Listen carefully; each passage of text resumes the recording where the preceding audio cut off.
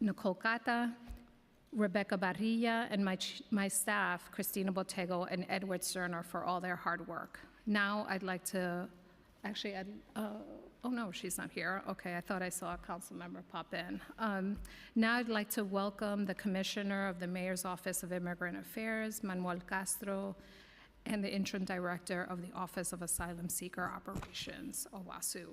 And before we hear from them, Committee Council will swear you in. Thank you, Chair Aviles. We will now hear testimony from the administration. Before we begin, I will administer the affirmation. Panelists, please raise your right hand. Do you affirm to tell the truth, the whole truth, and nothing but the truth before this committee, and to respond honestly to council member questions?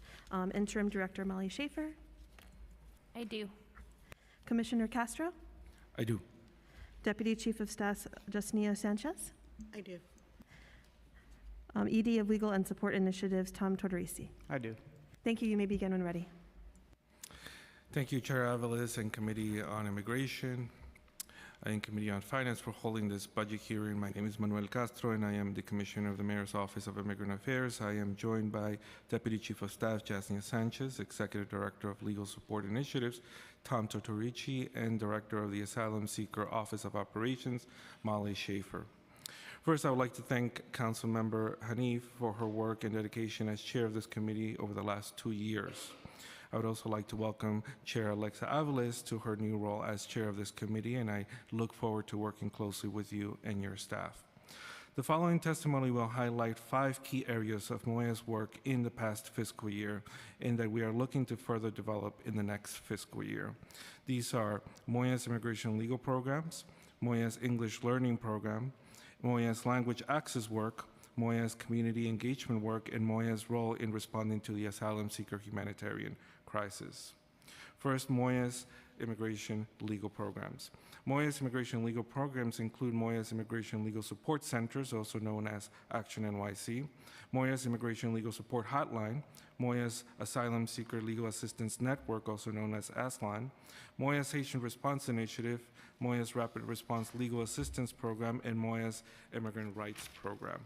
Together, these initiatives, along with other efforts across New York City government, seek to expand access to New York's immigrant communities with immigration legal support. Moya's specific role is to reach hard-to-reach communities and develop local capacity within these communities. To do so, we contract with nonprofit providers to achieve this work, acknowledging the critical role nonprofits play in reaching communities where they live and cultivating trusting and ongoing relationships with them. In 2023, Moya's Immigration Legal Support Centers conducted over 14,000 comprehensive legal screenings and opened over 5,600 new cases. Along with these centers, Moya oversees an immigration legal support hotline available to all New Yorkers for basic consultations and referrals. In 2023, more than 60,000 people called our hotline. The Asylum Seeker Legal Assistance Network, or ASLAN, made up of innovative partnership between Moya, community-based legal service providers, and the City University of New York, provides asylum seekers both in and out of the city shelter system with information, individualized screenings, and applications assistance. The network also provides immigration legal orientations to frontline staff, such as shelter workers, and self-help workshops for asylum seekers, so that they may better understand their rights and responsibilities in the immigration process. Since launching in 2023, ASLAN has made more than 8,000 people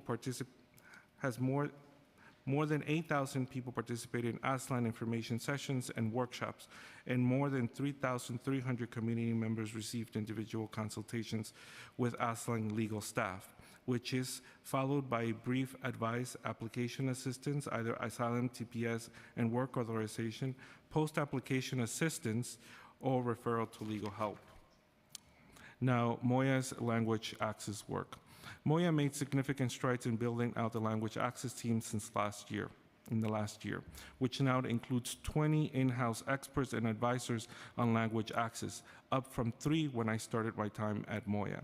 This includes 12 language access specialists who not only serve as professional linguists, but also as important links to their language communities. The team's main goal is to offer technical assistance to mayoral offices, city agencies, and key external partners. It also provides translation and interpretation services for mayoral offices and reports on city government's language access work and local implementation relating to language access. To provide critical information to both long-time and recently arrived immigrant New Yorkers, Moya translated a range of materials into over 50 languages. Moya's language access team provided translated communication materials, including signage, website resources, translation and interpretation services, service information, emails and scripts, and so on. Because of these translated materials, our team has been working to better equip the city to provide shelter services, legal support referrals, shelter protocol updates, and materials to promote humanitarian and emergency response relief. Language specialists also provide on-site language support in Arabic, Wolof, French, Spanish, Mandarin, and Cantonese to newly arrived immigrants at the Asylum Application Help Center, Federal Work Authorization Clinic, Humanitarian Emergency Response Relief Centers, Reticketing Center, and the Roosevelt Hotel Arrival Center. Next, Moya's English Learning and Support Centers. As we work to build language access across the city, English language proficiency remains a factor in accessing education, employment, health, and social services. That's why my office has launched Moya English Learning and Support Centers, located in immigrant-dense communities. These centers use our award-winning We Speak NYC curriculum to host beginner and intermediate level in-person English classes. Our curriculum is unique as it uses filmed stories and workbooks that highlight city services and promote civic engagement. Our centers are hosted at 10 partner community-based organizations, and we are also scaling collaboration at more than 60 New York City public libraries across New York City. This year, the program is also rolling out a beginner-level curriculum, which had for long been missing from our program's offering. This new curriculum aims to improve access to both English language learning, and familiarity with city services. Next, Moya's community engagement. Moya's outreach work is done to promote our specific programs, but also to complement outreach work done across city offices and agencies. But important to note here that all city offices and agencies have their own outreach staff, which also conducts and are mainly responsible for doing outreach. In 2023, Moya's external affairs team made over 54,000 touch points with community members, including some in some of the most underserved communities in our city. This includes active participation in resource fairs, tabling, Know Your Rights presentations, and canvassing across the 5 boroughs. The team also connects immigrant New Yorkers to the help they need by offering real-time support system through in-person public-facing events and through our phone and email hotline. In 2023, the team responded to nearly 6,000 inquiries for assistance. Moya also led 9 immigrant media roundtables to ensure effective information dissemination. The roundtables facilitate information flow to the immigrant communities via hyperlocal newspapers and TV stations in their own language. The roundtables also strengthen relationships with immigrant-focused media outlets. In the last year, we have worked with NYC Emergency Management, NYC Cares and Health and Hospitals, Department of Youth and Community Development, NYC Small Business Services, Mayor's Office to End Domestic Gender-Based Violence, Office of Technology and Innovation, the Department of Consumer and Worker Protections, and the Civic Engagement Commission and Linked NYC. Next, asylum seeker humanitarian crisis, Moya's role. At the outset of the asylum seeker humanitarian crisis, Moya was on the ground welcoming asylum seekers when they started arriving at Port Authority bus terminal. We responded immediately, and our multiple teams pulled together to ensure arriving asylum seekers and community groups mobilizing to support them had the assistance from our office. While we are very proud of this work, after many months of this work, and myself personally welcoming asylum seekers, we realized this was not sustainable for our office, which was not set up to operate such situations. Therefore, in 2023, the city pivoted to an interagency effort as New York City Emergency Management and Health Plus Hospitals took over the operational management of the humanitarian crisis to welcome asylum seekers. The city also created the Office of Asylum Seeker Operations, or OASO, in 2023 to provide overall coordination. You will hear more about this office shortly. Recognizing the importance of connecting immigrant New Yorkers to services, MOYA funded community-based organizations as navigator centers to help in this effort. The navigation centers were modeled after our Haitian Response Initiative, which proved to be successful in supporting community organizations working to address the needs of newly arrived immigrants. We've also worked to include one of the most innovative projects, to incubate one of the most innovative projects in response to the arrival of asylum seekers through the Mayor's Fund. Working in partnership with philanthropic partners, we funded 9 community-based organizations to launch the Immigrant Peer Navigator Program. The program connects recent arrivals with longtime immigrant mentors to give them tips on surviving and navigating life in New York City, including finding work, housing, and building community connections. Aslan, as I mentioned before, was developed to complement the work of OASO, that also is overseen at the Asylum Application Help Center, which you will hear more about shortly. And Aslan is meant to serve as serve a broader population and provide long-term capacity to nonprofit partners on the ground. Addressing this humanitarian crisis also requires engagement with all levels of government. Therefore, in 2023, MOYA worked to coordinate local, state, and national advocacy on behalf of immigrant New Yorkers, in part through a coalition of nearly 200 U.S. cities and local governments called Cities for Action. The coalition mobilized to send sign-on letters to the Biden administration to accelerate work permit processing and designate 11 countries for temporary protected status. 2 of these countries, Cameroon and Venezuela, were redesignated in the weeks that follow, opening access to work authorization, and we continue to advocate for more. In conclusion, finally, in this testimony, I am not covering all of MOYA's work as it would be simply too long. MOYA's annual report will be available on March 15 and will include a full description of MOYA's work. My hope by highlighting these 5 key areas will give you the sense of our work and role within city government. Thank you again for calling this hearing, Chair. I look forward to working with the Council as the budget process continues, and as I usually do, I want to thank MOYA staff for all their work in the last couple of years. In addition to Jasnia and Tom, Lorena Lucero, Eileen, Derek, and Miguel join me here today. Also, many of them are watching. I also want to give a special shout out to the many hundreds of city employees and our partners working in response to the humanitarian crisis. Thank you so much. And now I hand it over to Molly Schaefer. Good morning, Chair Aviles and the Immigration and Finance Committees. My name is Molly Schaefer, and I serve as the Interim Director of New York City's Mayor's Office of Asylum Seeker Operations, OASO. I'm grateful for the opportunity to discuss our office's budget and operational impact on the city's shelter operations.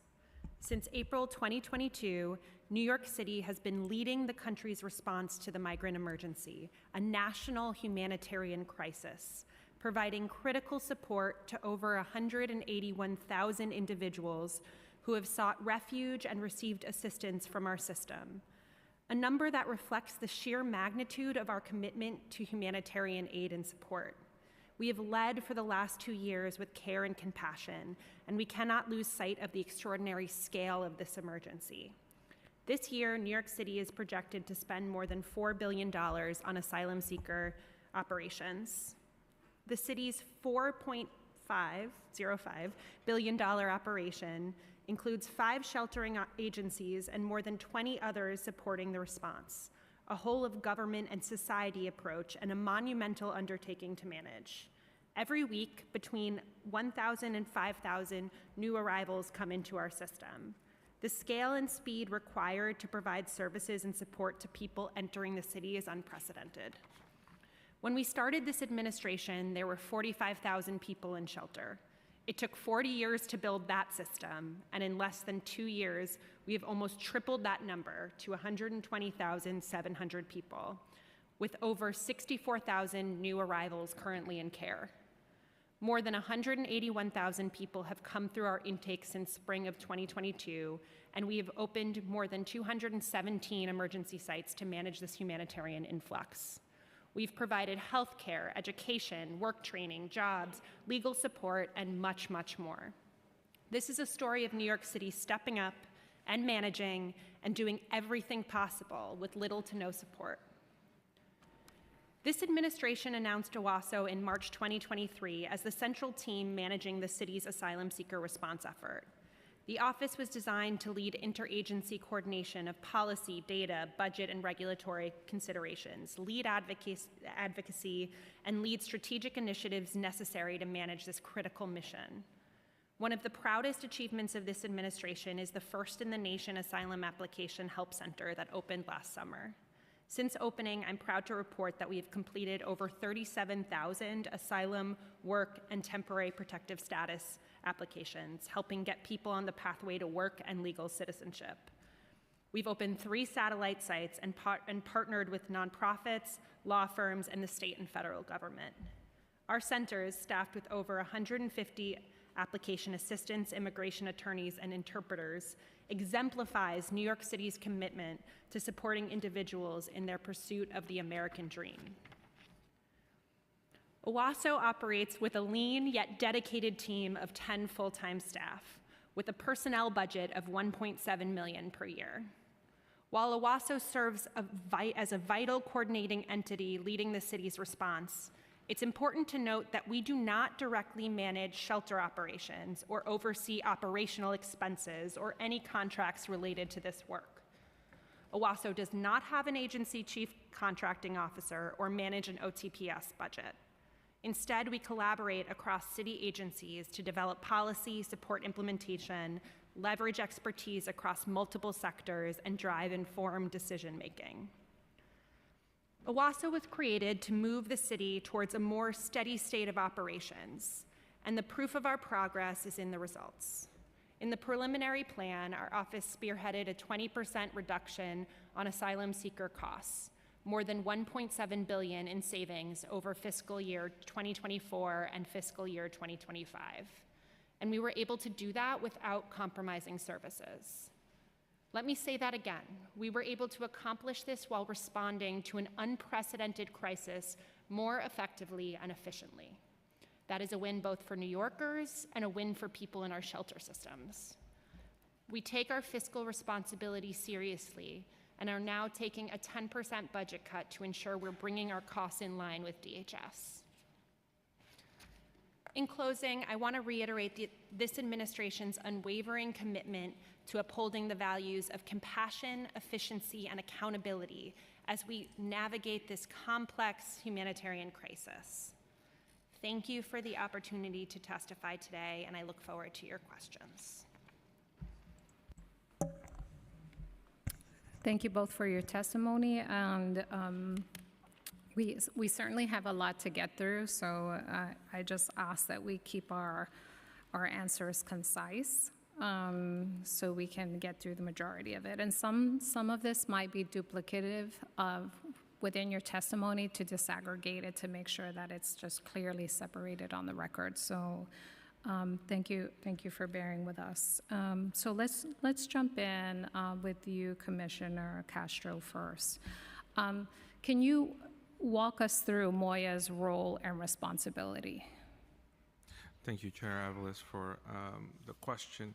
So Moya has a limited scope in terms of our role in responsibility with respect to serving immigrant populations. As I described, we oversee a number of different programs, in particular our immigration legal programs. But it's important to point out that multiple agencies, including DSS and DYCD, manage their own immigration legal programs.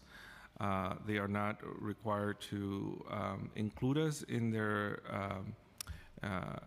work, although we often support and promote their work. we specifically focus on the programs that we laid out. I also described in my testimony our work around language access, which is highly collaborative with other agencies because we collect and report on language access plans. And as I described, I've been able to grow the team from 3 when I first took office to now 20, which was a major priority of ours, and something really to highlight about Moya. We offer technical assistance and support to those agencies that need it, and we often serve as the champions for language access in city government. I also described our work around English learning, which again, other agencies manage English learning programs, but our specific program that we oversee looks to provide very practical English learning courses with an emphasis on conversational English, and also to educate immigrant communities on city services and engage them in civic participation. We do this in partnership with CBOs and libraries and other institutions. So, I'm sorry, Commissioner, could you give me if we think about it as a pie chart, a general sense of the breakdown of the work that your very small but mighty team engages in? We have direct service, we have technical assistance, we have advocacy. How would you characterize the distribution of work that your office manages? If you could, obviously it's not going to be specific. Yeah, I think might be helpful to describe our staffing structure. So we have currently 3 staff overseeing legal services, Tom included.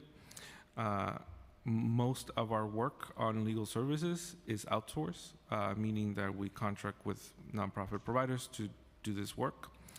Our English learning program is staffed by 3 individuals. Our language access staff, as I mentioned. I'm sorry, Commissioner, the English programs are staffed by 3 Yes. individuals? Okay. Yes. So 3 for language access, 3 for legal services. 20 for language access, 11 for policy, and 15 for external affairs. If you want a further breakdown, Jazz can provide, but I just wanted to give you a sense of our staffing, to give you a sense of, a small but mighty team takes a lot of work. We're only able to achieve so much because of our work in partnership with nonprofit providers. Sure. So for the record, I'm so sorry. I just want to make sure I'm clear, and this is helpful because what we see in the budget documents is that Moya only has 6 Correct. full-time staff. So the 15, the 20, the 30, where are all these people housed? So if you would run through, what are the Moya staffers that fall under your line item? Correct. And I'll let Jasnia break down the agency partnership lines, but just to say this is something that many mayoral offices, deal with. Sure, we have sure. mayoral staff, but also I just want agency clarity. partners. Yeah, of Just course. clarity. So are the 3 language service supervisors, I'll call them, I'm sure that's not the correct term, do they belong to your line item? I'll let Jas break down. I believe those are DCAS lines, but I'll let Jasnia Okay, let's talk start about it. with the positions that belong specifically to Moya, and then I'd like to hear the breakdown of the positions that are working under your purview, but obviously distributed at different agencies. Sure. Thanks. Thank you for the question. So historically, the way that our budget has been set up and continues to be set up is spread throughout 3 agencies. So under the mayor's office, under DSS, as well as DCAS. And in all 3 of these agencies, we have both OTPS and PS that fall under our budget. So our budget is spread out throughout these 3 agencies. In terms of headcount correct. Under the mayor's office, you see 3 lines there. Under DSS, we have 11 lines. Under DCAS, we have 43 lines. Sorry, can you speak a little louder into the mic? It might be me, Sorry. old age. Can you hear me now? Yeah, Better? yeah, better. Okay. Thank you. So- DSS? So mayor's office 6, DSS 11, DCAS 43 lines. And then I just want to note, we do have a partnership also with RF CUNY, and we currently do have 1 line under RF CUNY. So in total, we have 61 lines. And again, these are, spread out. Across agencies? Yes, but they do belong to Moya. Got it, okay.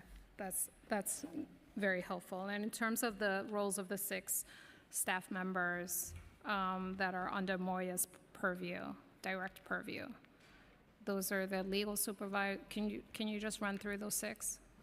So under the mayor's office line, currently we have the commissioner's line, our chief of staff, our deputy commissioner of external affairs, our assistant commissioner of external affairs, and our director of communications. And then the 6th line listed there, is currently being utilized at another mayoral office. Great, and so for the, in terms of all the other positions, can you provide us a budget with those positions and a crosswalk?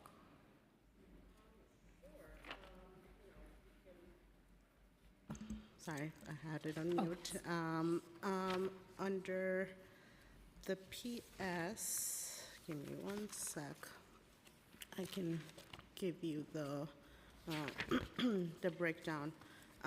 For the mayor's office, right, for those 6 lines mentioned, for FY24, we're budgeted for $742,786. For DSS, for those lines, 11 lines, we're budgeted for 904 and 88. And then for DCAS, for those 43 lines, we have $2,936,031 in PS. Great, and the CUNY position? Just floating. Roughly, because we have to pay fees, admin fees, roughly, we're budgeted for $126K for that line. Great. Thank you. In terms of, Commissioner, I'd like to thank you for being specific in your testimony. I'd love to hear, I think the questions today just want to drill down on much more specificity. You did mention a number of different programs and certainly your advocacy around TPS. Can you walk me through maybe the 3 priority recommendations that your office has driven that have been adopted and implemented by the city? And it could be in any agency.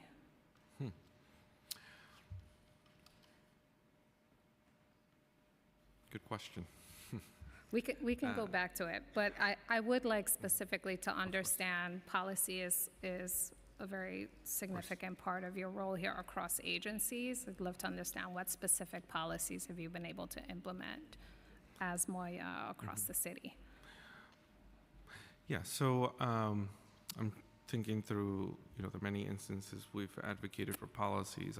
You mentioned, and I like to provide a number of examples that I think are important to the current moment we're in. So the first one and most immediate is advocating for TPS as a position that the city takes is quite important because, as you may be aware of, the asylum process is quite arduous and and it takes time for people to achieve work authorization, whereas with TPS, people are able to access work authorization quicker. I believe this is a core aspect of our advocacy in the last year. We've met with a number of individuals, which we've communicated that it would be helpful for them to advocate this with the White House, and the expansion of the Venezuelan TPS, a redesignation of Venezuela TPS, I think was a significant win for immigrant advocates and communities. And when you look at our role in advocating for it, it was quite significant, not just with the mayor's direct advocacy, my direct advocacy, but also with our work with our coalition partners across the country. And I mention this because I am now advocating for us to advocate for Ecuadorian TPS. And by extending TPS to Ecuadorians, I think it would significantly impact recently arrived immigrants to our cities. Second, recently I've been working very closely with our asylum seeker response leadership team. Moya will be taking on an increased role in building the capacity of immigrant-serving nonprofits, especially those immigrant-serving nonprofits that have been working closely with non-traditional populations, meaning informal workers, undocumented workers, and so forth. I think pivoting to working closer with those nonprofit providers and those community organizations is an important step for the city. It is now one of our major pillars in our strategic plan, and it's something that Moya will take an active leadership in. Of course, working with our multiple offices that provide assistance to nonprofit organizations and so forth. And thirdly, I will be co-chairing our advocacy efforts, which again will become a pillar that I think is important for the city of New York to establish, which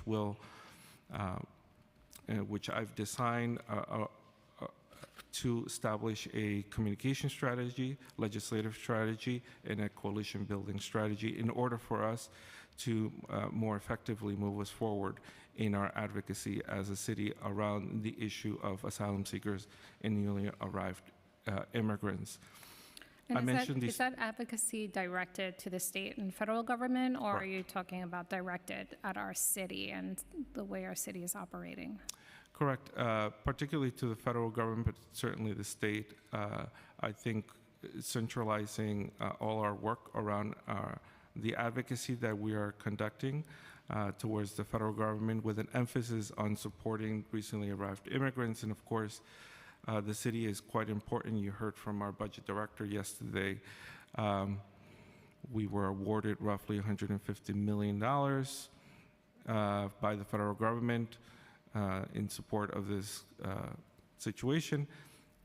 We spend much more than that. And we haven't drawn down not a third of it. So we have some operational issues to address there.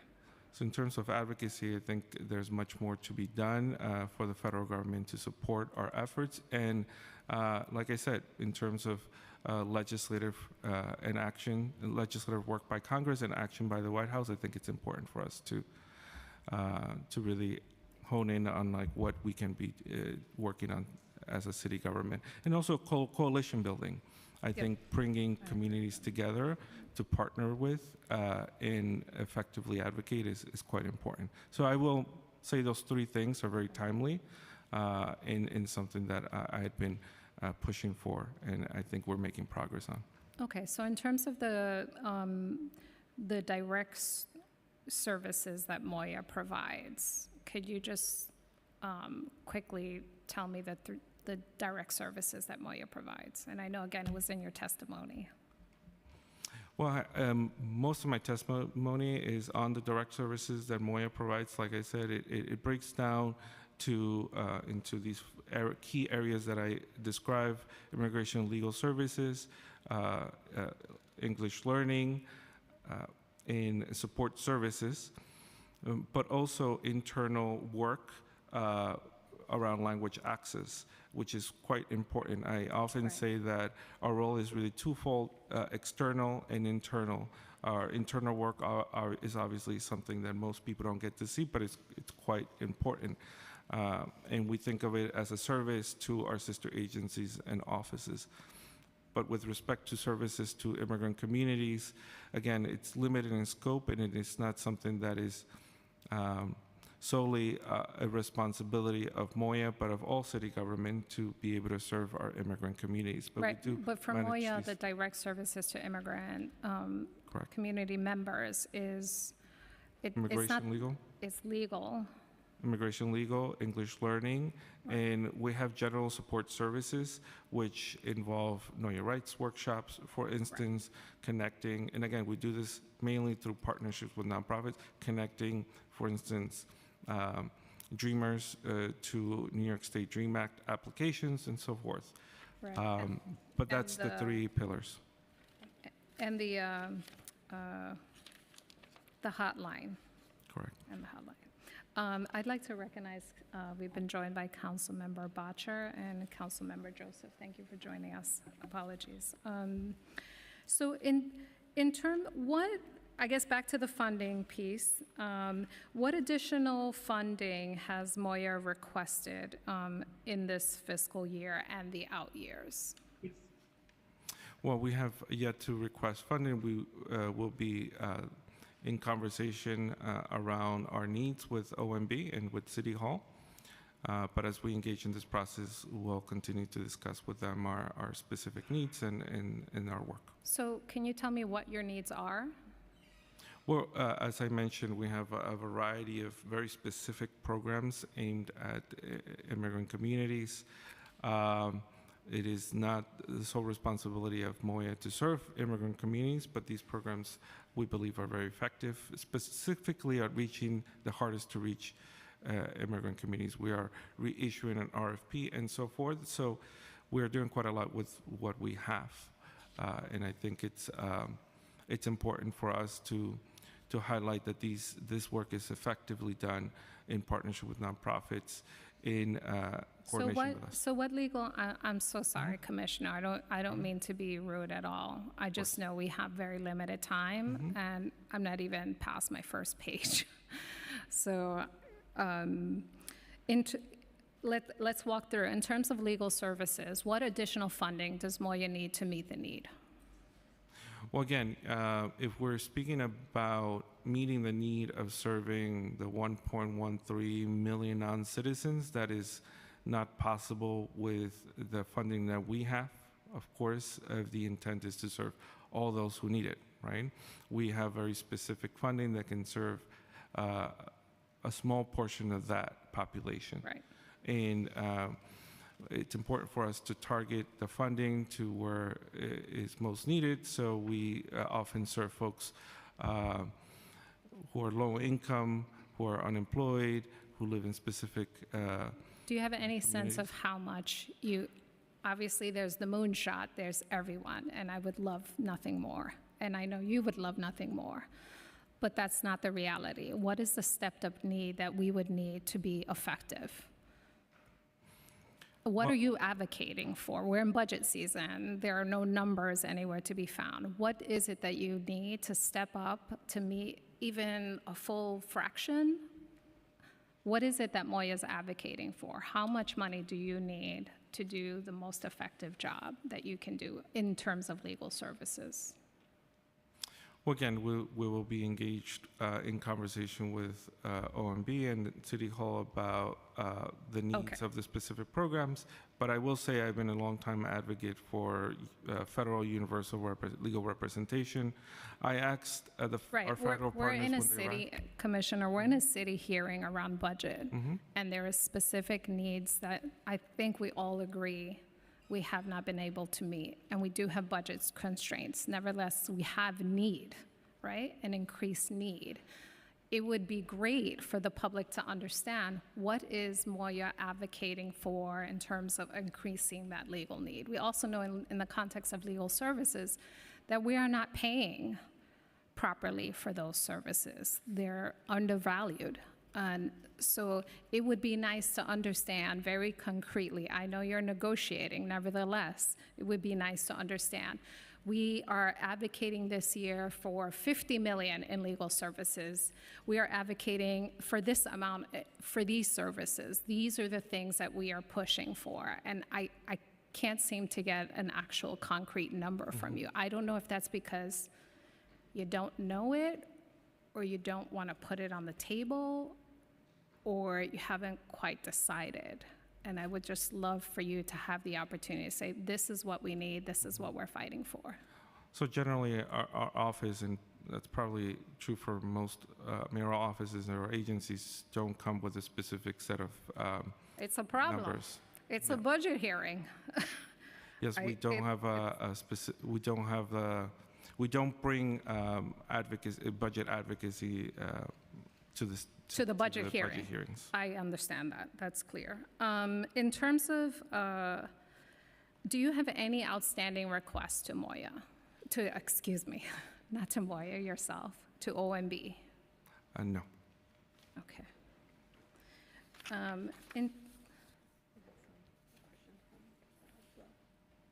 Okay. Can you tell us where the funding for We Speak NYC is coming from?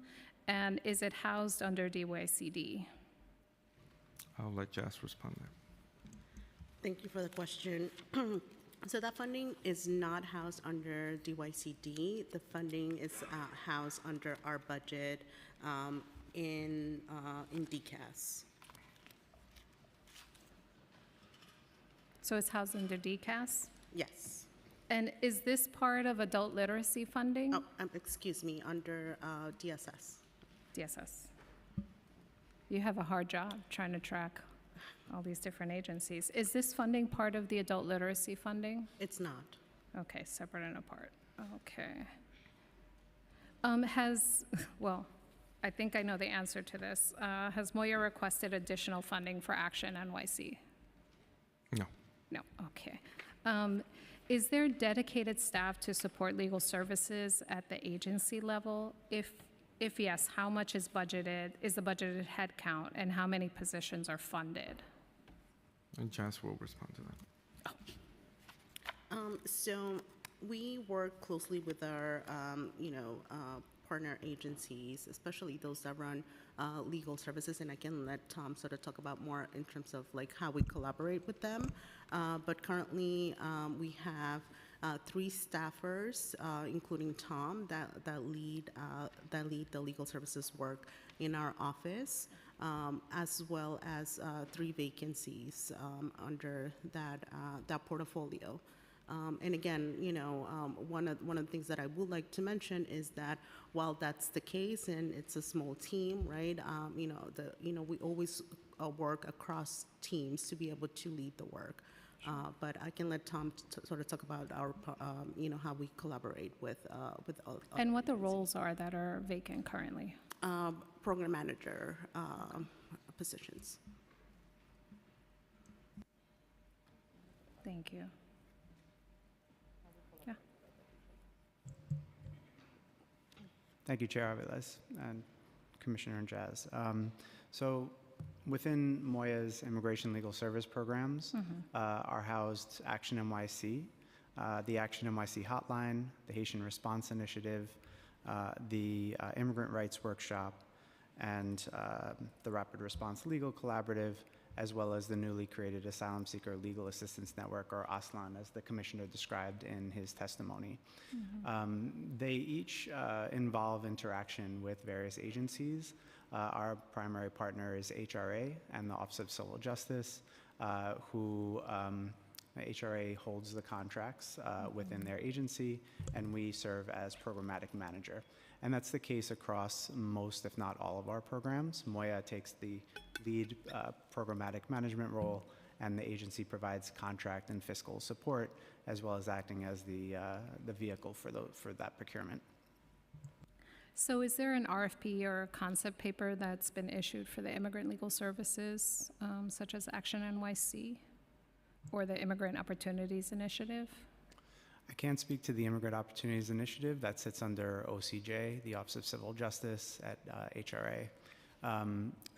MOYA did issue, in collaboration with HRA, a concept paper for Action NYC, renamed the MOYA Legal Support Centers Program in last November, and held a public information session, as well as received public comment and question. We can't discuss much about that procurement because it's currently underway.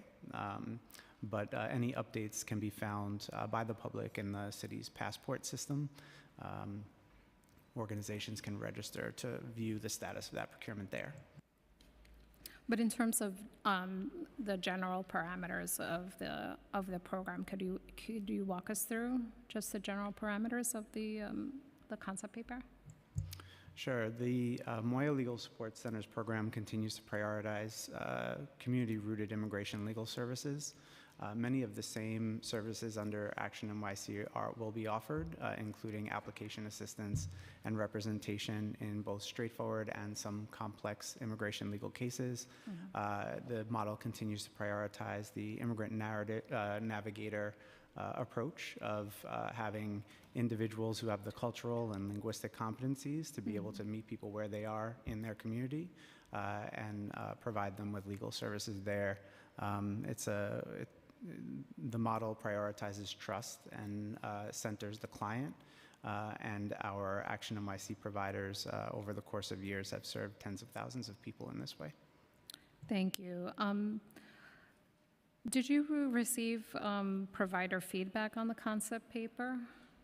Do you have a sense of what that feedback was telling you? Yes, our team has reviewed and is actively considering all feedback received by the public in the process. And in the typical procurement process under HRA and most agencies, after the release of the actual request for proposals or RFP, there's another period during which the public can submit questions and comments. Thank you. I'd like to recognize Councilmember Hanif. Councilmember, I'm happy to pause my questions if you're pressed for time. No? Okay. Okay, thank you for joining us. Has MOYA met with legal professionals to hear their concerns and advocate with the administration on their behalf? MOYA is in regular contact with our contracted immigration legal service providing partners. We have regular calls with our Action NYC partners as well as individual contractors on the regular course of program management, be it monthly, bi-monthly, whatever it might be.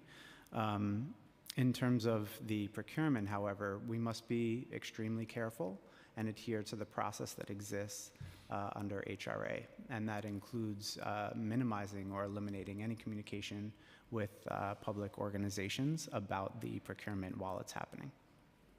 Sure, but in terms of what the advocate legal professionals have relayed to MOYA in terms of needs, are there any salient responses that they have been providing to the agency above and beyond what is happening in the procurement that is important to note?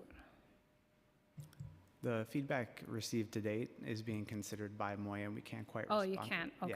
Yeah. But later on in the process, after the release of the initial procurement, there is a question and comment period during which MOYA will respond. Okay. And I will say that during the course of prior to the release of the concept paper, Commissioner Castro visited many community-based organizations within the communities as well, and has taken their feedback into account in the formation of this model and this approach. Got it. I've definitely seen Commissioner Castro out in many, many communities. In terms of, can you tell us a little bit about how Moya manages Action NYC and the New York Citizenship, as well as the Rapid Response Legal Collaborative? Go ahead, Tom. It's fine. Management is fairly routine. We make sure that invoices are received and paid on time.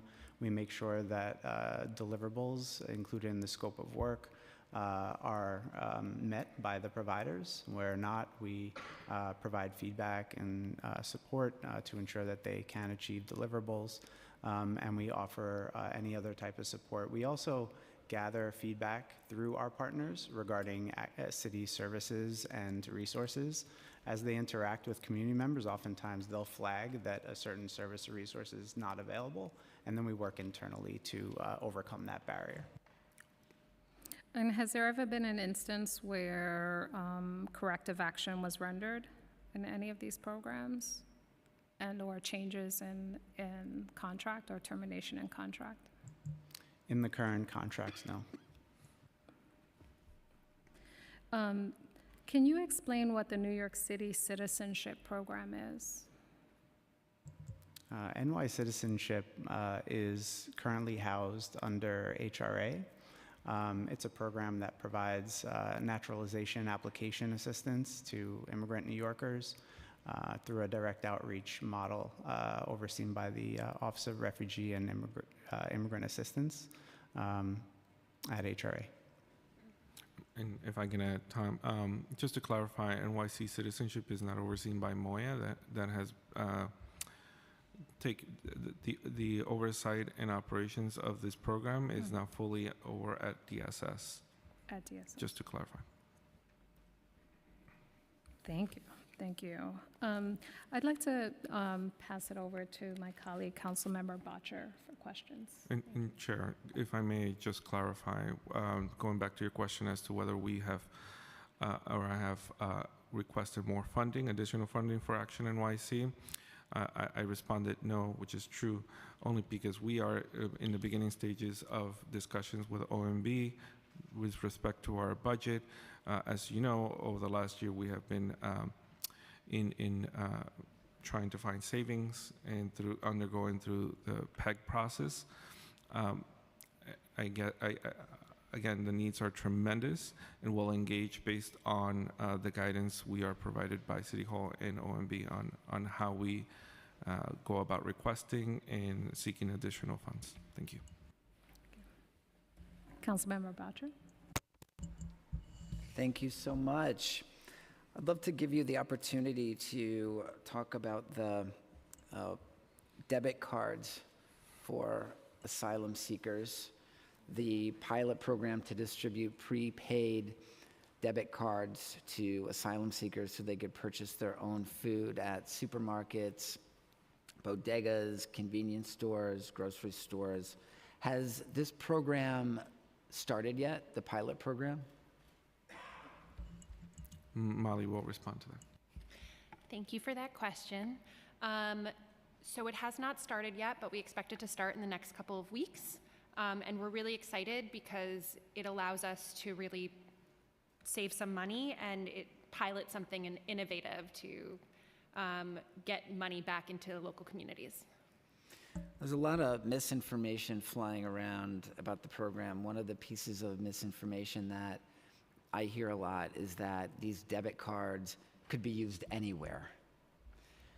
Tell us about where they can and can't be used and what restrictions are in place to prevent them from being used where they shouldn't be used. So the way that the card works is that it has certain restrictions of types of vendors. So it's only can be used in groceries, delis, or bodegas. And so specifically on food or baby supplies or other supplies needed for kids or pregnant individuals. And so, and we make everybody sign an affidavit and make everybody understand exactly what they're for. If the card can't be used in anywhere but those food service establishments, is the affidavit just like a extra step? Yes, we want to make sure that everyone understands what they're getting the card for and what we expect when being into that program. So once the pilot program starts, how long will it continue until you make the determination whether or not it should be expanded? So we're going to be working with our with OMB, we're going to be working with HPD, we're going to really be looking at the data to see how it plays out, how the families are using it, and make decisions based on that. It is an initial pilot of 500 households, but we will continue to monitor the data and see if we need to make any adjustments. Have you been consulted on the criteria to select these 500 households? Where will they be residing? So the families that we are going to be picking are families in our HANIC program, which are families in hotel rooms throughout the city in 28-day stays. This is because right now they get deliveries from .go. It will be cheaper to do this and allow them to have some choice in what kind of foods they want and allow them to buy the supplies that they need. And the reason that it's cheaper is because the food that you're having delivered to these shelters is not being consumed every day. Every day there's some that isn't being consumed, and that's money wasted, right? So that's part of it. The other part of it is these aren't shelters. These are hotel rooms that people are in throughout the city, and therefore part of the cost is delivery. So we deliver food every 3 days. This will allow us to not do that anymore. And so the families will be able to buy food for themselves in the local communities. In your FY25 budget, do you include any line items for this program? I have to get back to you on that. I don't know. Thank you.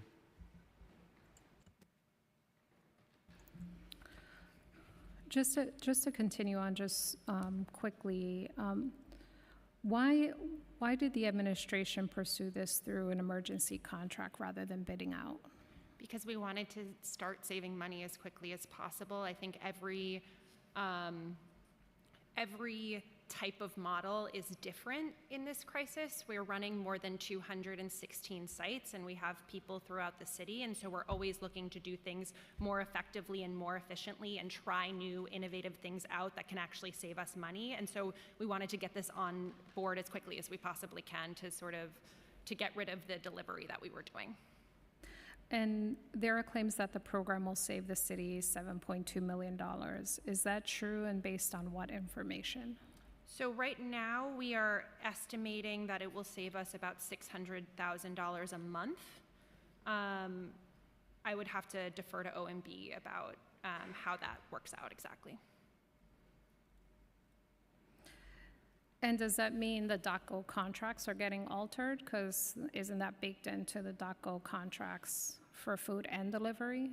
So right now, .go is doing the delivery to the HANIC hotels. So this would, if this works out, this would replace the .go deliveries.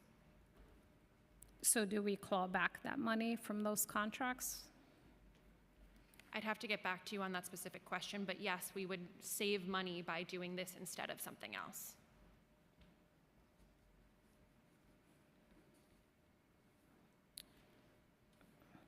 And in terms of, can you speak to the track record of this company in providing this kind of service? Has it been used in the city before? So the city, so we are constantly talking to hundreds of different vendors. This vendor has been talking to a bunch of city agencies. It also did work in other cities. It went through an extensive vetting process by Mox and our legal controls. So we stand by what they're offering. And Right, this will be pretty innovative. but they haven't received, this is their first contract with New York City? This is their Okay. first contract in New York City, correct? Okay, I'd like to turn it over to Councilmember Joseph. Thank you. Thank you, Chair. Commissioner, always good to see you. Thank you for the hard work, but you know we can always do much, much better for the immigrant community. So I'm interested in your adult literacy. Was Moya included in the adult literacy RFP conversation? We have not participated. Like I said earlier, the agencies are not required to include us, but we are certainly available to consult with them as needed.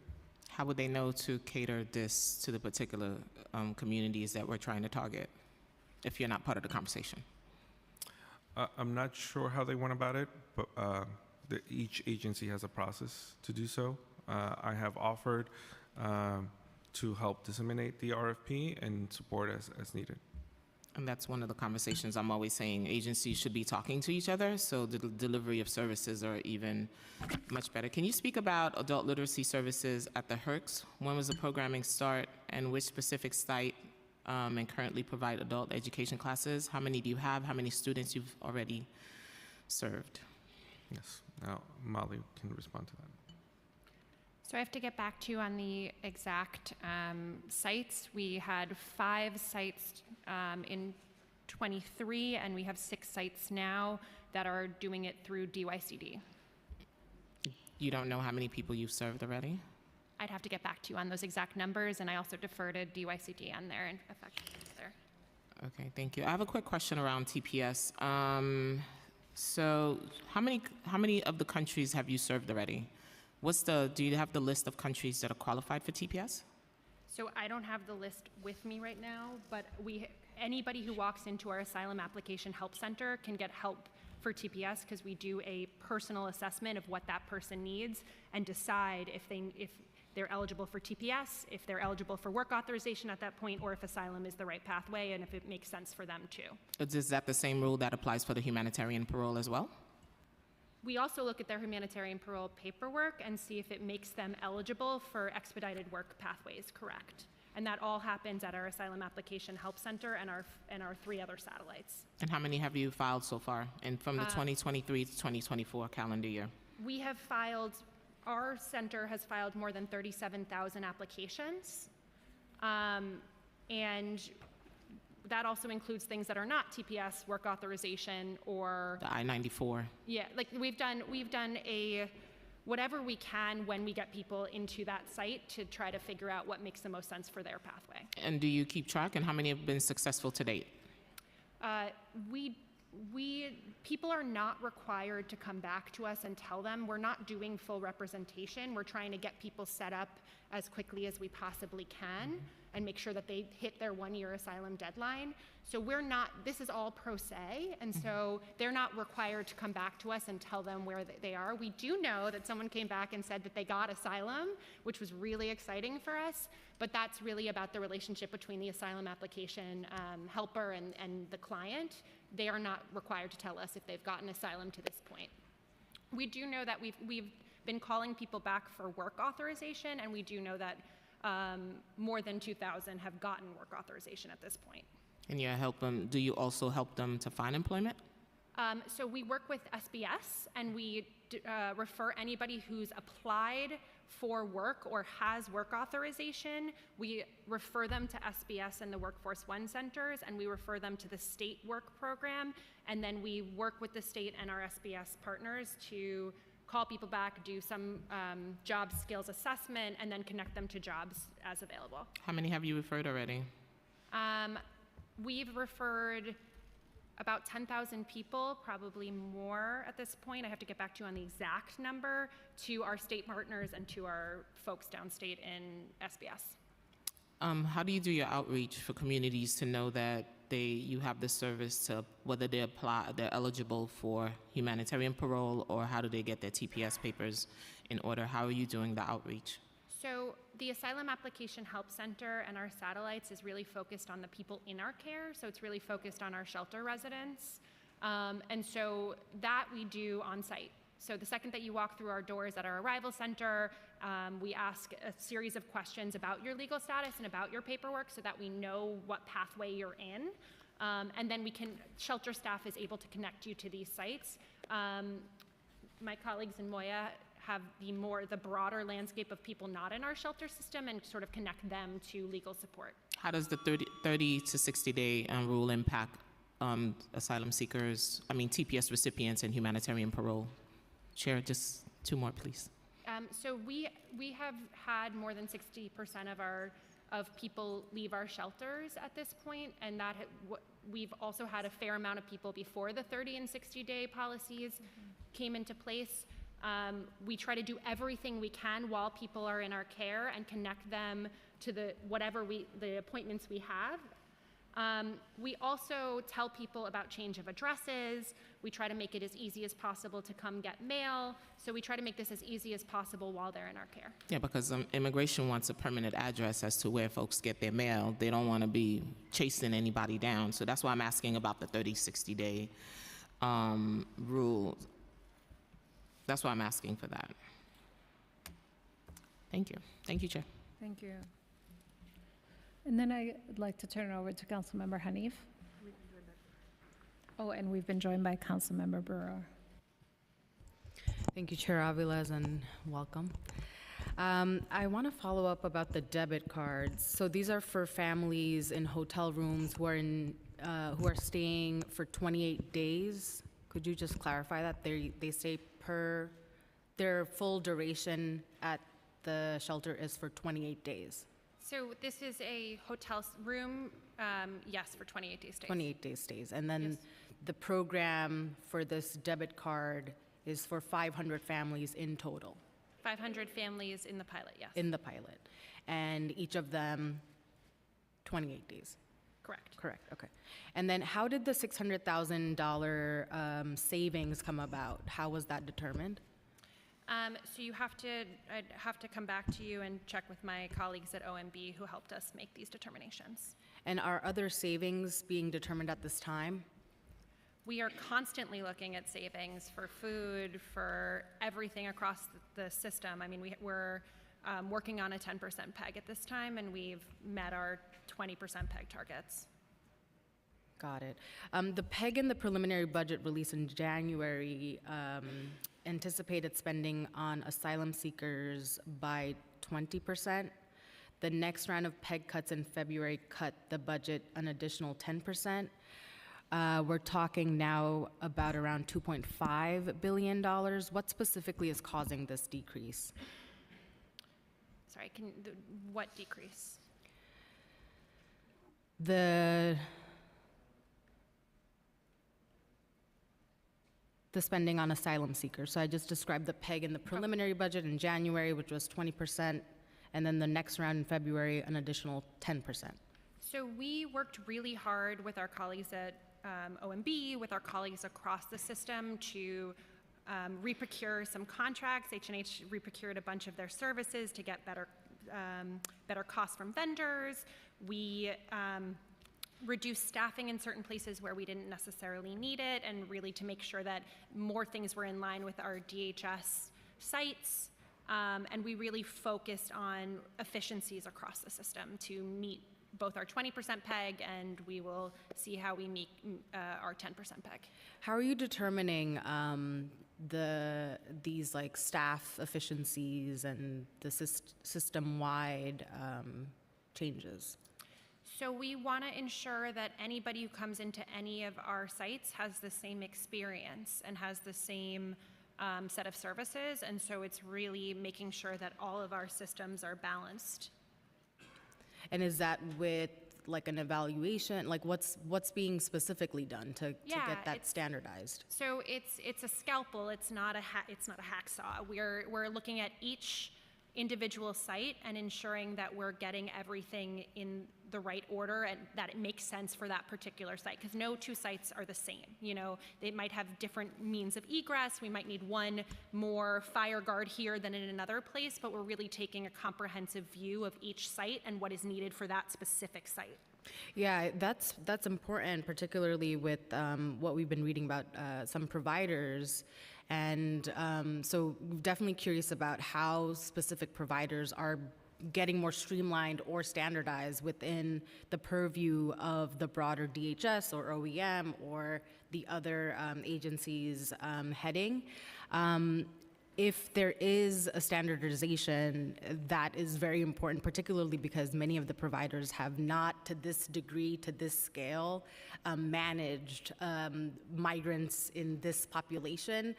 In my district, we are opening a 400-bed facility in the coming weeks, and we had a community forum just last night, and lots of curiosity and concern about this specific provider having never managed a population of 400 residents.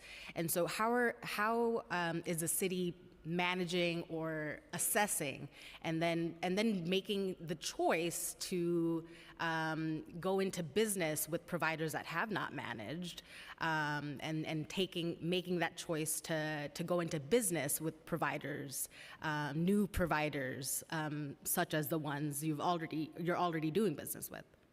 So this is an unprecedented emergency.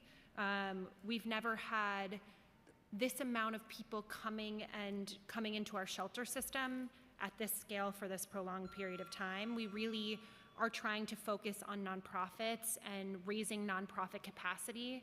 As Commissioner Castro said earlier today, his team is really taking a lead on also helping us figure out how to build up capacity, especially for those nonprofits that might work with non-traditional populations, but may not have the capacity or the expertise to potentially house them, let's say. And so it's constantly a matching of what are the providers who have capacity, what are the providers who know how to do this, who have the expertise, how do we match that, and how do we help both of those groups get to the point where they can provide the best care for the individuals, and what kind of technical assistance can we provide to them? Chair, I just want to ask one set of questions.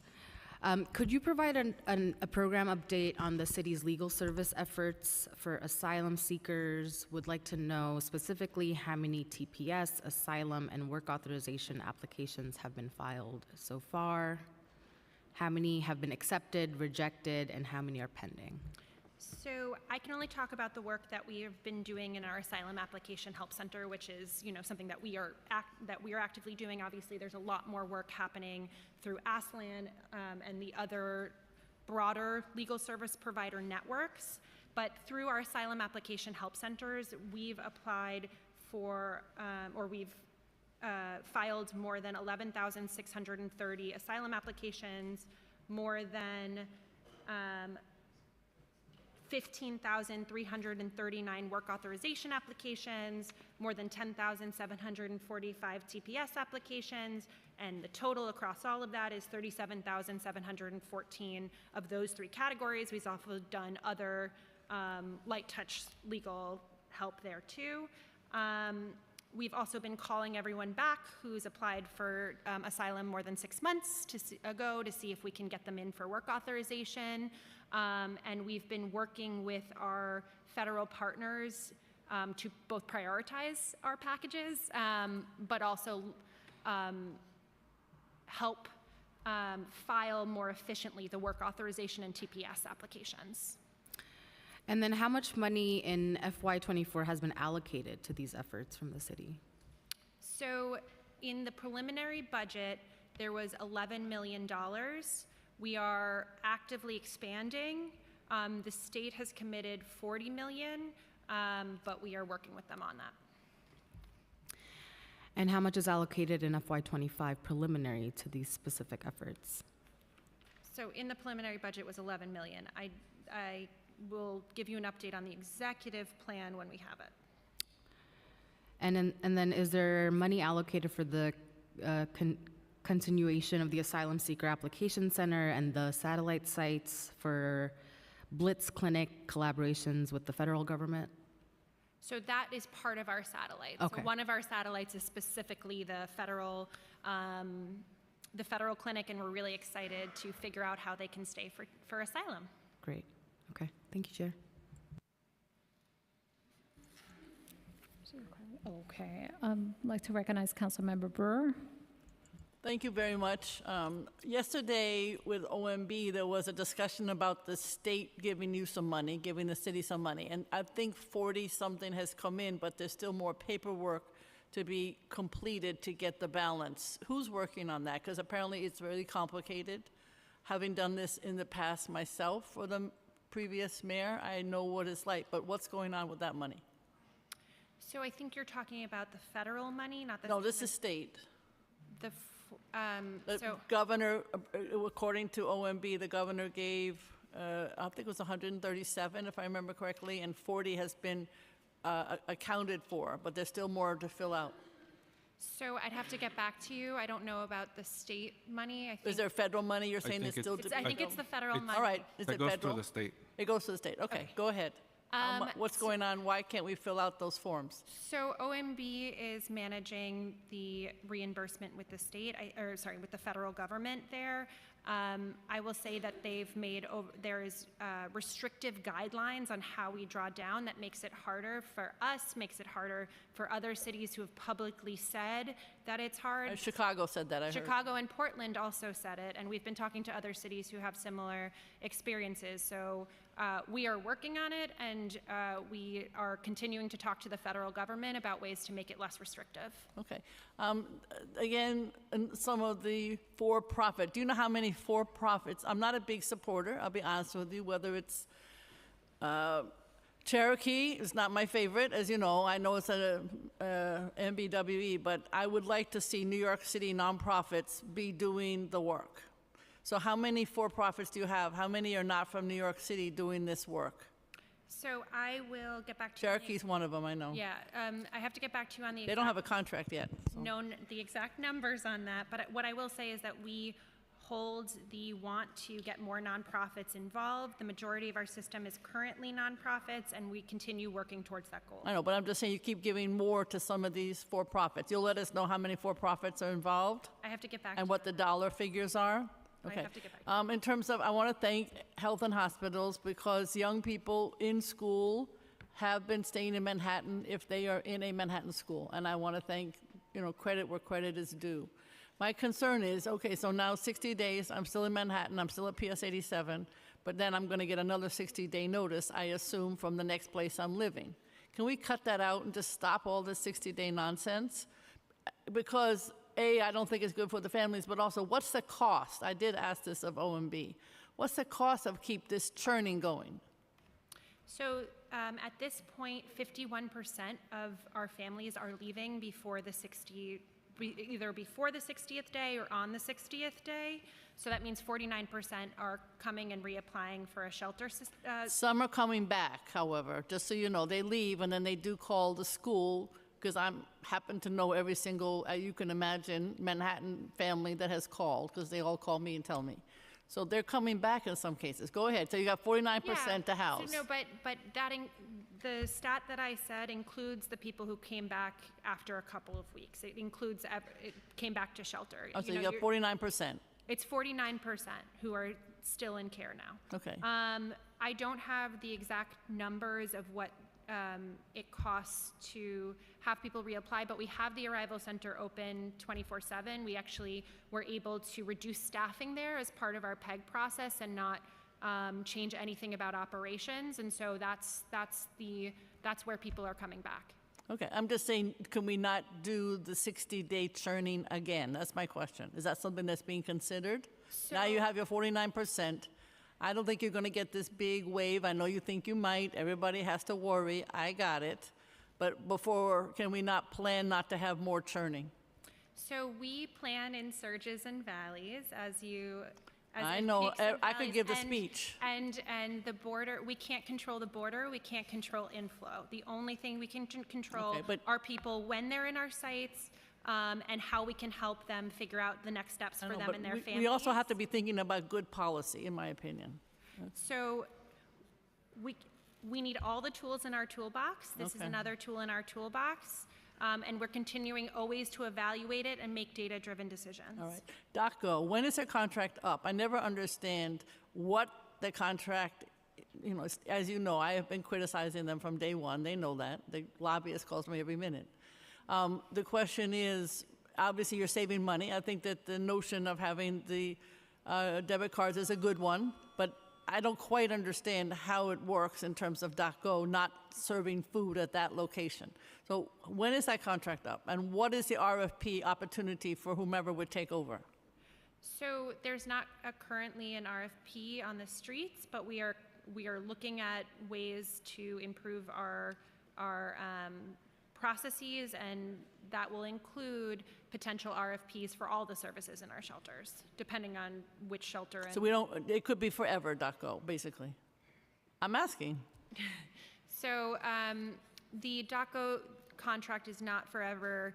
I'd have to get back to you on the exact date, but there's a couple of different contracts. Okay, and then just finally, the issue of what goes on. We've got legal services, OSHA, hopefully English language.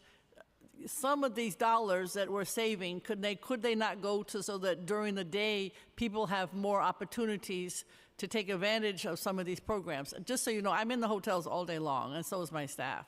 So we know there's not a lot going on. So we would love more opportunities to partner with you to get some of, discretionary dollars for OSHA training. We want to, it's not just the city dollars that can go to ESL workforce training. We also need philanthropy dollars. We also need federal dollars. We also need state dollars. I think we're working on all these levers. Take to some of that expand those DocGo money programs. and use it for this. Take some of that DocGo money and use it for some of these other opportunities. Is that not possible? We have to take into account our entire budget. We're currently working on our 10% PEG, and then we also are really looking forward to figuring out ways to expand those programs and make sure that we're giving people all the supports they need while they're in our care. Thank you, Madam Chair. Thank you, Councilmember Burr. I'm looking forward to seeing the $600,000 savings on the DocGo contract go away somehow. So we'd like to see that reduction. I'd like to recognize Councilmember Krishnan has joined us. Councilmember, do you want to? Okay. Councilmember. Thank you so much, Chair Aviles. Nice to see you all here too. Commissioner, good to see you. And thank you to your whole team as well for all your great work. I know, and I think this is really a point worth mentioning, even before we saw such a large increase of asylum seekers coming here, the need for more support from this administration for immigration-related legal services, bilingual services, language access, and resources for Moya to continue that work has always been crucial, and that need is only even more exacerbated given what we're seeing now too. And that's why this budget hearing today is very important, because I think we're falling far short from City Hall, this administration, in providing the supports for asylum seekers and immigrants. Instead, what we're seeing is them being scapegoated and blamed as a reason to cut support services that benefit not only asylum seekers, but all New Yorkers. And that's really shocking to see, and also just a false narrative that we shouldn't be spreading. I have a few questions in particular on some programs related to that theme. One was in regards to IDNYC. This is a program that's been crucial for so many immigrant New Yorkers. Of course, in my district in Jackson Heights and Elmhurst, since the very rollout of the program, where my predecessor, Councilmember Danny Drum, was one of the prime sponsors on the bill and really pushed for, it's been an incredibly beneficial program in events that we've done for asylum seekers and resource fairs. We've also really pushed and had IDNYC there in any way that we can incorporate them into our work. But in the first 4 months of fiscal 2024, IDNYC cards issued decreased by 6,884 compared to the same month in FY23. The number of applications processed also decreased in the first 4 months. But this program, as I mentioned, is the only opportunity for undocumented New Yorkers to access photo ID. Yet HRA's budget for IDNYC is reduced by $1 million in the preliminary budget compared to the adopted budget of FY24. Can you explain the reason for these decreases? Thank you, Council Member. I really can't speak to the budget decreases. IDNYC is now totally, completely overseen by DSS. our role is really limited to supporting some other outreach work, but you're right that this is a really critical program for immigrant New Yorkers. As an advocate, I worked to establish this program. Part of the reason why Moya is working closely with OASA, but separately, is because we want to continue to reach out to those longer-term immigrant New Yorkers who've had a challenging time accessing IDNYC.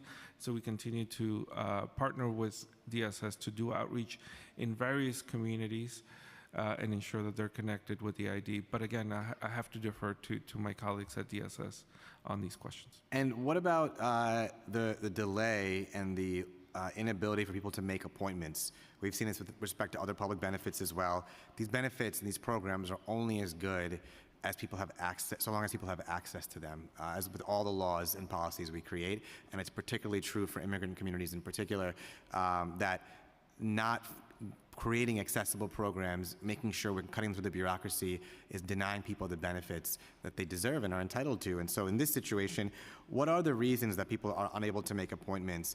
Is it a staff shortage? What is the shortage? Why is it that it's been so difficult to get people access to appointments for IDNYC? Yes, my understanding is the increase in the demand for IDNYC. Again, I have to defer to my colleagues at DSS for the technical reasons, but what we've done as Moya, we partner with local community-based organizations to establish office hours to come in and help members of these communities navigate the system and successfully connect with IDNYC. Our outreach staff is out throughout New York City trying to help people navigate city services, and this is primarily the one that we assist with. Does HRA bring you into these conversations to coordinate strategy, rollout, reducing delays, funding? Is that something that you all and HRA are in close coordination and communication on? Not at the moment. As I said earlier, agencies are not required to bring us into these conversations. However, we're available and happy to support as needed. And I'll just say that we work closely with them to ensure that people know about New York City IDs in our shelter systems, and that if there's any misinformation about what it can be used for, that we're helping people understand what it can and cannot be used for.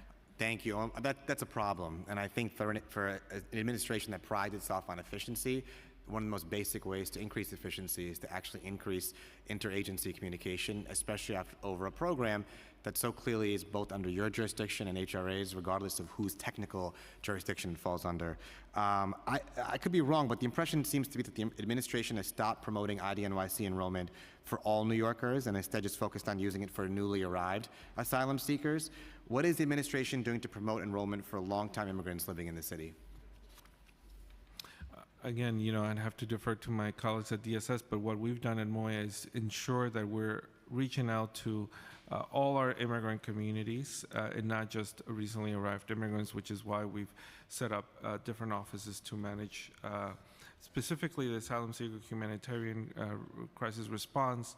But we certainly work with a lot of CBOs that serve longer-term immigrant communities, who we've heard from that we need to do better at reaching out to longer-term immigrant communities. So we've actively partnered with them to make sure that we're reaching out to them. It's just for all of the challenges here, to reduce funding as HRA has done in the preliminary budget, it really runs in conflict with all of these intentions and the important needs as far as this program goes.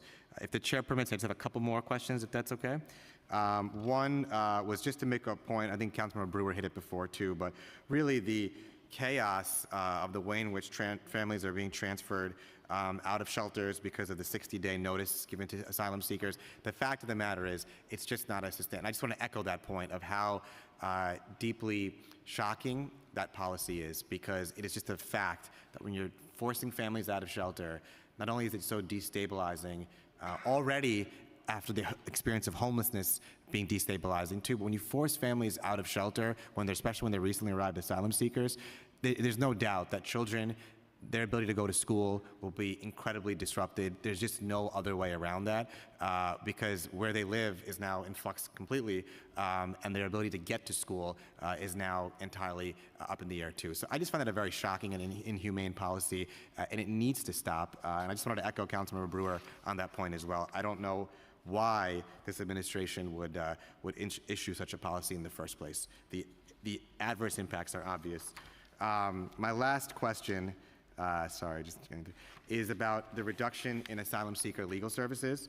The asylum seeker population that continues to arrive in our city has a great need for legal services, and providing these services could enable many asylum seekers to not only exit the shelter system, but find stable housing, which, of course, on one sense, reduces the cost of the city, but in another sense, too, will allow them to secure jobs and increase both economically and otherwise their contributions to the city too. So all in all, from whatever perspective you want, supporting asylum seekers, providing them legal services actually supports our city.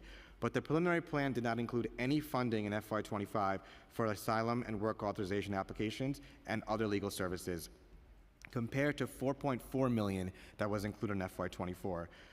As a former legal services lawyer, I know how important legal services are as a front line of defense for so many individuals in need of help. Why was this funding included in FY24 only? And why does the city not allocate a portion of the asylum seeker funding to cover the growing need for legal services? So the state has committed some money for legal services, and we're working with them to actualize that and continue expanding our legal services. So we have, at this point, as I mentioned before, filed more than 37,000 applications to at least get people on the pathway, on their pathway for both work authorization and also potentially citizenship. And so we're continuing to work with the state on that money, and we're continuing to see where that goes. And any updates will be reflected in the executive budget. But the lack of funding is what's most concerning, because it's going to inevitably have an impact on your ability to do that work. My final question is just, how often does your office meet with OASO, Moya? How often do you all meet to discuss legal services needs for asylum seekers in particular and immigrant services in general? We meet very often, basically every day. I mean, we have a standing strategic planning meeting Fridays, but we are in constant communication on a variety of different issues, not just legal services. Thank you, and thank you, Chair. Sorry for going over. Thank you so much. We're going to take a quick pivot since we've already started talking, Ms. Schaefer, to OWASO. Can you confirm that this committee has oversight over OWASO? I don't know. I assume so, but I really don't know. I'm not a lawyer.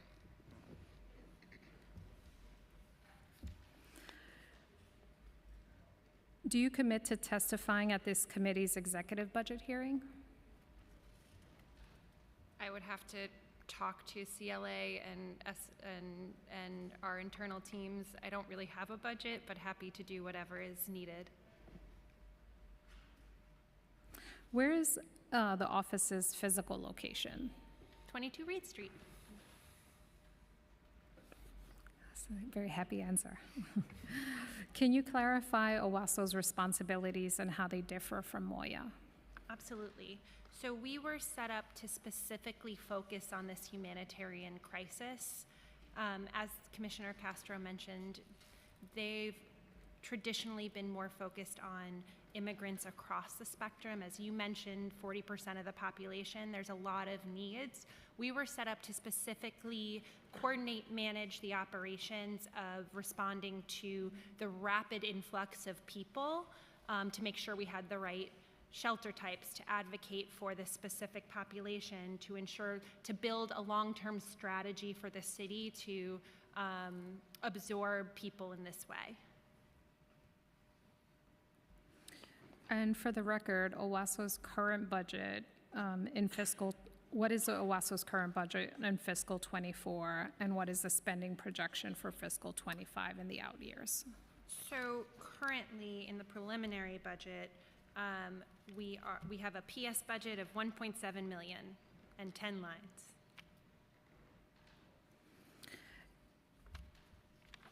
How many staff do you currently have? 10. That's right, that was in your testimony. And how many people will work for OWASO once the office is fully staffed? So we're actually continuing to work with OMB on that, and we'll have an update in the executive budget, but we're expanding. Will OWASO provide the council with an organizational chart and list of personnel? Happy to follow up on that.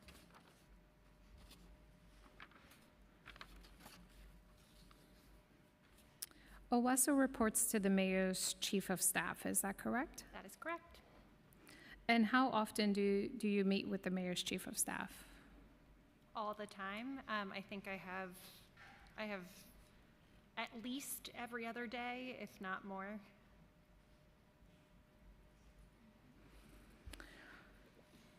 Should an OWASO report to the deputy mayor of Health and Human Services, similar to Moya?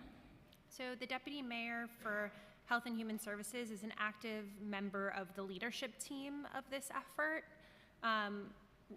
We aligned it to directly report to the chief of staff, so we had one for the back end functions, but she is an active member of the leadership of this effort.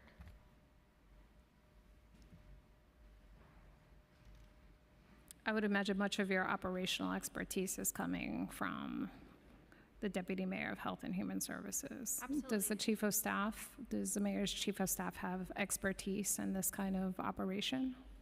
Absolutely. The chief of staff is a crisis management expert who's worked on an operations expert who's worked on all levels of government. And is there a long-term plan for OWASO? We're constantly working on it to make sure that we are moving as the crisis moves.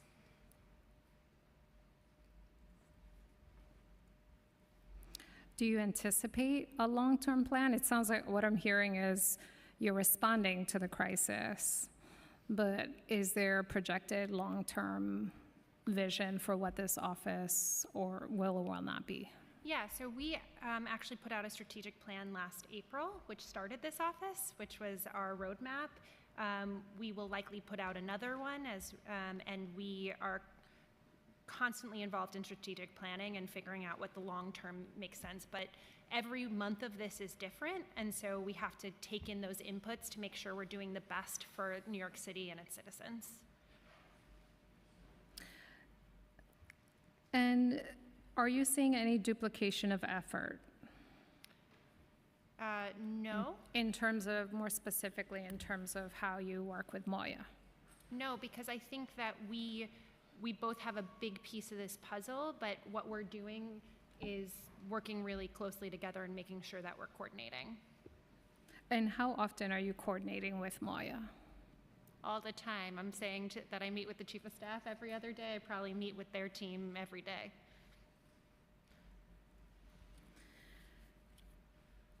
Or our team does. In terms of the asylum seeker crisis has shown the constant need for the city to step up and deliver for our immigrant community, and funding for immigrant services is housed under so many agencies, as we've discussed, which makes it really challenging for council to capture the overall investment in immigrant services. Has there been any communication between OMB and Moya on creating a full agency for immigrant affairs? I guess we're pivoting to you. No, there hasn't been. Not since I joined the administration. Can I ask why not? I believe, no, I don't have a reason for that. For Ms. Schaefer, do you think there should be the creation of a full agency of immigrant affairs? What would be their purview that's different than the purview now? I think we're constantly thinking about how to do the long-term asylum seeker operations better and figure out what makes the most sense for the next couple of years, 3-5 years, and figure out what that actually looks like.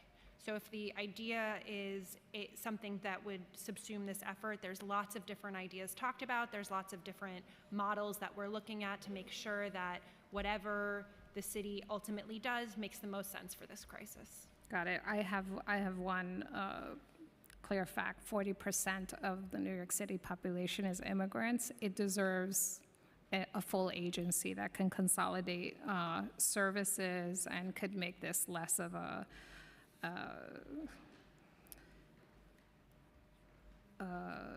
run across multiple agencies where you have no jurisdiction, but you have partnership, but they have program. It's a little bit of a nightmare. In terms of, let's pivot to the Asylum Application Help Center. I guess we see the administration must really step up resources that can be flexible and long-term to meet the need for legal services. To meet the legal services in this current crisis and future crises that are on the horizon. As an example, TPS applications will need renewal every 18 months, which you referred to earlier, and will require additional funding and continued efforts in the future. OWASO has limited coordination with nonprofits, but is asking for a lot of support, like providing volunteers. What is the current budget for the Asylum Seeker Application Help Center in fiscal '24? And how much is projected to be included in the executive budget? So, as mentioned before, 11 million was included in the preliminary budget for the Asylum Application Help Center and our satellites. The state has committed 40 million. We're working with that to realize that money and working with them on their recommended budget and what comes from that as well. And how long is the 40 million state funding expected for? Again, we're seeing what they allocate as part of the state budget process, and then we will figure out what we can do. And in terms of, are you expecting the 11 million to be included in the executive budget? I would have to defer to my colleagues at OMB on that one. How long is the contract at the Red Cross Center? I'd have to get back to you exactly on that. And are folks subject to the 30-60-day rule when using the Red Cross Center as their address with USCIS? So I have to get back if we started doing that exact for people who fill up their applications. We have 4 satellite sites, so it's not just at the Red Cross. We have 4 sites, so it's not just at the Red Cross where we do our services. But we have been developing a plan to keep important mail at sites indefinitely. So you're keeping mail indefinitely at those sites? We are almost 100% there throughout our system. What do you mean throughout the system? Throughout the sheltering system.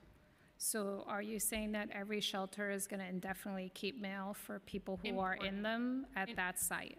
Important mail, so specifically important mail. And how does one determine what's important when you can only see where it's coming from? So we have, we've broken down what kinds of things. So it's Social Security cards, it's work permits, it's anything from the federal government. So we have a whole list of things that people, that will be kept indefinitely. So when do you expect to roll that out? So we've already rolled it out in most of our sites, so we're just working for the next couple of weeks to get it at the rest of our sites. So would you say as of today, all mail will be permanently kept at sites, shelter sites? I will not say as of today, in the next couple of weeks. Next couple of weeks? Yes. You expect it to be 100%? Yes. And it will be held indefinitely at those sites? Yes. And as people are moving because of the 30-60 rule, they're going to be told they can go back to their former site? Mm-hmm. Okay. What data, and I think, apologies, I think you mentioned this earlier, but I wanted to make sure we have it. What data is being collected on the Asylum Application Help Center? So it's the applications, We're also collecting like what we accomplished, some general information about the individuals so that we can get back in touch with them at certain key points to try to invite them to do other things. So for instance, with folks who have applied for asylum, 6 months later, we can call them, we can get them in if they've gotten their biometrics done to fill out their work authorization paperwork. And who has access to this data? It's very protected information because obviously it's immigration data. We do not keep completed applications. We were very clear at that in the very beginning. We don't keep completed applications, but the data is utilized and seen by a select few people. Okay, how many attorneys are currently operating on the site? I'd have to get back to you on the breakdown of attorneys, but we have 125 application assistants and attorneys and interpreters.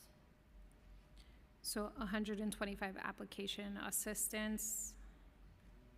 Attorneys and interpreters, and I have to get back to you on the breakdown at specifically the Red Cross site,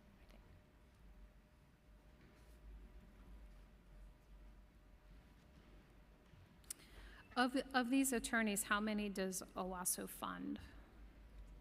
So this is funded through a contract through On-Call Counsel, and we also have some pro bono firms.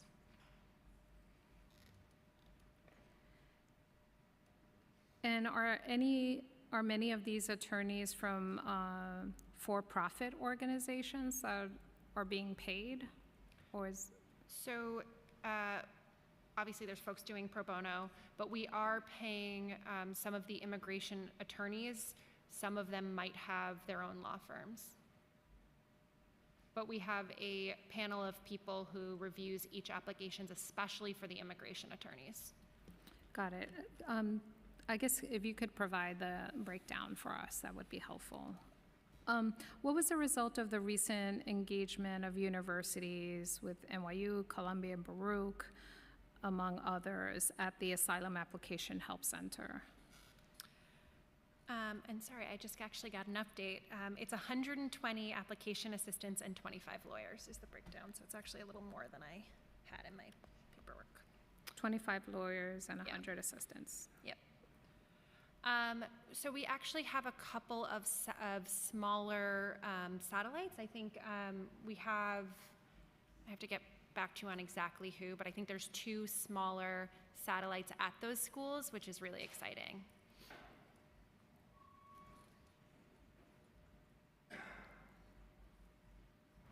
And is there plans to continue the programming? Do you have a sense of, when you say smaller, what does that mean? They're just doing less applications than we're doing in our bigger sites. And what's the volume for those, more or less? I'd have to get back to you. Okay.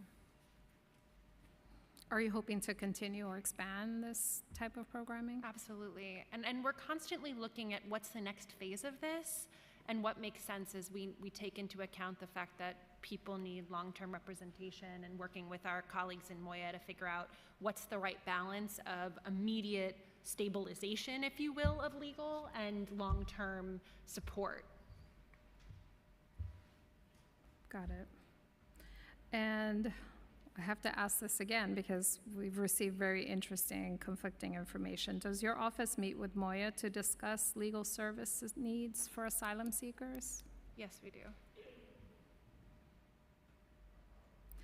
And does OWASO coordinate with nonprofit organizations on recruiting volunteers to assist with the massive need of the applications?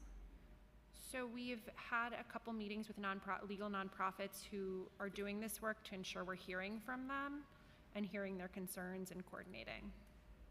What are some of the concerns that you're hearing from the legal nonprofits? I mean, I think it really comes down to this idea of representation versus pro se help. Again, we're really doing this short-term stabilization to get everybody's clock started and to really get them on the pathway, especially because we know when we started even that the capacity of everybody was so limited with so many people coming into the city that we needed to figure out something high volume, low touch that we could do quickly to get people on the right path, and then figure out what we do to adequately resource the field. Right. In terms of what we've heard from nonprofit legal service providers is that the RFP that the administration is putting out have unrealistic deliverables for the amount of funding available, and many attorneys are not applying for that. What is your response to that? Because I'm sure you have heard it directly as well. So it's not RFP, that has to do with Moya's RFP. Yeah, if I can respond, Please. we can't speak to what will be in the RFP because that process hasn't been completed. But I can hand it over to Tom to speak generally about our approach to this work. Or how has Moya responded to this critique of deliverables that do not make sense and a lack of funding? Well, before I hand it over to Tom, there's a distinction between the concept paper that was published and the eventual RFP. We wanted to gather comments based on the concept paper. So again, we're taking those comments into consideration. It was important for us to follow the guidelines provided by DSS to receive feedback from the public, but I'll hand it over to Tom. Thanks, Commissioner. Thanks, Chair. Just to repeat, we issued the concept paper with the intention of drawing out community, nonprofit, potential vendor feedback. We've received a great deal of that. We're currently developing the first draft of the RFP. As the Commissioner mentioned, the concept paper isn't necessarily what will be in the RFP, but we can't speak to the process or to what the eventual deliverables or structure of that program will be. I know we're in this weird moment of some things we can't fully discuss, but we've been informed that it looks like hourly rates that are posted for profit providers are significantly higher than what they're offering nonprofit providers. What's up with that? I would defer to Molly regarding the Help Center. So On-Call Counsel, which is the temp lawyer firm which we use to staff the Asylum Seeker Help Clinic, we at the time wanted to make sure that we could get as many people onboarded as quickly as possible. We did an effort to save costs and lower some of those salaries a couple months ago, and we're again constantly looking at how to do this better and different. Again, we wanted to we had a mandate, which was our collective mandate to get as many people this kind of support as quickly as possible. And so we, at the time, tried to source it so that we could get as many lawyers as quickly as possible. And just to build on that, I think what you're seeing is, in order to respond in an emergency when professional capacity in a field is limited, oftentimes it will require higher pay or a premium of sorts. Moya's purview is building the capacity of the field over time and ensuring that small community-based organizations are appropriately resourced, and those community-based organizations that don't necessarily have or offer legal services are able to build them over time. So it's building the professional capacity of the field longer term. Yeah, but I gotta say, that's completely disregarding a good number of institutions with very deep expertise in the city of providing legal services over a very long period of time. And some would argue a more effective legal representation for these cases, certainly culturally competent.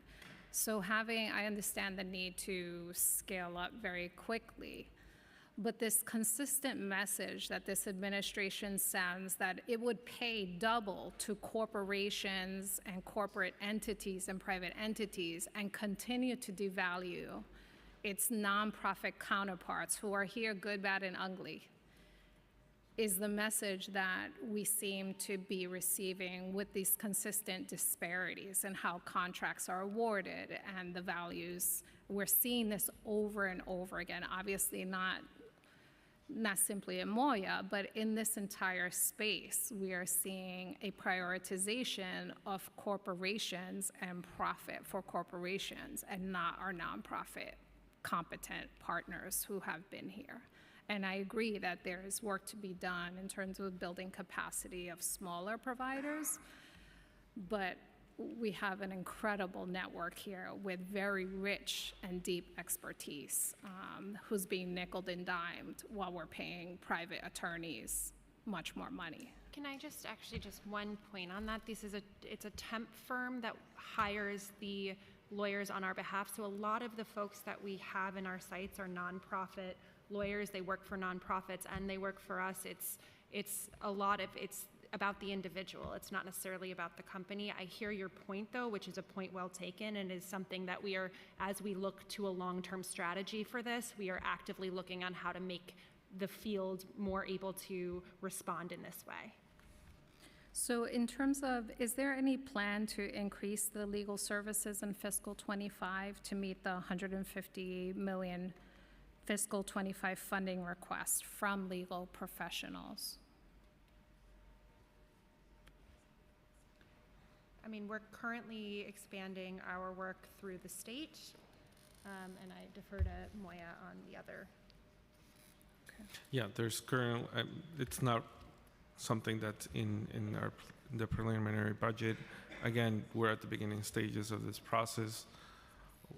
We'll certainly,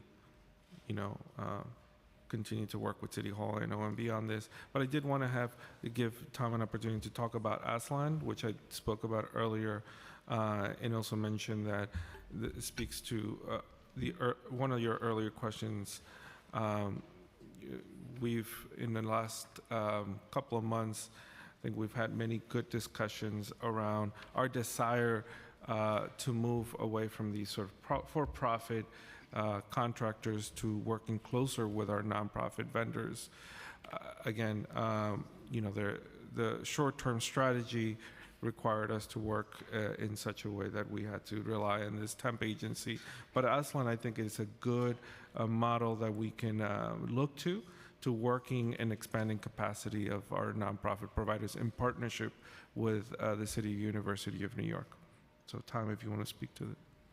Thank you, Commissioner. And as Commissioner said, that's been the intention of Moya and the Asylum Seeker Legal Assistance Network since inception. In the past year, the collection of organizations that make up that initiative have held 43 clinics serving 756 newly arrived migrants and asylum seekers who arrived on or after January 1st, 2022. There is no requirement that they actively live in shelter, so it's a broader population. And the services they provide are also broader. They serve individuals with pro se asylum application assistance, TPS application assistance, work authorization application assistance. They also provide guidance with respect to representing oneself in court, given that representation is very low field-wide. They help folks with changes of venue and changes of address, all of the things necessary to ensure success in the case to the extent possible. They also provide training sessions. More than 8,000 people have received training and informational sessions from Aslam partners. This is further building the capacity of the field. Many of the individuals participating in those sessions were asylum seekers themselves, learning how to navigate their own case. Many thousands of others were frontline workers, community-based organization staff, volunteers who are working to assist asylum seekers, even shelter staff, so that they are more aware of the sort of paperwork people are presenting with, and not providing legal advice, but helping to orient people to the appropriate resources and information. So it's a holistic approach, community-rooted, driven by nonprofits, and we're proud of everything that our partners under that initiative have accomplished to date.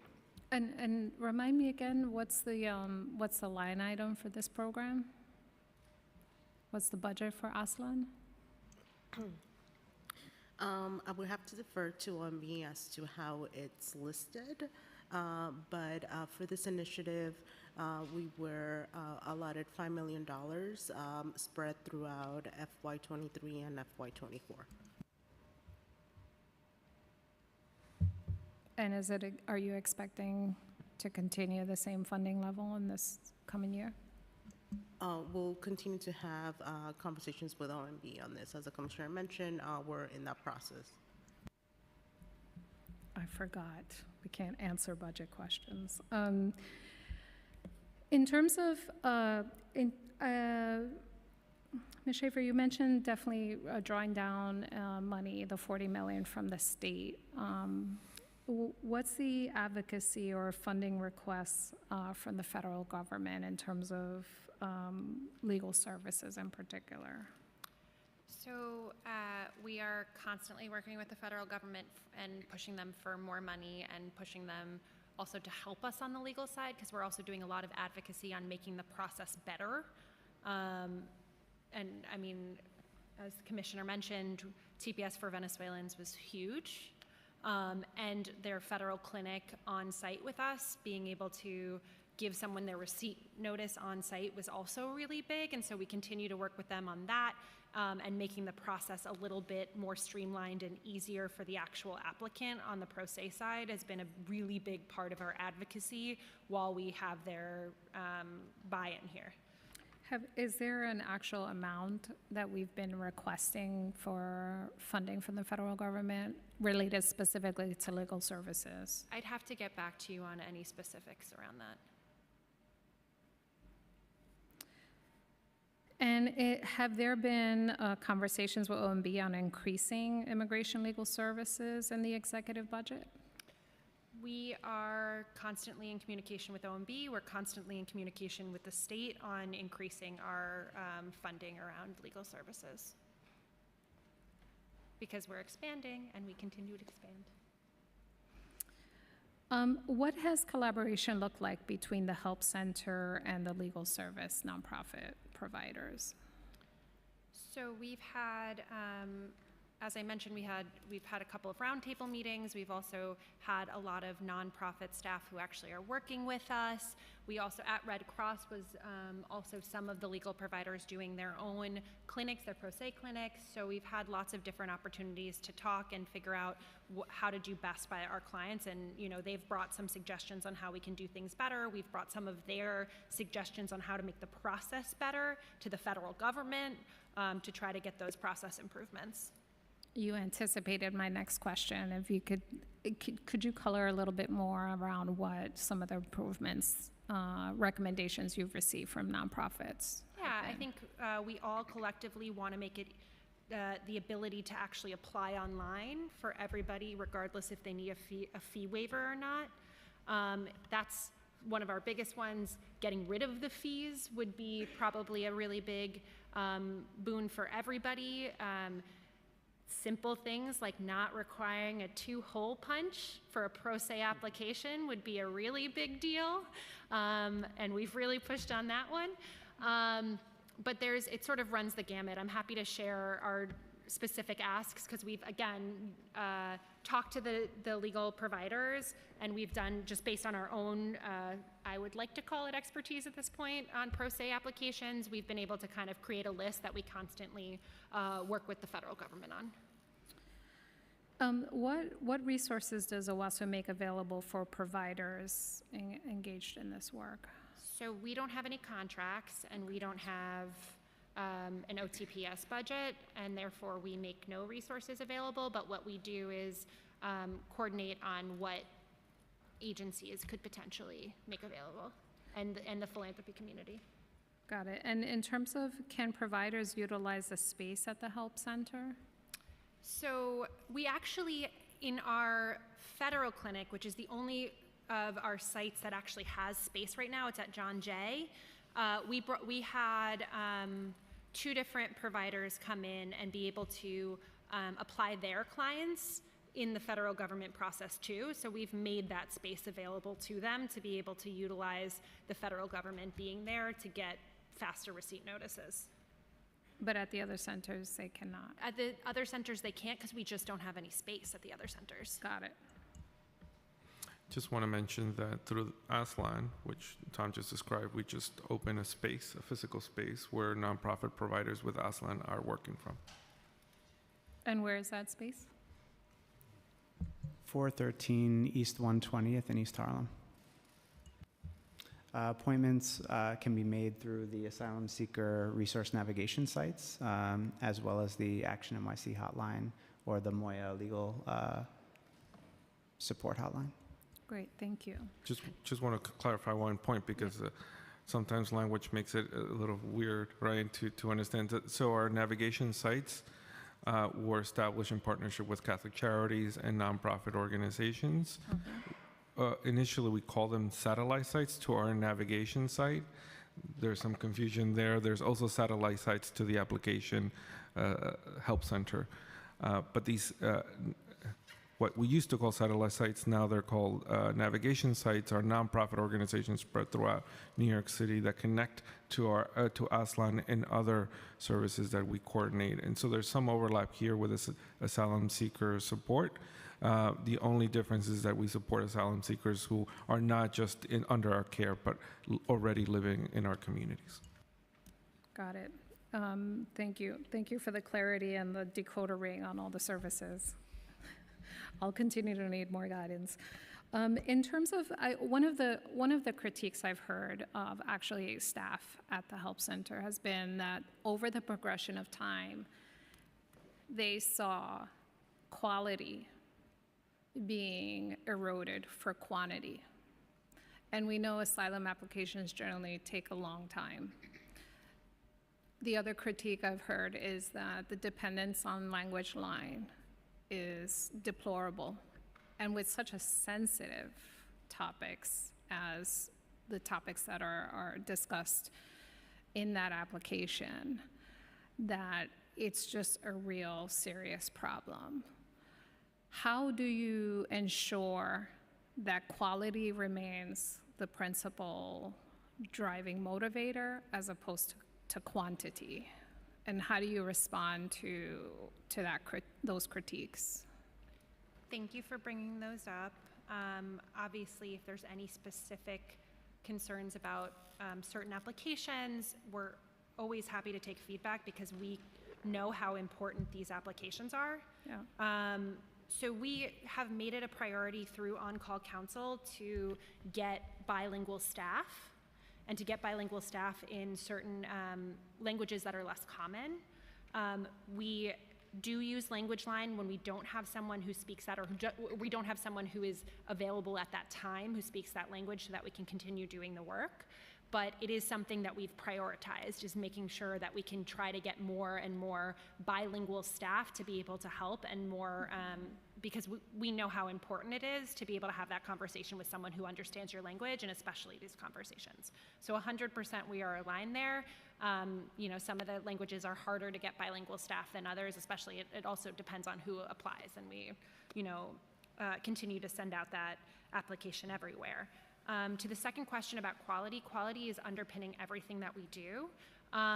We, you know, after TPS was announced, we transitioned a little bit more of our time and energy to TPS just so that we can get it done as quickly as possible and then transition back to asylum.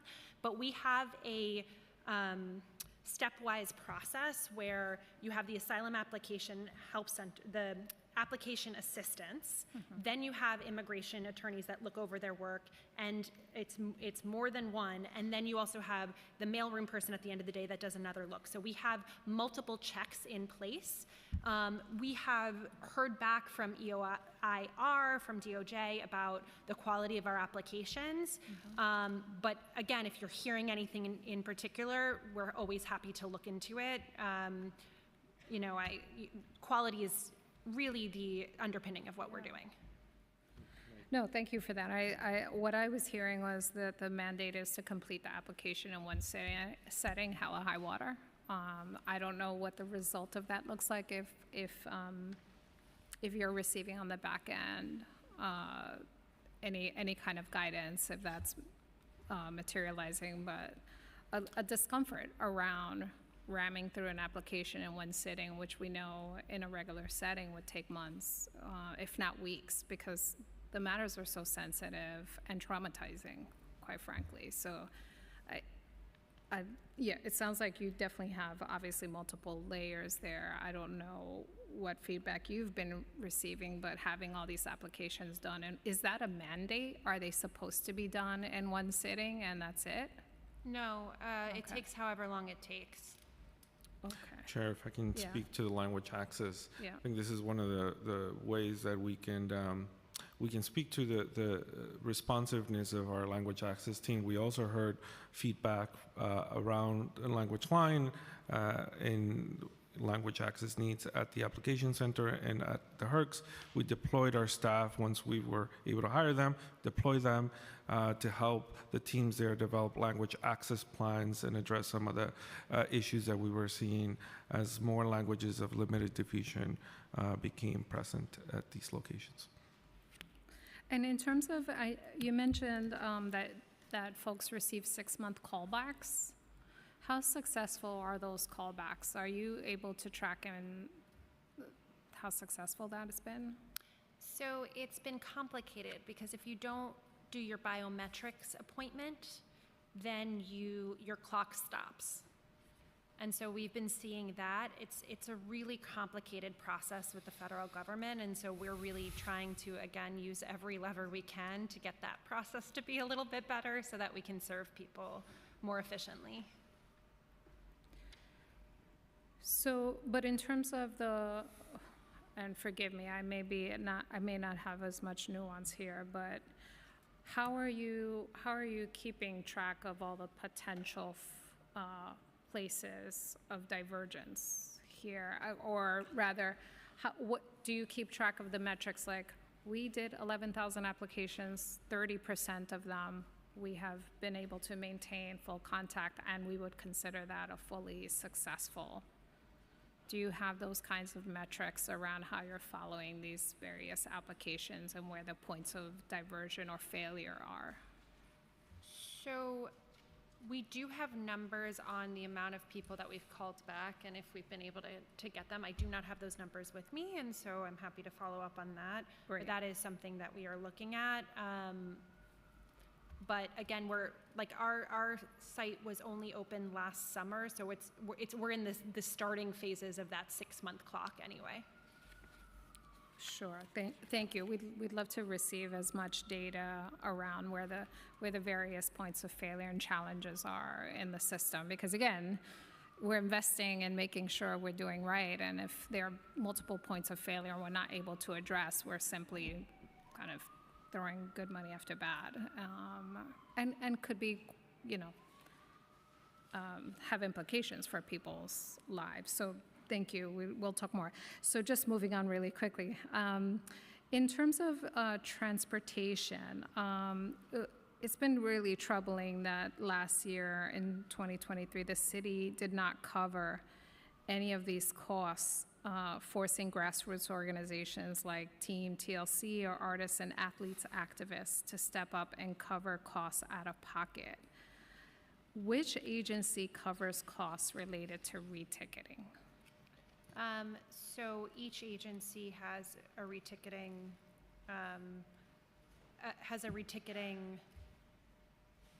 option in each of the shelters. We also have reticketing at the arrival center, so we have it throughout our system.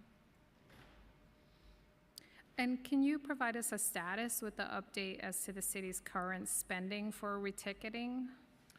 So as of 1/31/24, we had purchased 28,568 tickets.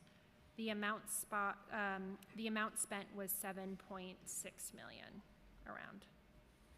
And that was largely due to the increase in tickets to destinations outside of the US. So your airline companies must be real happy. What? Airline companies must be real happy with New York City.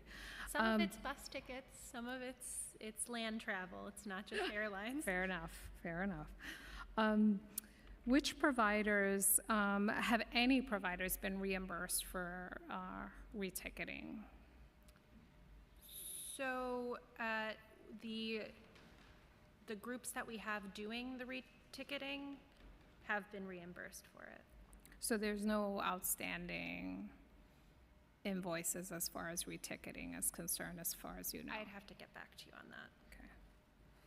All right, I knocked my socks off to learn that New York City owes NILAC $6 million and still requires so much service from the entity. So I'm glad to hear there's no outstanding balances here. In terms of the help, let me just take a. We're going to pivot really quickly to the debit cards again. The math isn't quite mathing, so we're doing a pilot for 500 families, $1,000 a month. And how long do we anticipate that pilot going on for? That pilot will be until, so as always mentioned, we don't control what happens at the border. So it's really about new families that come in and get placed in Hannock hotels. And so that pilot will take us as long as it takes to put people in those rooms. So, but for 500 families, $53 million? It's not for that $53 million. Oh, no, it's not. It's not. What's the correct number? I don't have the exact amount. We can get back to you on that, but the 500 family pilot is not $53 million. But the contract, I reviewed the contract. Yes. The total contract is $53 million. Then The not- amount of money, I think, was $50 million, and $3 million in administrative costs. The not to exceed. So that's the full value of the contract, right? So we can use whatever we need out of it. So we anticipate a pilot to run as long as, It takes to fill the rooms. to use all $50 million. No, until we get to 500 households. That's a really large up to amount for 500 households, right? Because that would be $500,000. There's a big difference between reaching $500,000 for a household, excuse me, I'm using the wrong words, and a $50 million gap. But it allows us the flexibility to expand if we like what we see. That's a big gamble. But we are not on the I'll hook tell you for a good, $50 million. I'll tell the admin a good place to put some clear money would be in adult literacy. Okay, that's wild. All right, in terms of, let's see, we have so many questions. Thank you for your patience and being here. In terms of adult literacy, I think, Commissioner, you said that Moya was not included in the adult literacy RFP conversation. Is that correct? That's correct. Ms. Schaefer, was your office consulted in the adult literacy RFP contract? Neither. Okay.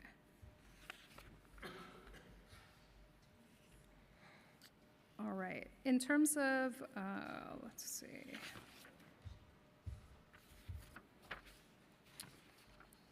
So many things. I know we have to talk to DYCD around adult literacy, because that math doesn't add up either. I would just add that we do meet with Commissioner Howard and his team to discuss issues relating to immigrants and immigration. Quite often, we just held a immigrant media roundtable with him to promote programs that they manage. But in terms of being part of the RFP process, we were not. I mean, it would be amazing if they consulted the preeminent organization that's dealing with immigrant issues across New York City. So I'm a little befuddled by that. In terms of Action NYC, why are there no metrics or performance measures? Action NYC? You mean in the preliminary budget, or in that? Are there any metrics for There are. Action NYC? There are, and Tom can speak to it, but I believe part of the issue is that it's not included in the PMMR, right? That you have Yes. available. Yes, Yes. we did see that, and in fact, some of the information there is out of date. We're happy to work with you to make sure you have all available up-to-date information. Tom can speak about the data that Okay. we collect and the metrics that we follow for Action NYC. And in fact, it's quite revealing. Just to give you one example, we received over 60,000, as I mentioned in my testimony, over 60,000 calls to our Immigration Legal Services hotline, which is part of our Action NYC program, which is a record. We've never received that many calls. As a result, we added basic consultations to this hotline because of lack of referrals to legal providers. But I'll let Tom speak about the data that we collect. Thanks, Commissioner. I'll speak briefly. The MOIA publishes its annual report each year under the charter mandate. Action NYC data is included in that report, as well as all other MOIA-run initiatives. I have data from calendar year 23. So Action NYC organizations outperformed overall their targets by 22%. And their applications filed were approved at a rate of 97%. The Action NYC program consists of 18 nonprofit contracted community-based organizations and legal service providers that work in their communities and community-based organizations, as well as hospitals, libraries, and schools. And the program has existed under the HRA contracts since 2021. We want the good story about performance in the PMMR, since there's not a lot of good data in there, or at least underperformance, severe underperformance. In terms of the hotline, thank you so much for that. Is there a status update on Moya's hotline? You mentioned 60,000 received calls, and in our last hearing, wanted to hear a little bit more about the issues that you're seeing coming through the hotline. Can you tell us a little bit about what that looks like? It depends on which hotline we have. We operate two hotlines. Two hotlines. Yes. Okay. That PMMR needs to be updated for sure. The first, Tom can talk about the Immigration Services hotline, which deals with immigration legal questions. And again, we've had record number of calls. Tom can speak to that. We also have our general Ax Moya hotline, which is meant to complement the work of 311. It doesn't replace it because we do not have the staffing that 311 has. It's not a call center, but it is meant for individuals who are having a hard time getting the information that they're looking for. And we often encourage immigrant New Yorkers to call into 311, and if they are not successful in obtaining answers to the questions, they can call us. In the past 18 months, past year, many of the calls that we received have to do with accessing legal services, and so we connect them to our legal services hotline, ASLAN, and other resources. Again, we receive a lot of calls to do with IDNYC, and when that happens, we again connect them to IDNYC and explain the process to obtaining appointments. So again, we're not supposed to replace 311, which is really the main vehicle for people to get their questions answered. We're really there to troubleshoot and navigate whenever they're not successful elsewhere. So Tom can talk about the legal hotline now. Got it. Thanks, Commissioner. Just briefly, the hotline it was originally created just to schedule Action NYC appointments during the creation of that program in 2015, 2016, and has since discovered through the diversity of calls, the variety of caller questions, that doing more is necessary, especially given that the demand for immigration legal services is much greater than the supply overall in New York City and across the nation. And so the hotline, we've added hotline operators. Catholic Charities is the contracted nonprofit that runs the hotline. Hotline operators that are multilingual, especially speaking Haitian Creole, given the increase in Haitian nationals coming to New York, and also investing in technology, Ring Central systems, and other CRMs that help them to manage the calls more effectively. Their target deliverable, they've exceeded the number of calls received year after year, but they're required to answer a minimum of 90% of calls without, allowing for too much of droppage, and they have met or come very close to meeting that goal, even with the significant increase in callers. Does answering mean like literally answering, or is that resolution? Responded to. Okay. Yeah. And in terms of how many staffing, what's the staffing for the general Ask Moya hotline? The general Ask Moya hotline, Yes. just to be specific about the data, has received close to 6,000, has answered to 6,000 inquiries last calendar year. And generally 2 staff rotate the answering the hotline, and a couple of fellows. It fluctuates depending on the fellows that we have available. Got it. And So- in terms of the, I'm sorry, Commissioner. Oh, I was just going to say that this is why we say that this is not supposed to replace 311, which does have a call center. So we encourage people, if they can't reach us, they should reach out through 311. But we often end up getting some of those more complex calls to our hotline. Have you looked at the overall universe of immigration-related, that includes 311 data and what Moya is able to complement?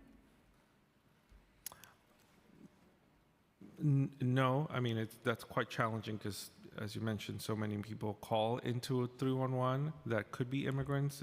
That's not information that's readily available through or asked by 311 operators. But when they refer to us, we're able to collect that information. Got it. And for the legal services hotline, with the Catholic Charities, how many people serve that contract? Currently, there are 9 operators, 1 coordinator, and a director. Got it. Thank you. And I know the answer to this question. Have you requested additional funding for Moya's hotline? We have not. We'll engage in the process as we continue. We're talking with OMB. What is the fiscal 24 adopted budget and fiscal 25 preliminary budget for We Speak NYC? I'll let Jess speak to the budget. In a second. Okay, thank you so much. For FY24, we have been budgeted at $873,000. And then for FY25, we are budgeted at $617,665. And this is due to the PAG. So we were pegged under that program for FY25. I'm so sorry. Can you repeat the second half of that? Sure. So for FY25, Yes. we are budgeted for $617,000, 665, and because we were pegged for for that program, so we had a cut. So that was a cut due to the PEG. Mm-hmm. And in terms of what's the status of the We Speak program? Is it available in the HERCs? So historically, the program has been volunteer-led, meaning like, that any institution, a nonprofit that was interested in providing classes, would have access to our We Speak material for free, right? We would provide technical assistance, and essentially we would train them, and they would do it on their own. This fiscal year, we have been shifting the way that we actually manage this program, and and make it accessible to to communities. Folks can still ask for this service, right? CBOs can still provide the service completely voluntary. But recently, on February 1st, we launched the pilot program for Moya English Learning and Support Centers at CBOs. Currently, the pilot is housed at 10 CBOs, so they're getting funding to be able to provide these classes. Also, on March 1st, we officially started the pilot with all 3 library systems to actually provide these classes using our We Speak curriculum as well. And we anticipate that for this pilot, also with the libraries, we are going to have at least 60 libraries all across the 5 boroughs providing these classes. And on top of that, what I want to also share that we're very excited that we have been also working on, and I think briefly the commissioner mentioned this, the We Speak material initially was always intermediate level. So in the past year and change, our team has been working to develop the beginner level material, which is what we have been using to roll out as part of these pilots. And again, to be able to support not only the asylum seeker population that has recently arrived, but also longer term immigrants that that can utilize that level. So we are growing and shifting the way in which we that we manage this program. So, thank you. It's exciting. Anything would be expanding in this context. And so for the 60 libraries, this is a curriculum that is handed to the libraries, and they figure out how to implement and program within their library. Is that correct? I'm sorry if I'm Yeah, correct. I mean, our curriculum, right, is very flexible. This is a very practical English learning class, right? We want to make sure that folks that do attend these classes, that they're able to utilize it right away, right? By learning about not only city services and, throughout the city, but also to empower them, right? As well. So we provide videos, technical assistance, which is training to facilitators, right? And we work also directly, whether it be with libraries or CBOs, right, to see how we can actually incorporate this model that we have to perhaps the already existing program that that they have been doing, right, or do this for the first time. And if I can just add, again, this is very exciting program for us to develop. We've pivoted, as Jess described. And to clarify, we are funding these CBOs and the libraries to engage in this work, and we are providing the technical assistance they need to establish these courses at their sites. This is with the idea that these are trusted sites where newly arrived immigrants or long-term immigrants can connect to and build community, which is ultimately sort of what our goal is there, in addition to, of course, learning English. And just to answer your question, we are not at the HERCs. That is the DYCD program that's at the HERCs. Our hope, though, is to connect newly arrived immigrants, asylum seekers, to the classes at these CBOs and at the libraries.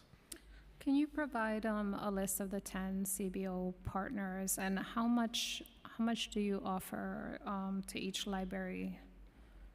Yes. To implement the program? Jess can provide you with a breakdown. Sure. Again, these are pilot programs, so, these had also been starting way into the fiscal year. We have 10 CBOs. We have DSI International, Korean Community Services, La Colmena, LOL, Life of Hope, Mexican Coalition, Mixteca, Muslim Community Network, Project New Yorker, and United Sikhs. And these are the 10 CBOs with the pilots that started February 1st. With the libraries, we're working across all 3 library systems, NYPL with about $260,000, with Queens Library with about $246,000, and Brooklyn Library with about $260,000, to be able to do this pilot. So 360 was for the New York Public Library? 260. 260. So between 240 and 260 for each of the library systems to implement the program over Correct. a year's time. Well, from now until the end of the fiscal year, and we hope to continue this pilot for FY25, and we'll continue those conversations with our partners at OMB. Got it.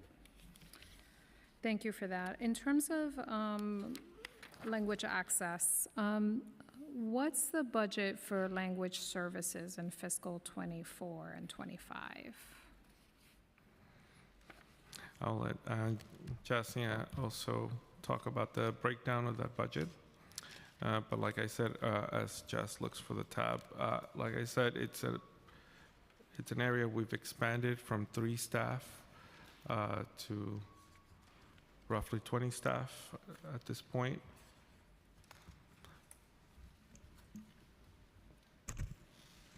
For FY24, for language services and language access specifically, we are budgeted at $669,000 roughly. And then for FY25, as of right now, we're budgeted for $534,000 roughly. And again, for FY25, the funding will probably be updated as we move towards the executive budget. Right.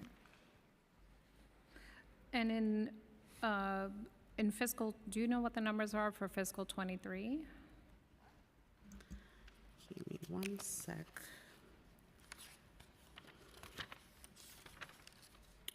So for FY23, we have $1,343,000. I just want to sort of clarify that amount because the bulk of that amount, which is a little over $1 million, actually was moved over to our PS in FY24 to be able to hire all of those lines. So I just want to see, I just want to make that note. Right, so you're not going to give me a heart attack when I say 1.3 million. Exactly, I just want to. $500,000. Exactly. Still, nevertheless, $534,000, given the shortage, right, and the absolute need of interpreters. I mean, across the city, 100% is not the direction we want the investment to be going in. So is the language specialist that Moya's hired, are you fully staffed at this point?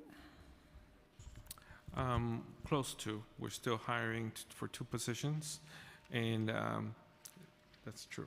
And only because the roles need to pass a test that in order to qualify for the job. We're hiring linguists that are community rooted, but nonetheless they have to pass this test in order to serve as language access specialists. So that would be, so you have 18 on board and you have 2 to be in the process. We're still in the process of hiring an Urdu language access specialist and a Haitian Creole language access specialist. And again, all agencies have dedicated language access budgets and staff. And this staff in particular is to serve for technical assistance and support and to provide interpretation and translation for mayoral offices. Got it. And which languages are mostly in need of translation and interpretation that you're seeing right now? Well, in general, what we have top 10 languages. In general, obviously, Chinese and Spanish are the two languages that are most in need for these services. But we often say over 200 languages are spoken in New York City. Most recently, an academic put that number at 800. So again, it varies. But the top two languages are certain Chinese and Spanish. Got it. And in terms of where the most significant gaps, obviously with 800 languages or even 200, that's enormous. But we are seeing in communities, particularly African migrants speaking all kinds of languages. Are you seeing any particular gaps that have been really challenging to fill or Yes. respond to, rather? Not to Yes, fill. certainly. In fact, first day on the job, I responded to the Bronx fire, where a large community of Wolof speaker residents lived. And throughout the asylum seeker humanitarian crisis, we've seen languages of limited diffusion, such as Wolof, present in our system.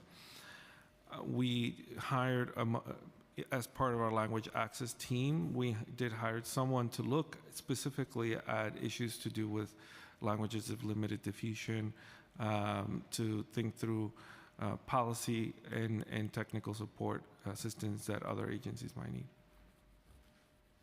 And of course, we're now mandated to report on local law 6. So we've recently completed a survey of 68 CBOs across New York City to assess their translation and interpretation services.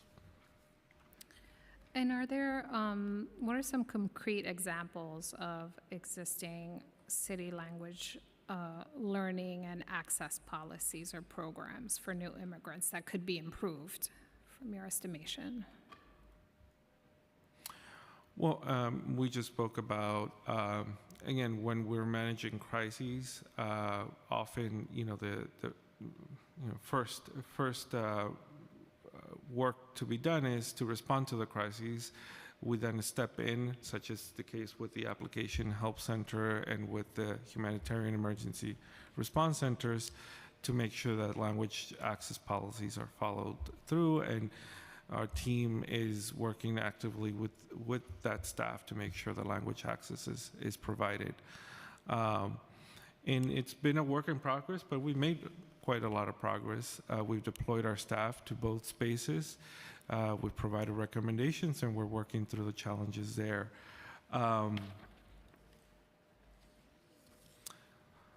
We work very closely with all agencies that interact with immigrant communities.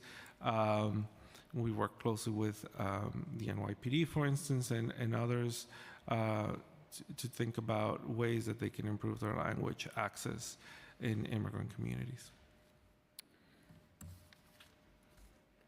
Who holds the master contract for Language Line? What agency? So DCAS does, and they also oversee our procurement for language services contracts for Moya. And is there, to your knowledge, are there other contracts that serve a similar function that are used by the city?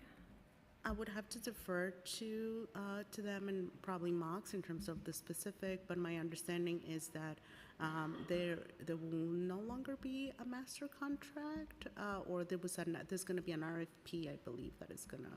Yeah, and I totally made that up. I don't know if there was a master contract. Well, there was in the but past. It is the tool that agencies say they use and that we hear most about. So I just assumed it was. Yeah, I mean, there was a master contract, but it has expired, and I know the teams both at TCAS and MOX are sort of working on that to be able to provide the services we need.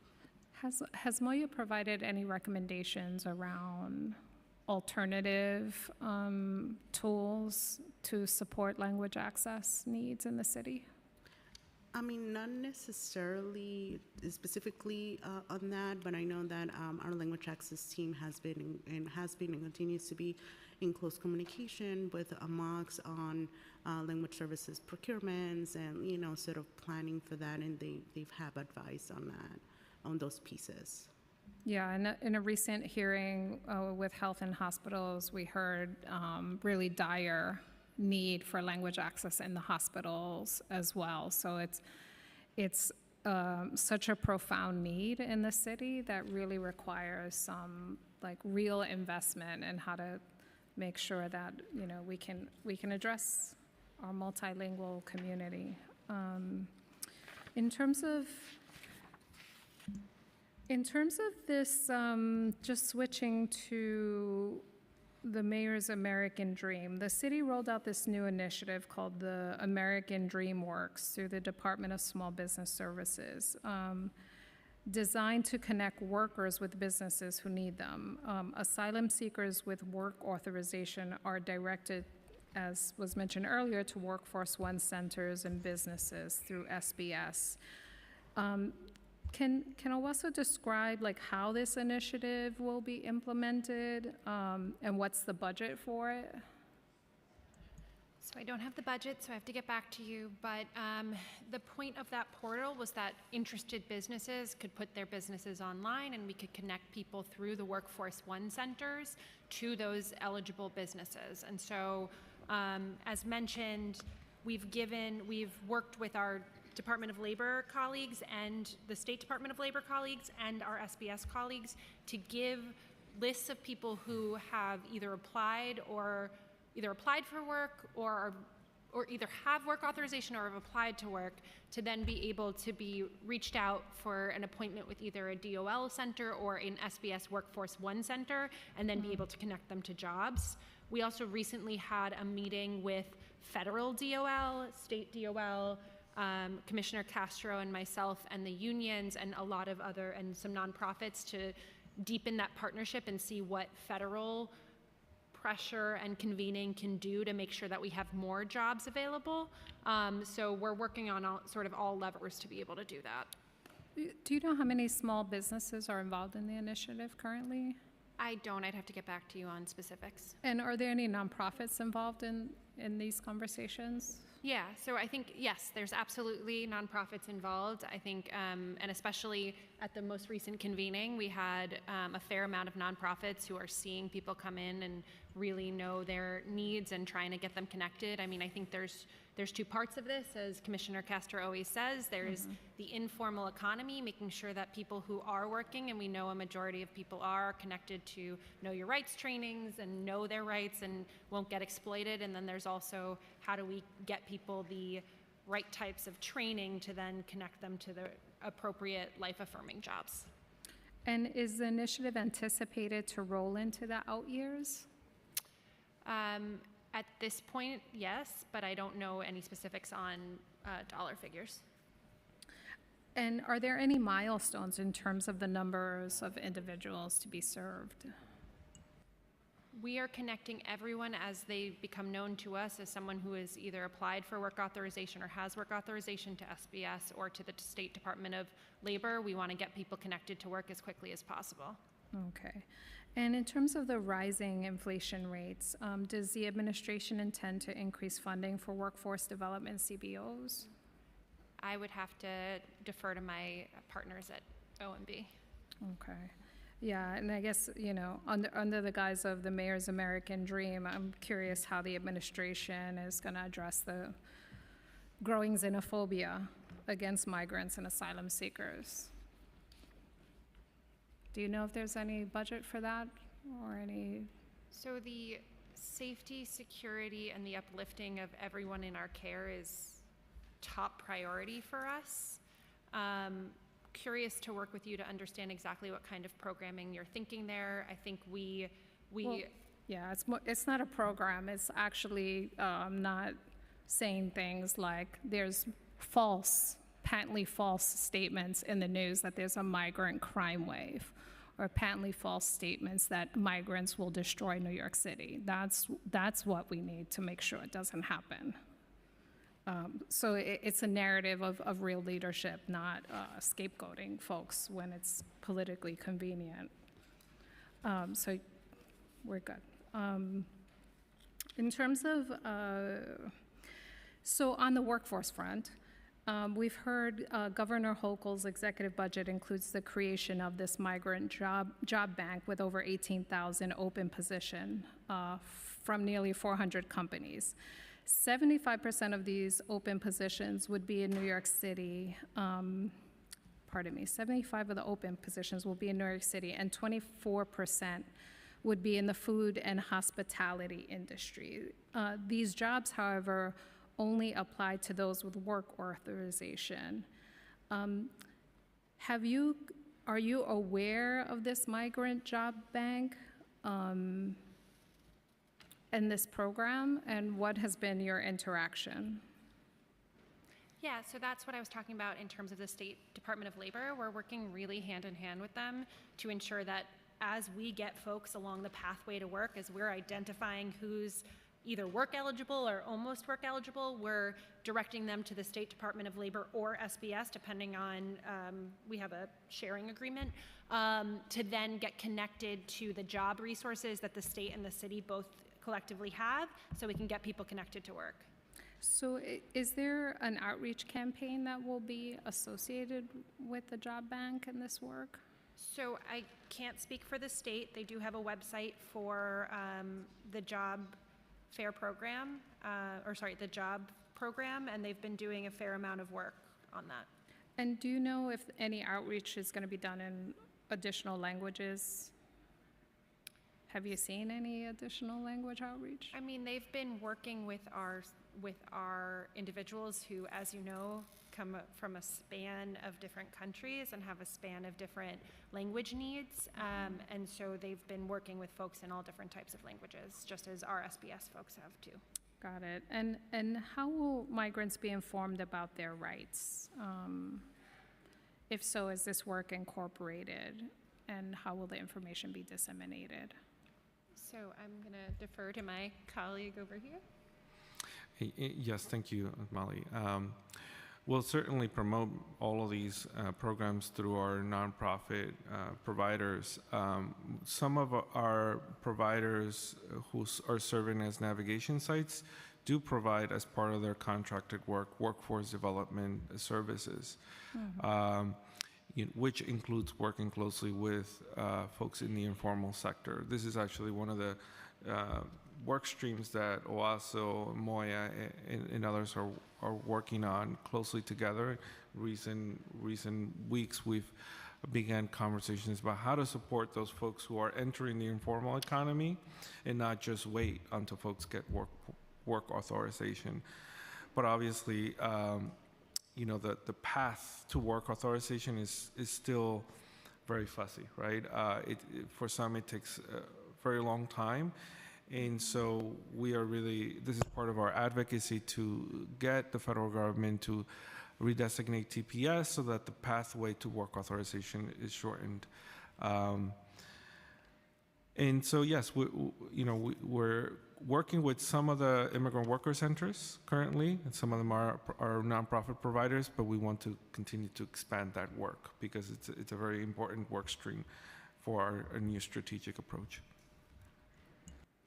And are these all computer-based? Is there any system in place to support those that might not be so tech savvy, but are qualified to apply for some of these jobs? Like, where will people do that?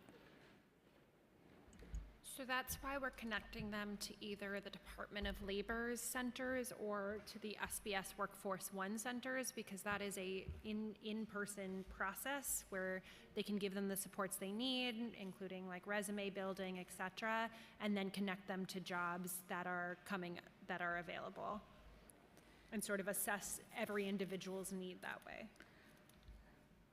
So excuse me if I've missed this, but for, let's say, for the Workforce One centers, are they receiving a contract for this specific work?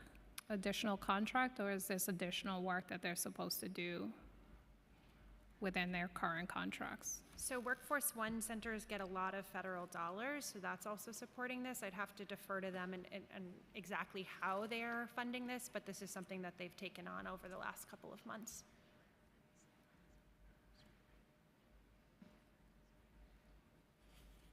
Thank you, thank you. We've gone through a lot. Yeah. Was there?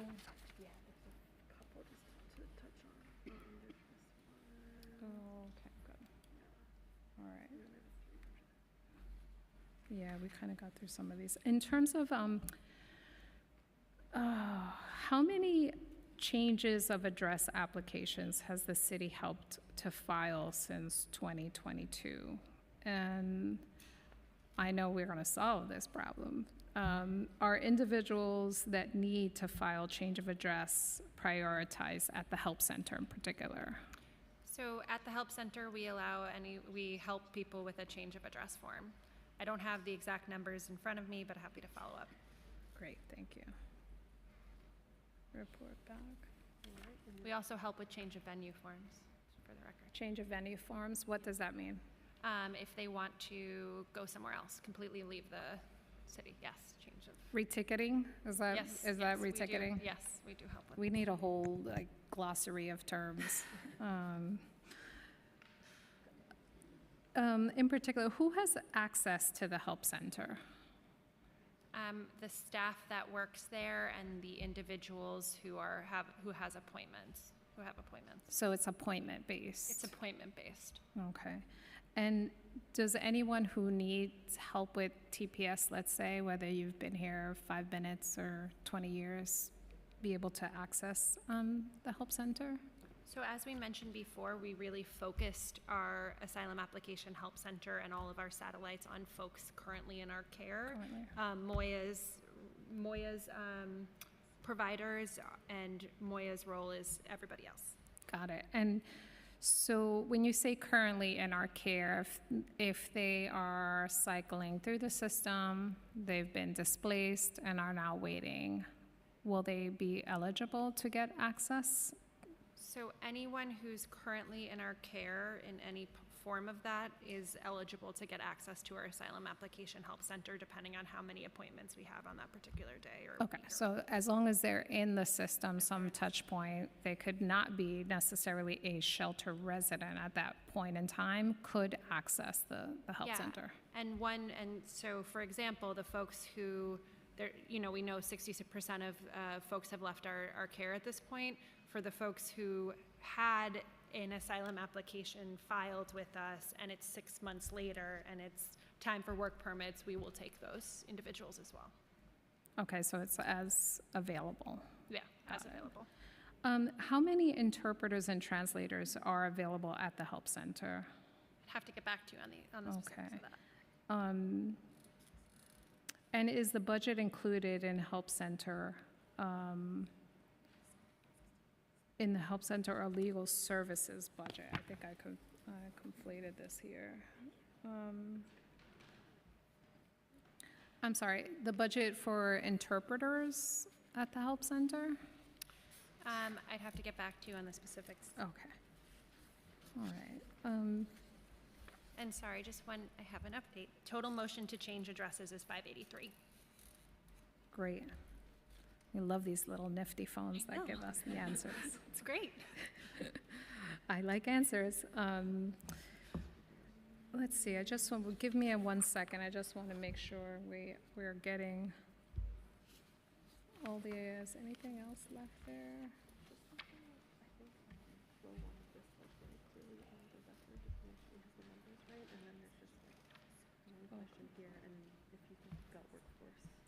Okay, great, all right. Just want to make sure, that we have the numbers clearly stated in the record in terms of, so Moya, for your budget, you're slated $746,000 for 6 staff plus OTPS. Is that correct? It's $742,000 Got it. for 6 lines under the mayor's office. Got it. And for Owasso, it's 1.7 million for 10 positions, not including OTPS. Correct. Got it. All right. In terms of Owasso, where do you refer individuals who require long-term legal representation as opposed to the pro se services? So we work with Moya to make the appropriate referrals. And where's Moya finding the referrals? Well, I'll let Tom speak to some of this, but again, you know, the challenge to finding full legal representation to everyone who needs it has been existing for a very long time, which is why advocates have been calling for universal legal representation. But I'll hand it over to Tom. That's right. For certain case types, there are direct referrals to certain contracted legal service providers. These can include a motion to reopen that is on a critical time period. Otherwise, many help center participants are referred to the general points of entry for immigration legal services that the city has with its tens of millions of dollars in immigration legal service contracts. And that shows up in Action NYC's data. We've seen a dramatic increase in TPS applications that are complex. Oftentimes that means that the individual may have, in their case, a firm resettlement issue that needs to be dealt with and things like that. So the broad spectrum of available immigration legal services is also serving newly arrived asylum seekers, but there is no very direct referral pathway. It's more general and also specific to the need of the individual. How much would you estimate, how much of the need would you estimate we're able to meet within the current confines of the services that we provide? I'll have to get back to you with that estimate. I know, shooting by the hip, I get it. I mean, like I said earlier, there are approximately 1.3 million non-citizens in New York City, all of whom would need some form of legal support, whether it's applying for naturalization, reapplying for legal permanent residency, or other type of immigration legal support. So it sounds like maybe 1%. That's what we're probably scratching. Well, so Moya manages one program of many, many that exist in city government. We invest as city government in total over 70 million, something like that. In terms of the help center, I just want to make sure, I'm going to run through some quick questions process.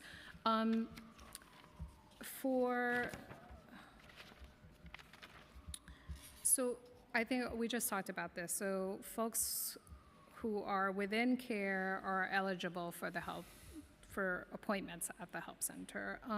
What information does an individual have to give when they make an appointment? Let me get back to you on exactly what the screening questions are, but then we also have a orientation with them to make sure that it makes whatever we're gonna do makes the most sense for them. But let me get back to you on the exact question. Okay. And are certain folks or appointment types prioritized in that system? Yes, because we're resource constrained like everybody else, and so we make priorities based on what type of application. So we've made, like I said before, when TPS was announced, we put more TPS appointments online and took a little bit less asylum applications to make sure that we could get through TPS as quickly as possible. Got it. So what's the current, where are we in prioritization at this point? So currently we're back towards asylum. Got it. We've ramped up asylum. We still have opportunities for TPS and work, and we take them on a rolling basis as people become identified to us as TPS or work eligible, but it's more on the asylum side. And I just want to answer one question you asked before. How many interpreters is 35 to 45 on any given day?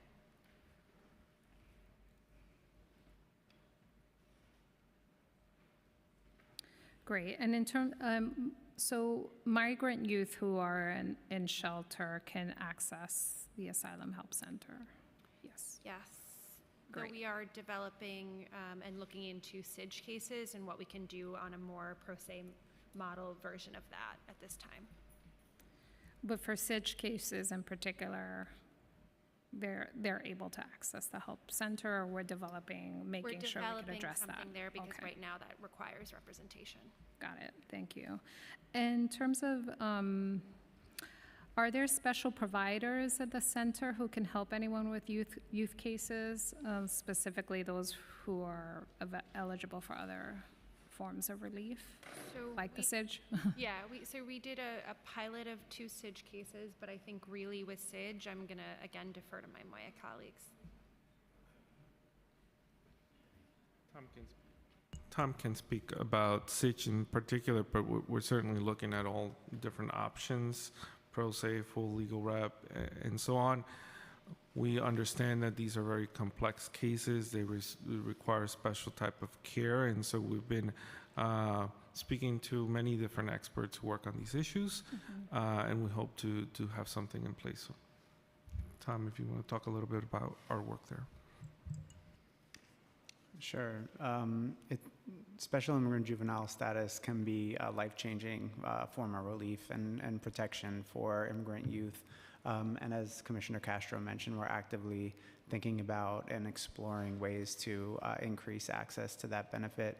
There are many barriers along the way, not only within the federal government and access to legal support, but also in the family courts. And so we're working to identify ways to maximize the existing capacity and also address the need more broadly. And are you working with specific providers at this point on these cases? Under Moya's purview, the Action NYC in Schools team is the team under that program that handles the highest number of SIDGE cases. Action NYC in Hospitals team also handles some. The majority of youth-focused immigration and legal services is housed under HRA and the Office of Civil Justice. Got it, thank you. And are asylum seekers receiving full legal intake at the help centers to see if they're going to be eligible for other immigration benefits, like U visas? Do they get a full? So we really focus on asylum, TPS, or work authorization at this time. But if they have other types of needs, then we refer them out to other folks. So they are screened, but maybe not supported. Well, they can't be serviced at the help center for those other venues. Yeah. You look like Yes, you're going to say something. No, I was just going to say, expand further, as Tom mentioned, the contract that falls under the purview of DSS, often known as IOI, takes on many of these complex types of cases. And does Moya and Owasso anticipate challenges having often traumatized young people who are alone to figure out how to navigate the family court system or immigration court? Our Mayor's Office of Community Mental Health recently put out a resource guide for providers and those who wish to support this community undergoing this very traumatic experiences. I know that we do have personnel both at the application center, at the HERCs, and everywhere where asylum seekers are staying available for them to connect with. And we had therapy dogs a couple of times, which was very nice as well. But we actually have staff on site at our application center to deal with that. And Moya also has contracts with nonprofits that provide trainings to our immigration and legal navigators and their Action NYC and other programs. These include vicarious trauma and trauma-informed care. And hopefully taking care of all those staff members that are holding everyone's trauma as well. Thank you. Who makes the determination if an individual is eligible for TPS? So we have screening questions in shelter. If somebody for this effort, we identified those who had self-reported as Venezuelan, who had come in before a specific time. We reached out to them. We had a series of screening questions to figure out if they really were, what we would consider eligible for TPS, and then we helped schedule them for an appointment at our satellite clinics or the Asylum Application Help Center. Got it. And when they come in, do they have to request like the application type, or how is that? Is that? No, there was this was a direct funnel. It was a sort of cohesive effort between our shelter staff and the folks, and then the actual application. And then we also had the federal government on site to help give receipt notices right there and there, and then and there, and help us through the process. Got it. And are any of the legal service providers required to provide any of the information they gather from individuals to OWASO or MOYA, or any other city agency? In terms of, so what kind of information? Just trying to understand that. I guess what kind of information would the legal service providers have to report to any city agency? So I don't know the metrics that they use in MOYA. I think we have some clear, we directly manage our Asylum Application Help Center and our satellites, so we have sort of metrics there. But other than that, no. Okay. We're wrapping up, and I know you have to all go. How are people in upstate locations accessing legal services? So the state, through their 20 million funding of, I think it was, they funded 20 million for legal and case management support specifically for our upstate hotels. So are you involved in that coordination, or? Yes, our staff has to be, because those folks are coming into our shelters. So our staff is coordinated with them to make sure that they have appropriate access.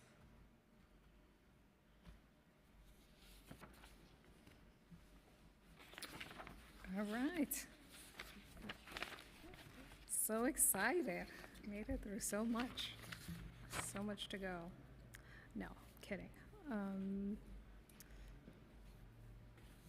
right, I think we're solid, right? Good for Southside. Okay, great. Let me just make sure.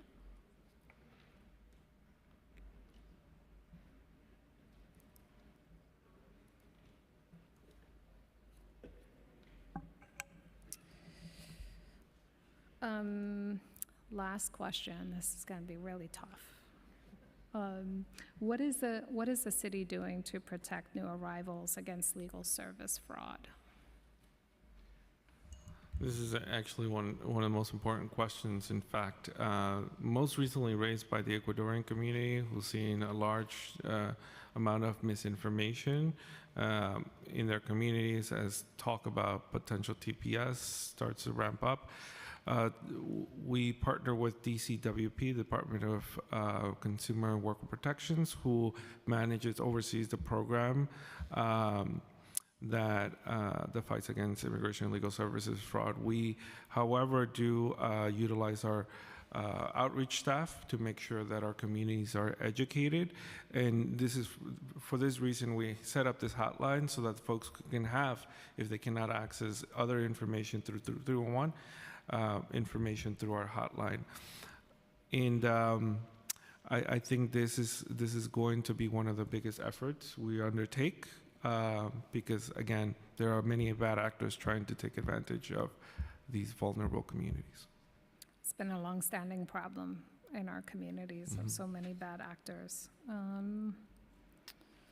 Thank you. I think with that, I would like to thank the administration. Thank you all for bearing with us through these questions, and obviously thank all the staff for their work on the ground. And I know these conversations are tough, but we have to hold a standard of excellence. You know, what we see often is what is playing on the ground doesn't necessarily reflect what we're talking about and how we're characterizing the situation. So it's important to bring transparency and accountability and hold each other to the highest standard of possible to make sure that we have dignity for all New Yorkers, whether you're here 5 minutes or, I said 30 decades in another hearing, which was absurd.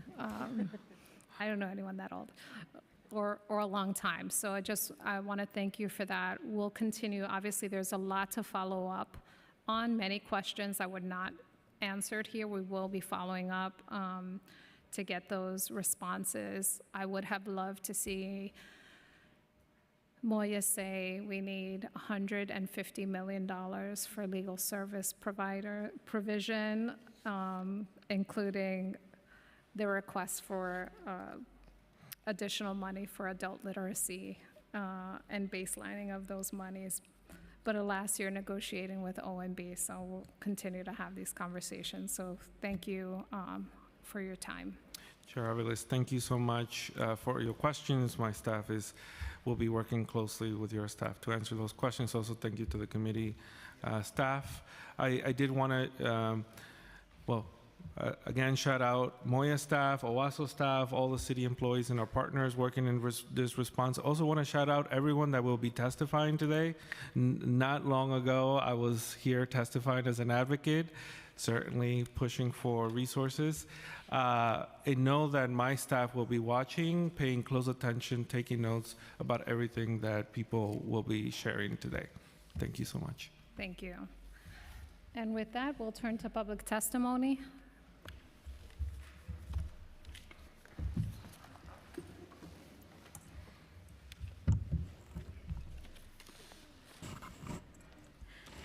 Thank you, Chair Aviles, and thank you to the administration. We will now turn to public testimony. We will be limiting public testimony today to 3 minutes each.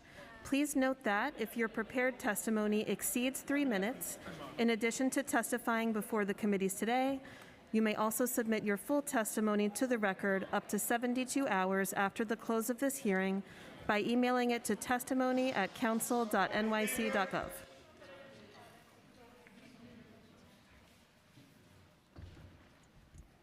If you are here to testify in person and you have not yet completed a witness slip, please visit the sergeant's table and complete a witness slip now, even if you registered to testify online. That way we'll know that you've made it in person and I know to call on you. For in-person panelists, please come up to the table once your name has been called. And with that, I will call our first panel momentarily.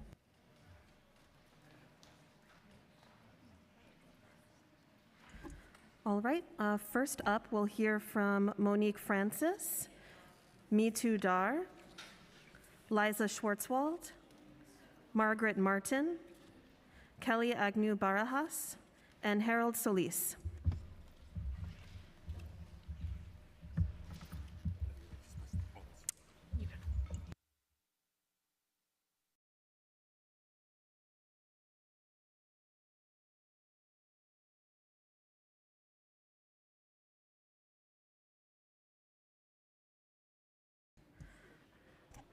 All right, and we'll start from my right, your left, so whenever you're ready, you may begin.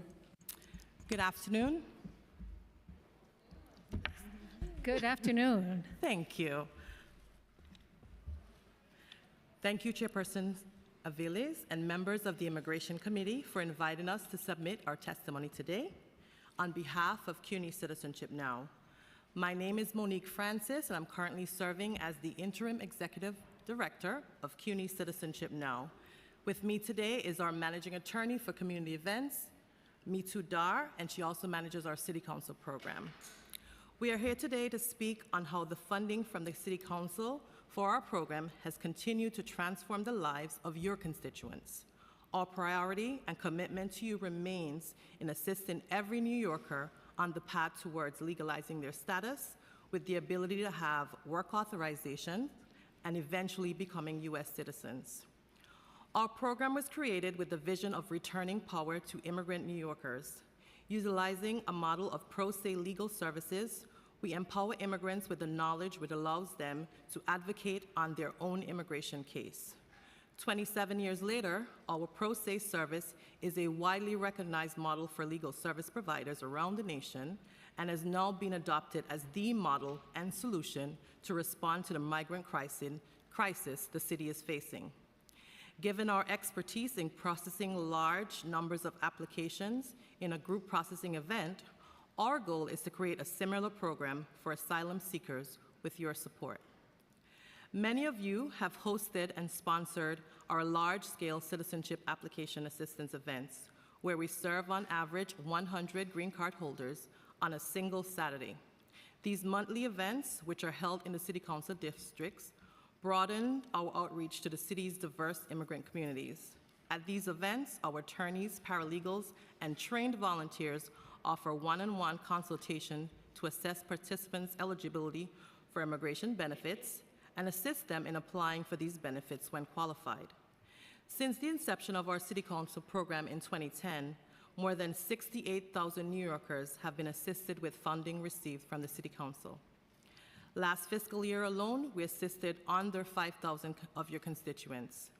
We are before you to the committee today, seeking a restoration of our $3.1 million allocation and asking for an increase of $1.5 million for the fiscal year 2025 to address the growing surge and demand for services from the communities we serve. Me too. Thank you. And thank you again, Chairperson Aviles, for holding this meeting. At councilmember locations, in addition to helping New York City immigrants become U.S. citizens, we also assist them to adjust their status to become lawful permanent residents and file petitions on behalf of their family members. Beyond citizenship, we prioritize assisting with humanitarian benefits such as temporary protective status, TPS, and renewal of applications for deferred action for childhood arrivals, DACA. These are just some of the case types that we work on. A crucial component of our pro se model is the distribution of information to the immigrant community about our services and the constantly changing immigration policies. We disseminate this information through media promotions, briefings, presentations at town halls, immigration forums, and tablings. In partnership with the City Council, we aim to educate the immigrant population and offer a free, high-quality alternative to notarios and other unethical legal service providers. We are seeking a budgetary increase to expand our scope of services to New York City's recent migrants by providing asylum screenings, assisting with employment authorization applications, and providing orientations regarding immigration customs enforcement reporting and immigration court procedures. Additional funding will allow our attorneys to assist constituents to complete asylum applications. We note some immigration filing fees are increasing and some application forms are changing on April 1st, 2024. That's right around the corner. We have recently began to see a surge in requests for appointments, with application filing fees for certain benefits significantly increasing. We are currently prioritizing the cases that will be most impacted by this increase. Further, in the upcoming months, as this is an election year, we are seeing an elevated demand for our citizenship services. Your expanding funding will allow CUNY Citizenship Now to provide these additional immigrants and all New York City immigrants continued access to free, high-quality, and confidential legal services. We thank you for your continued support and look forward to being able to expand our legal services to New York City's immigrant community. Thank you. Thank you for the opportunity to testify today. My name is Liza Schwartzwald with the New York Immigration Coalition, and thank you again to the Council for your leadership on immigration issues. Now, New York seems to be at a crossroads in how and who it chooses to prioritize when budgets are concerned. False narratives of budget scarcity and scapegoating new arrivals have been used to justify unnecessary austerity measures that not only harm our most vulnerable communities, particularly Black, Brown, immigrant, and LGBTQ communities, but all New Yorkers. We must fund the following priorities and programs in the upcoming budget to protect the interest, safety, and quality of life of all New Yorkers. We must renew funding for critical outreach programs for immigrants, including the Access Health Initiative and the Key to the City Initiative, which help connect thousands of immigrant New Yorkers to critical services. We must ensure the restoration of funding to 3K and pre-K programs, which are only which are often the only free early childhood education and care available to many immigrants. We must expand the promised New York City child care voucher program to at least $20 million to continue providing child care to the youngest immigrant children who are not eligible for other forms of child care vouchers. We must fully invest in the New York public schools and CUNY, including protecting and expanding investments in the 6 English language learner transfer schools outside of Manhattan that support newcomers and asylum seeker students where they live and work, and international schools who specialize in supporting immigrant students. We must further protect programs at risk of the federal cliff, including translation and interpretation and immigrant family engagement programs.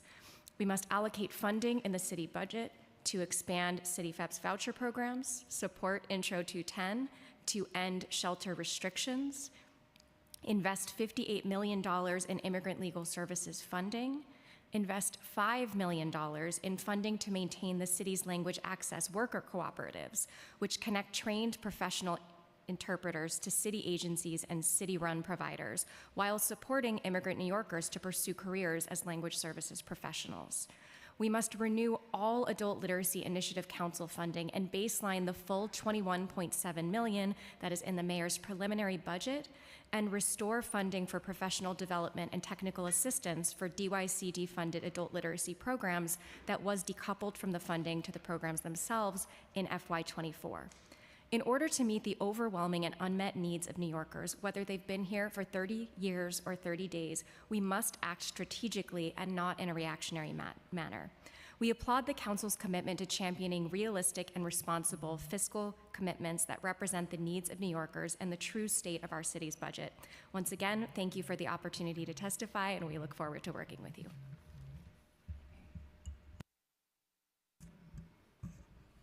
Good afternoon, Council Chair Aviles and members of the New York City Council Committee on Immigration. I am Margaret Martin, the Co-Director of Immigrant and Refugee Services, joined today by my fellow Co-Director, Kelly Agnew-Barajas. We are here on behalf of Catholic Charities Community Services of the Archdiocese of New York.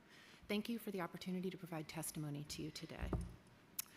Catholic Charities is proud of our decades-long tradition of welcoming New York's immigrants and refugees. Our services have tremendous impact on communities across New York City and all 5 boroughs. The scope and diversity of our services is exceptional. With the arrival of more than 170,000 asylum seekers to New York City, each of our programming spaces has been profoundly impacted. We strongly recommend that the City Council support efforts to improve overall coordination of legal and social services aimed at serving asylum seekers and to invest in building capacity for the long term. We urge the City Council to advocate for maintaining the Action NYC in Schools program, which has provided critical legal services to thousands of school children, families, and community members in schools since 2016 in partnership with 129 New York City public schools. Urge the City Council to ensure the ongoing support of the Haitian Response Initiative, which is a unique, culturally and linguistically responsive program that redresses the disparate legal treatment and lack of resources available to the Haitian immigrant community. To ensure the continued support of Catholic Charities Action NYC Hotline, which provides critical legal information, appointments, and legal referrals to immigrant New Yorkers. To continue the support of Catholic Charities and the Immigrant Opportunity Initiative's citywide Immigrant Legal Empowerment Collaborative, CILIC, which provides services in partnership with grassroots community-based organizations for immigrant New Yorkers in hard-to-reach communities. And to continue support for the Legal Aid Society's Immigrant Opportunity Initiative, of which Catholic Charities is a subcontractor providing legal representation for particularly vulnerable and underserved communities. And to maintain and expand the support of the iCare Coalition, which provides legal assistance to record numbers of vulnerable children and families since 2016 in New York. Thank you. Excuse me, since 2014 in New York. Thank you. I'll carry on for a few more points on behalf of Catholic Charities. I want to also emphasize that in addition to the new arrivals, our longstanding immigrant communities continue to need the support that they always have, and that the underinvestment in these programs and critical services is really coming to a head at this point, that these services are needed more than ever. So in particular, over the past 2 years, 25,000 Ukrainian arrivals have come to New York City. This would have been a much bigger story. Oh, sorry, I'm on my new 3 minutes. As well as longstanding communities needing, undocumented folks needing all sorts of different supports, language services, resources, legal services, and information. So in particular, I just want to highlight 2 areas. One is that Catholic Charities is a member of our Day Labor Worker Initiative, and that we are seeing record numbers of waiting lists, managing a huge demand of people seeking work safety training, the OSHA training, need for wage theft protection advocacy is skyrocketing, and we're wanting to invest and grow in that area in particular, as well as as has been raised many times earlier today, the underinvestment in adult literacy. In particular, the program that we run, we see members coming from all 5 boroughs because we're in a very accessible spot. That's one of the benefits of being in New York City, that people can choose where they want. So that particular model really eliminated a program like ours where people come from all over. People might come because of the diversity of different language learners, that they want to really have a different experience and not necessarily be in their own neighborhood for whatever reason. So we're seeing that it's a lack of flexibility in that model and really disadvantages a program like ours.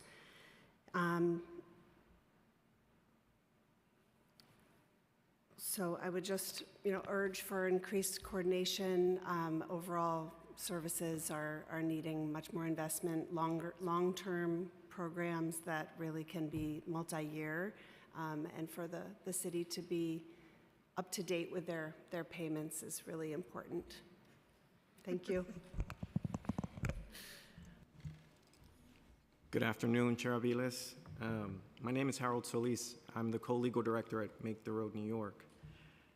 On behalf of our 27,000 members and staff, I thank the committee for the opportunity to share our concerns with the fiscal year 25 budget and its impact on all immigrant New Yorkers.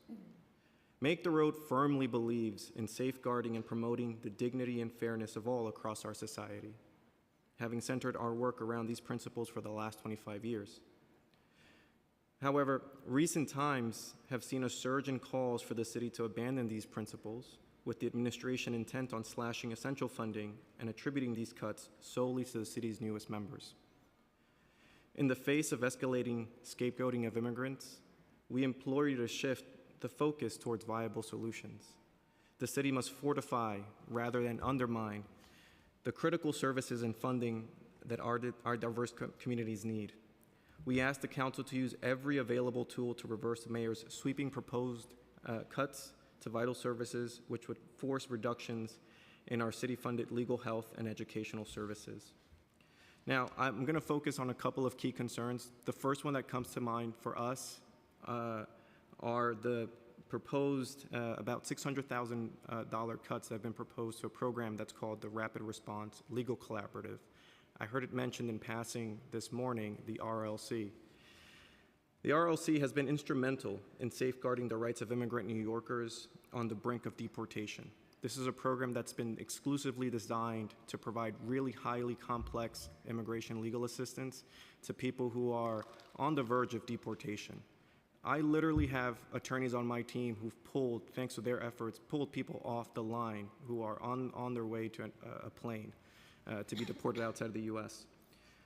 And a significant number of these individuals are in these situations due to the technical complexities of the immigration system, and often despite having meritorious claims and defenses that would otherwise allow them to remain in the United States.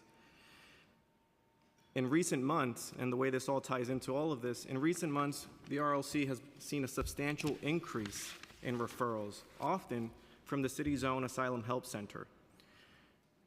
This is ironic, because at a time when we are receiving, nearly 60% more compared to the prior years in terms of referrals from the city, to see that number of referrals and at the same time see these proposed cuts, it's really devastating and sends the wrong message. We strongly urge the committee to resist any cuts to this program. Second, our city-funded adult English classes help immigrant New Yorkers find better jobs and help their kids in school. This is common sense. Yet, we're hearing rumors about cuts.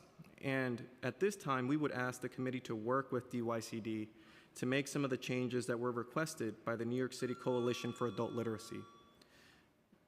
It's this time when we have to ask ourselves, how is it that we expect newcomers to the city to integrate and better assimilate themselves and navigate the city, and at the same time, we cut vital services that they might need? Our written testimony has more details, but I'll just say thank you for your support and for your leadership in this moment. Thank you all for your testimony. Just to note, we will be having a conversation within the preliminary budget where DYCD will be specifically on the adult literacy contract and the other problems that are emerging there. So you have our commitment, as we've been working with the coalition and other council members to do better. Not only to maintain the funding, but to actually increase the funding. So we're working hard on that. I guess I wanted to say to all of you, thank you for the work that we know you are not being paid for, even when you're getting paid on time from the city. We know every agency has historically been front and center to community needs. So I want to personally thank you for that work. Our office has certainly benefited in partnership with CUNY, certainly in partnership with Make the Road and Catholic Charities, long track record in this area.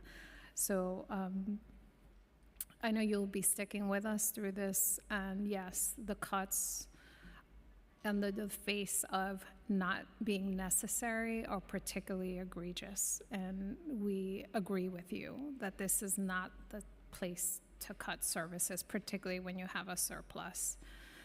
And collectively, we're navigating this continued scapegoating that is happening that says we're being benevolent at the same time blaming everyone for everything, or blaming migrants, new arrivals for everything, and the unsafe conditions that creates in communities that we all know because we see it on a day-to-day basis. So I want to thank you for bringing in sanity and leadership and services to vulnerable people who are just on their pathway to a healthy and dignified life. And so I want to thank you, and we'll continue to do that work together.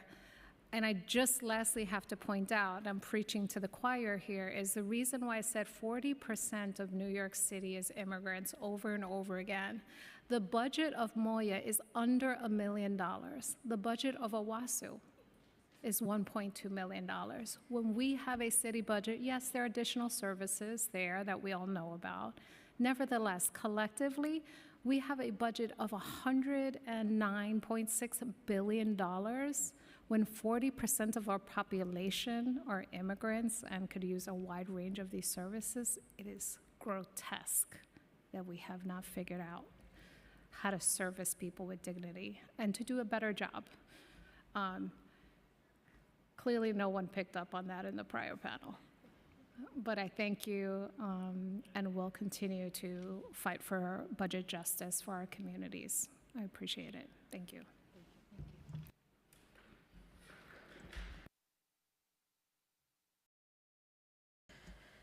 Thank you so much for your testimony.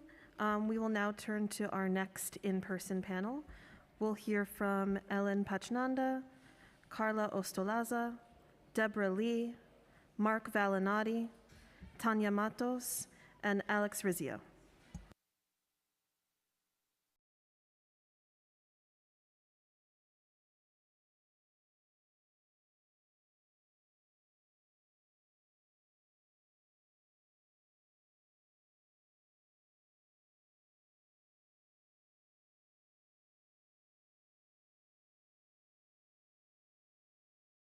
And you may begin whenever you're ready. Good afternoon. My name is Carla Stolaza, and I'm the Managing Director of the Immigration Practice at the Bronx Defenders. Thank you, Chair Aviles, and this committee for the chance to speak about our work defending detained immigrant New Yorkers. The committee's leadership was essential to the launching of the New York Immigrant Family Unity Project, NIFUP, 10 years ago, and its continued unwavering support has saved lives and brought hope to thousands of immigrant families in despair. Together with Brooklyn Defender Services and the Legal Aid Society, we're requesting level funding of $16.6 million so that we can continue our critical work. Today, I'd like to share some information about ICE's rise in detention. We will get into other areas of need and in our written testimony, but I wanted to share a little bit about ICE's rise in detention because it's a concerning matter for us. 39,000 people are currently in ICE detention. These are 39,000 human beings who have been separated from their families and communities, put in shackles, thrown in jail cells with abysmal conditions, and expected to navigate a highly complex legal system without representation. The 39,000 people ICE holds any given day represent an alarming 45% increase from last year. These are ICE's numbers, these are not CBP numbers, this is not the Border Patrol numbers. Our experience on the ground matches the story told by this nationwide statistic. This fiscal year, our holistic teams made up of attorneys, social workers, legal advocates, and administrative professionals have been working tirelessly to serve a rapidly increasing detained population. ICE is aggressively moving to detain New Yorkers based on minor, even dismissed criminal charges, as well as targeting of long-time permanent residents for all convictions without regard for their rehabilitation or their role in their families and communities. We have also noticed an increase in home rates in the city and of arrests at ICE's offices when immigrants go in for regular check-ins to try to meet reporting requirements. We expect this trend to escalate as the anti-immigrant sentiment continues to take hold. Given the upcoming federal elections, we're also preparing for a potential new administration that will double down on this trend. We need the council to continue its unwavering support of NIFUB so we can continue providing high-quality, client-centered representation to detained immigrant New Yorkers as they are increasingly targeted for detention and exile. And we also appreciate and ask for the continued support of the council in maintaining our detainer laws and continue to strengthen those laws because it's completely connected how our communities are targeted and funneled to the deportation system. Thank you. Good afternoon, Chair Aviles. My name is Ellen Pachnanda, and I'm the Director of the Immigration Practice at Brooklyn Defender Services. Our immigration practice protects the rights of immigrant New Yorkers by defending against ICE detention and deportation, minimizing the negative immigration consequences of criminal and family charges for non-citizens, and representing immigrants in applications for immigration benefits. Thank you, Chair, and this committee for the opportunity to testify about our budget needs to serve the immigrant community in New York City. As you know, our expertise lies in full representation in complex legal matters where our clients have criminal or family system involvement. We represent long-term New York City residents in complex detained and non-detained immigration cases. We also represent recent arrivals who are targeted by the city's broken windows policies. Once our team secures clients' release, we continue representing them in complex non-detained matters. The enormous backlog of non-detained cases only grows, resulting in prejudicial consequences for our clients who are left in limbo.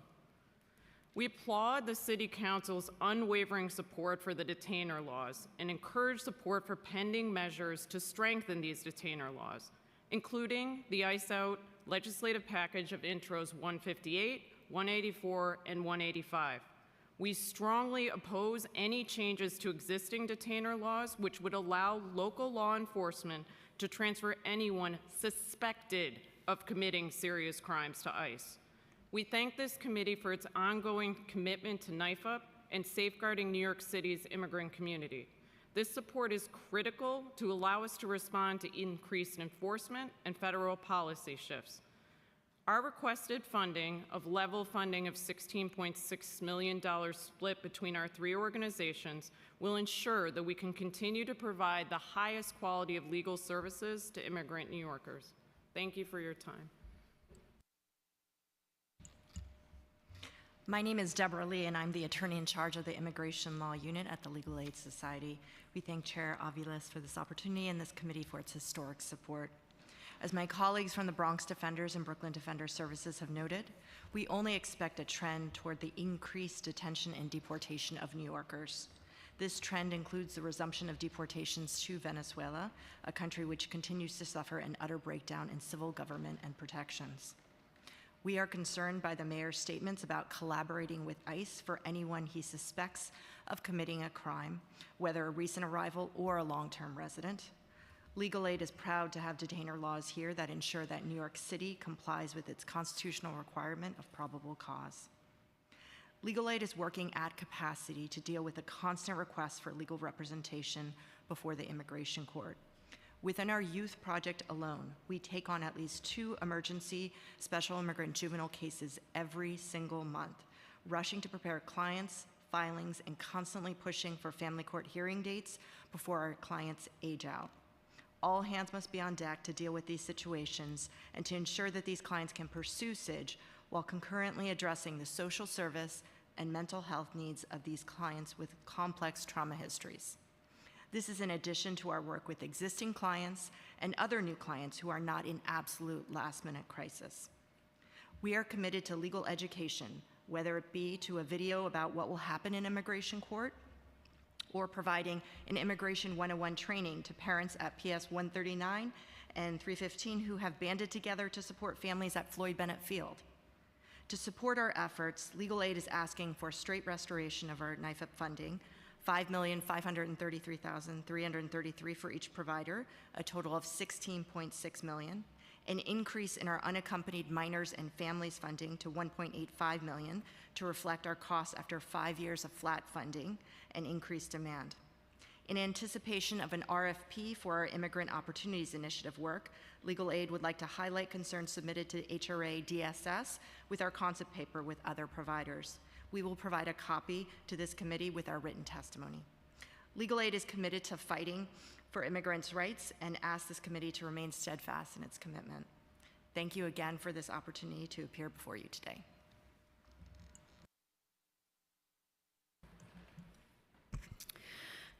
Good afternoon, Chairwoman. My name is Tania Matos. I'm the Interim Executive Director at Unlocal. Thank you for the opportunity to testify, Chairwoman. Unlocal is a community-centered nonprofit organization that provides direct immigration legal representation and community education to New York's undocumented immigrant communities. I'm here to talk about 2 programs. One is the Pro Se Plus project, and the other is the Rapid Response Legal Collaborative.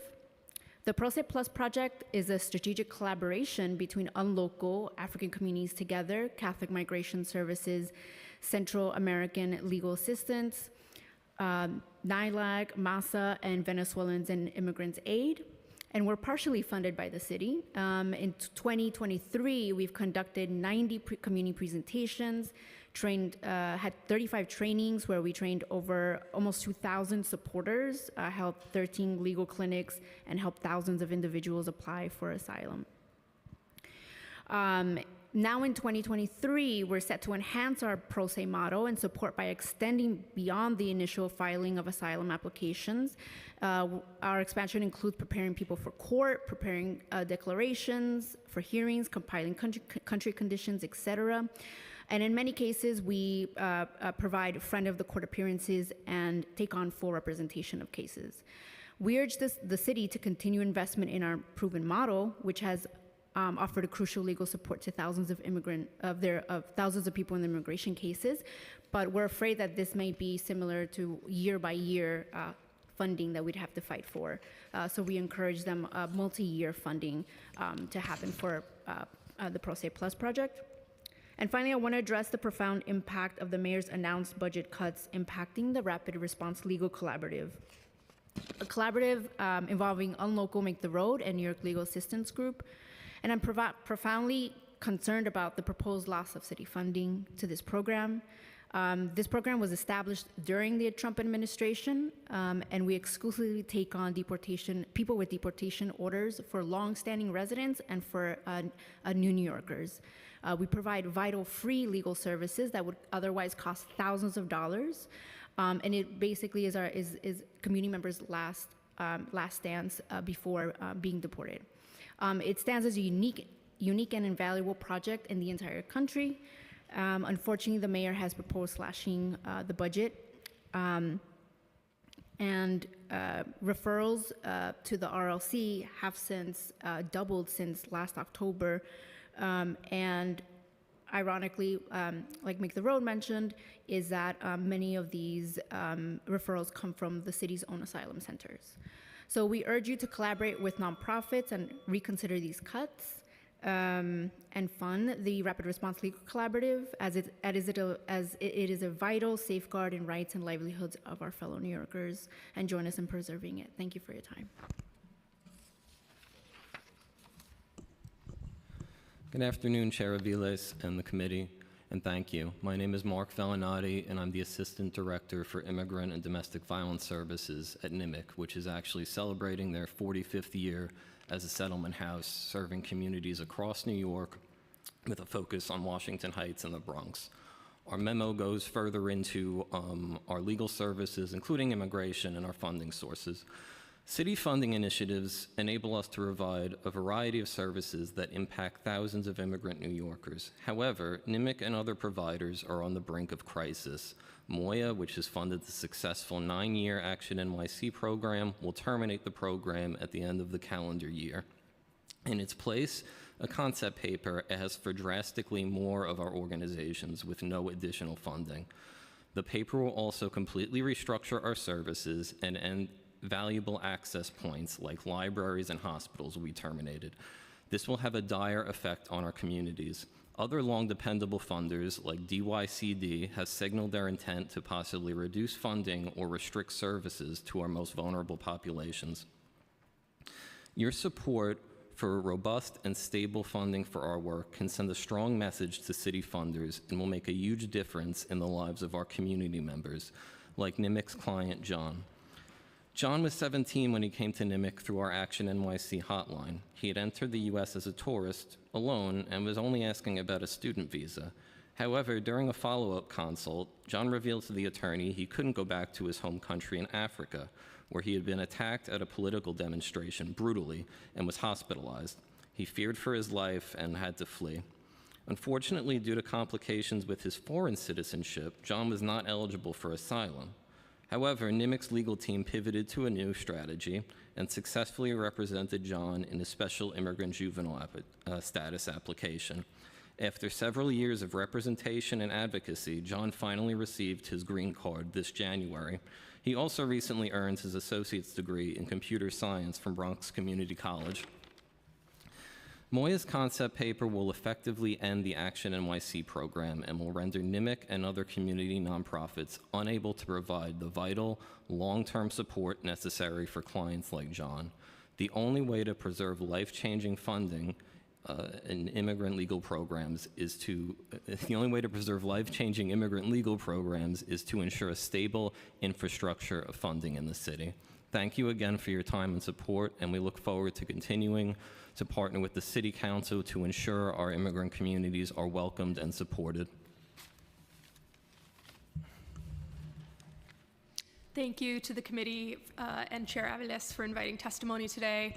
My name is Alex Rizzio. I'm the managing attorney for policy and partnerships at Safe Passage Project, a nonprofit legal services organization that provides free legal representation to immigrant children facing deportation. We currently serve over 1,300 children who live in the 5 boroughs of New York City and the 2 counties of Long Island. Safe Passage works closely with partner organizations through the I Care Coalition with the goal of providing high-quality legal representation to as many unaccompanied minors as possible. We continue to stand ready to serve children facing deportation, but we have a long waiting list of potential clients as cases currently take 5 to 7 years to complete. Once we accept a client's case, we stick with them through their case's end, which is hopefully a green card. As you know, no immigrant, not even a child, is appointed a lawyer in immigration court. If a child cannot afford to hire a lawyer, they're forced to defend themselves alone against a trained government prosecutor and a judge, with deportation back to dangerous conditions as the likely outcome. Safe Passage helps correct this injustice by providing free attorneys to kids.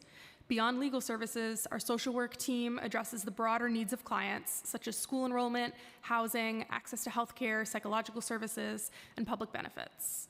We receive funding from the City Council through the UMFI funding stream and New York State, as well as private foundations and donors. Unaccompanied minors are not generally bused to New York City. Instead, they're processed by the Federal Office of Refugee Resettlement and are ultimately released to live with family members who already reside in New York. In other words, unaccompanied minors will arrive in New York to reunite with family, regardless of what certain governors do.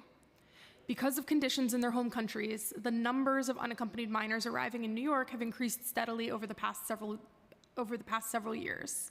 Here, they encounter a backlog court system and hardline immigration policies. Despite the increase in the number of youth who require legal services, the City Council has not increased our coalition's funding in several years. Legal service providers are already at capacity, with caseloads that approach the unsustainable.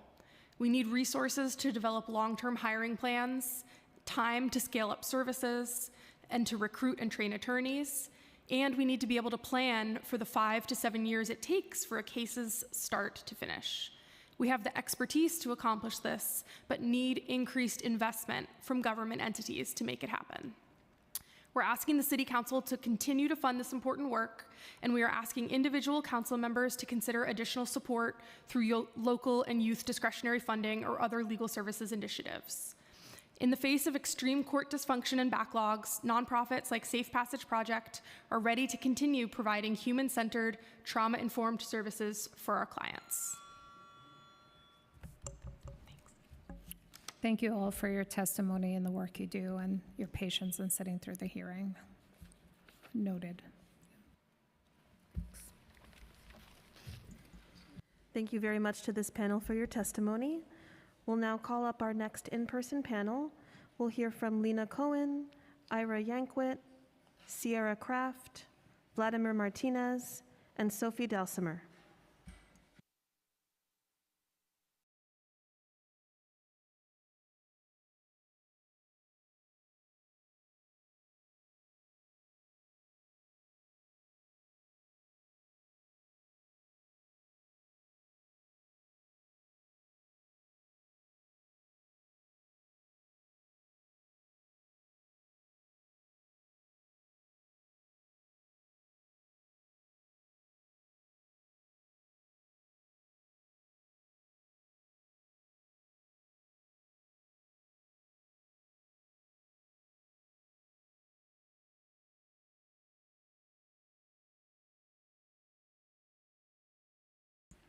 You may begin when you're ready.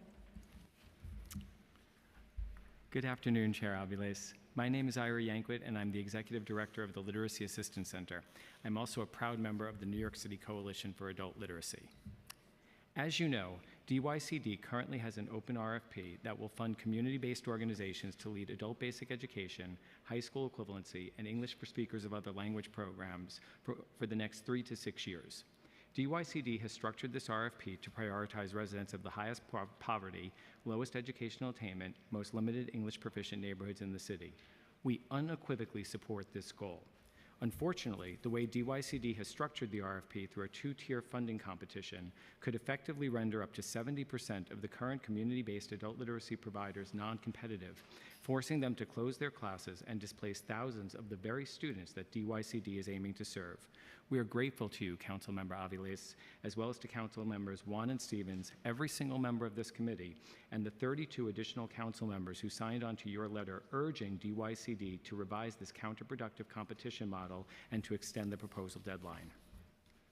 The irony is that while DYCD wants to address neighborhoods with the highest needs, the $11.85 million in funding in this RFP is $5 million less than the $16.83 million in administration-side funding for DYCD adult literacy contracts in FY24. This means that this RFP will serve just over 9,100 students annually, a significant decrease from the 16,000 plus that DYCD reported serving in FY23, and less than 1/2 of 1% of the 2.2 million adult New Yorkers in need. At the same time, the mayor's preliminary budget for FY25 includes $21.7 million for DYCD adult literacy, nearly $10 million, or 85% more than what is currently included in the RFP.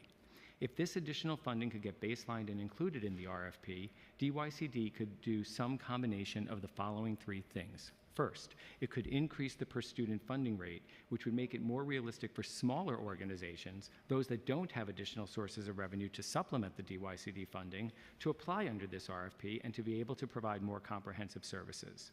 Second, it could increase the number of neighborhood tabulation areas, or NTAs, designated for funding and increase the number of students served through the RFP. Third, it could create a second non-NTA-based competition for providers who wish to run borough-wide and/or citywide programs and increase the number of students served through this RFP.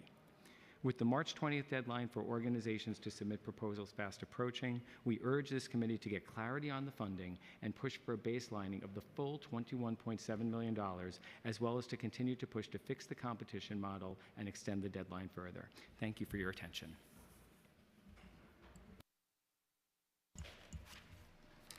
Good afternoon, Chair Aviles. My name is Lena Cohen. I'm here representing United Neighborhood Houses. Thank you for the opportunity to speak today. UNH is a policy and social change organization. We represent 46 settlement houses, 40 of which are in New York City, and altogether our members touch the lives of 765,000 New Yorkers each year.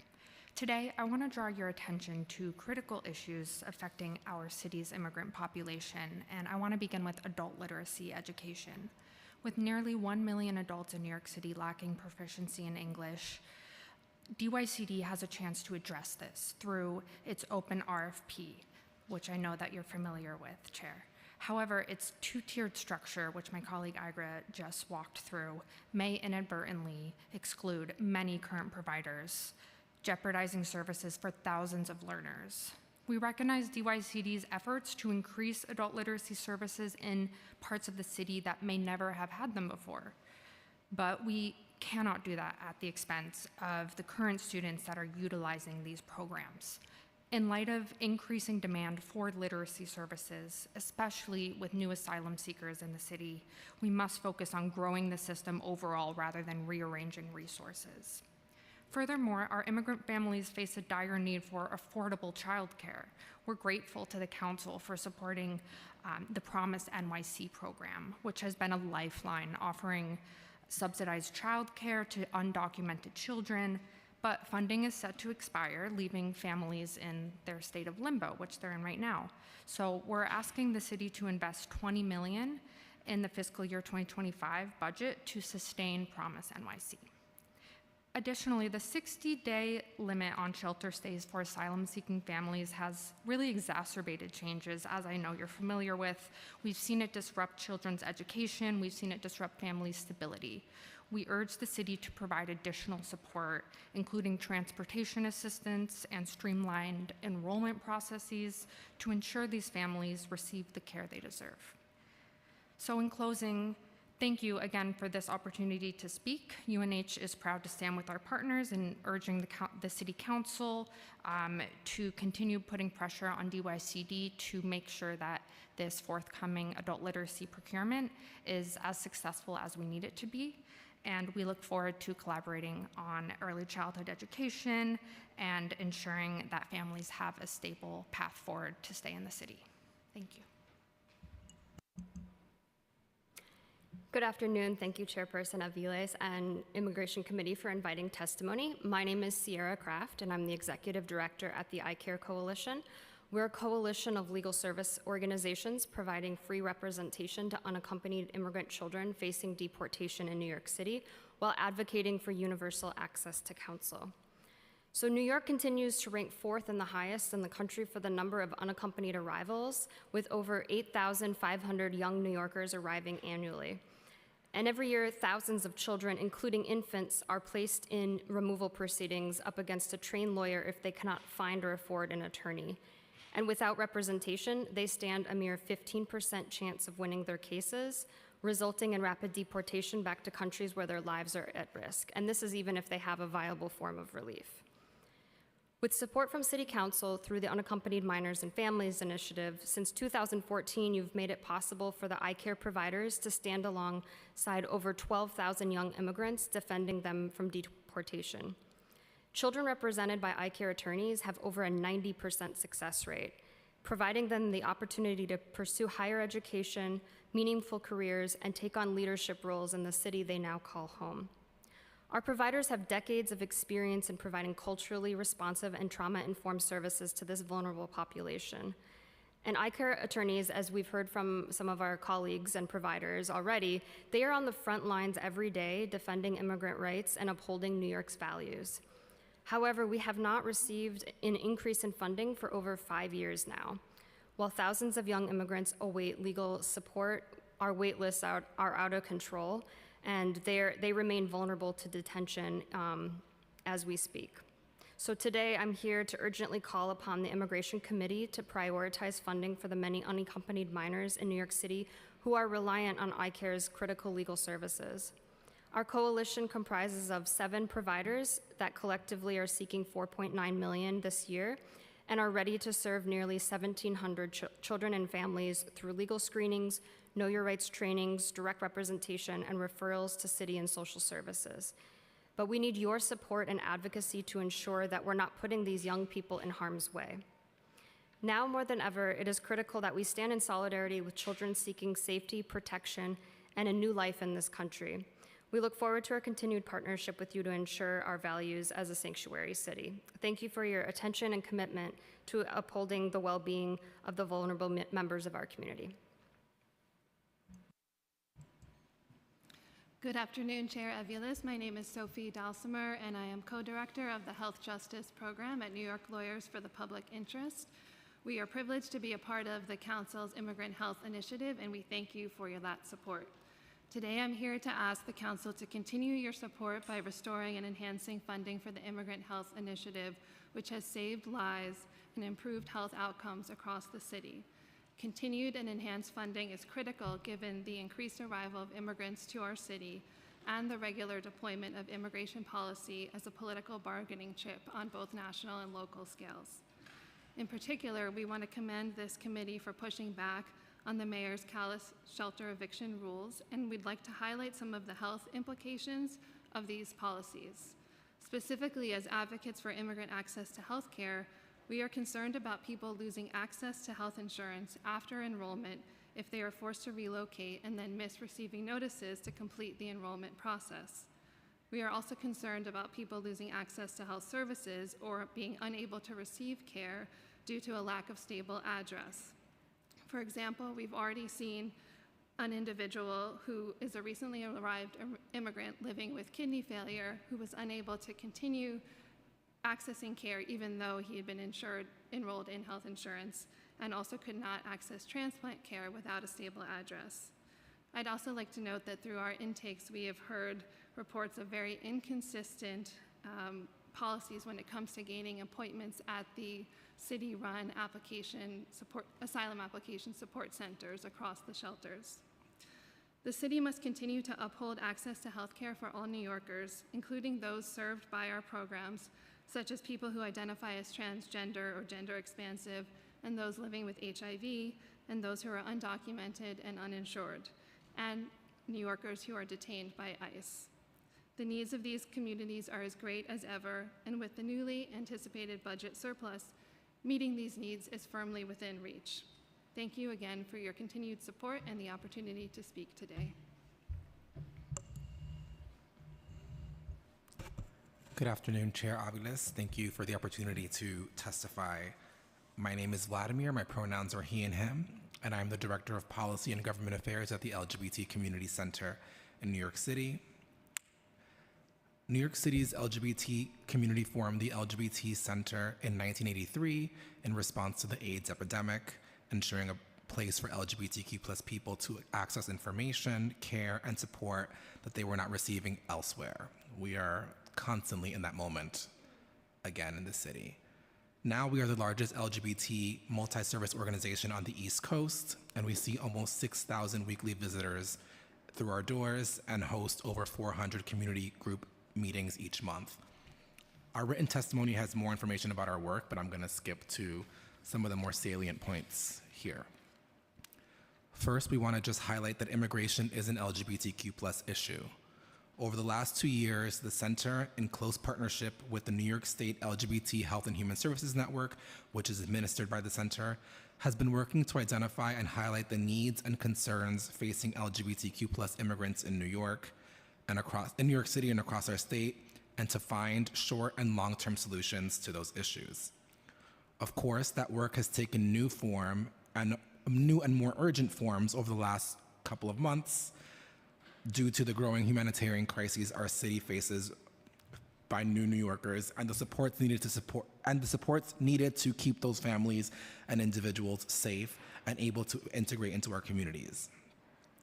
Our communities are facing challenges that include a general lack of access to services due to increased backlogs, food insecurity, housing insecurity, and I'll just note in the housing insecurity space, many LGBTQ folks are facing discrimination from others that are housed with them, but also from city staff as they are staying in city shelters, and that is obviously unacceptable for us.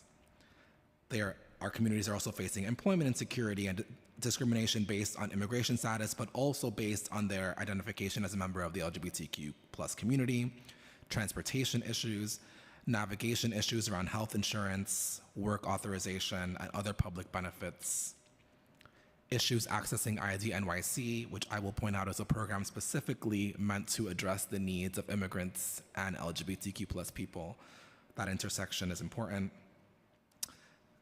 And of course, alarming rates of xenophobia in the media and across New York City. Just this year, we began working with a broad coalition of New York City organizations that exist at the intersection of immigration and LGBTQ plus issues and service provision to outline a plan for tackling the specific challenges faced by LGBTQ plus newly arrived immigrants. We are in the early stages of our work, but we'll look to partner with the City Council to help our city correct course on this important matter. And I know my time is up, but most immediately, we're calling on the City Council and the Mayor to increase existing funding lines and agency spending, and I will list a few specific council initiatives that you may look at.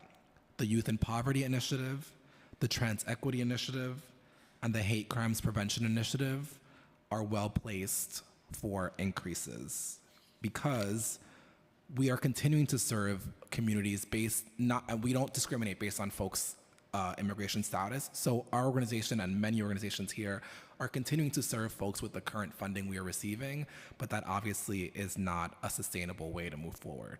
Thank you very much. Thank you to the entire panel. And again, we hear this consistent thread of funding having been not baselined, consistent, regardless of the increasing need, the increasing costs of goods and services, and appropriately paying people for their work. So I hear this huge challenge. We must do better as a city and look at where we're placing our money. Because we seem to be, yesterday I learned it costs over $500,000 to detain someone in Rikers Island. That is not a good use of taxpayer dollars. We have all the services here that we need that produce safety and support and provide dignity. We have to do better at adjusting our budget to where we really need to focus. So thank you for your work.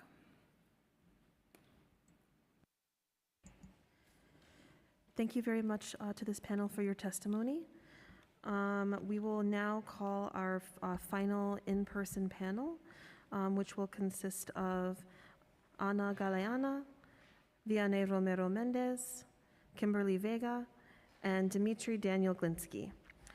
If you are here to testify in person and I have not called your name yet, please visit the sergeant's table and complete a witness slip now, even if you registered to testify online. So with that as well, Lorena Curucias, if you're here to testify, please complete a witness slip.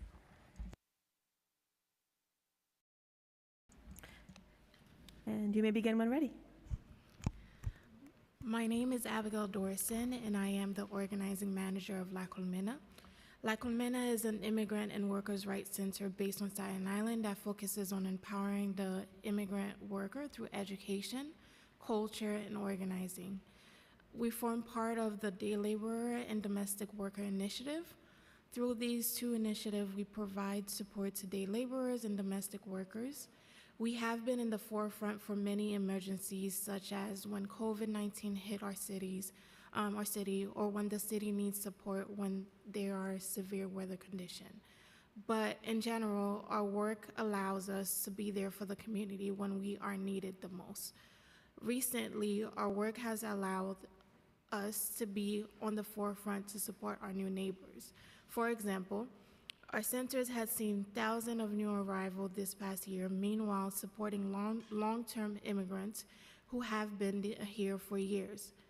We support new arrivals by providing them with construction classes, OSHA SSC, scaffolding, flagger training. Furthermore, we provide childcare and cleaning services training and also provide Know Your Right workshops to let them know about their rights at the job site, plus provide legal services in ESL classes. However, one of the most important things that we provide is a community. It is beautiful to hear directly from new arrivals that they feel supported, that they feel part of a community, that they feel like a Staten Islander. We do this work despite the challenges that we face each time on Staten Island by anti-immigrant group. However, through this council support, we have been able to keep moving forward and provide these services to both new arrivals and long-term immigrants. It is important for this council to continue supporting La Colmena so Staten Island is supported.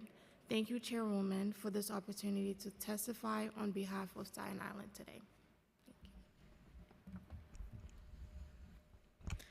Good afternoon, esteemed Chair Aviles. Thank you for this opportunity to testify. I am Vianney Romero Mendez, Director of Programs at Mixteca Organization. I stand here today before you to highlight the invaluable support of our organization, extending to the Latinx and Indigenous immigrant community in Sunset Park, Brooklyn, and Greater New York City. As you consider the distribution of resources in the forthcoming budget, I urge you to acknowledge Mixteca's critical role in providing essential services to our immigrant neighbors. As an immigrant myself, I deeply understand the significance of organizations like Mixteca in supporting and serving marginalized communities. Reflecting on my own journey and my parents' struggles upon arriving in this vibrant city, I fervently wished for a resource like Mixteca to lean on for support. Mixteca serves as a beacon of hope and assistance for countless immigrants, offering guidance through bureaucratic processes, language assistance, and cultural support. Currently, we are seeing data of assisting approximately 150 to 200 individuals weekly, addressing basic needs like toiletries, food, clothing, adult literacy, workforce development, and mental health services, among many more. Mixteca's holistic approach is noted in understanding the unique experiences of Latinx and Indigenous immigrants. Insurance services are tailored to their needs. However, our capacity to serve is limited by space. Therefore, we seek expansion to meet growing demands. In considering resource allocations, I implore you to prioritize funding for Mixteca. We are a frontline organization vital in providing services to our immigrant community. Your support is essential in obtaining capital funding for expand and continue deliver cultural competent services. We welcome the opportunity to collaborate further, ensuring every member of our community has the resources to thrive in New York City. Thank you for your attention to this pressing matter.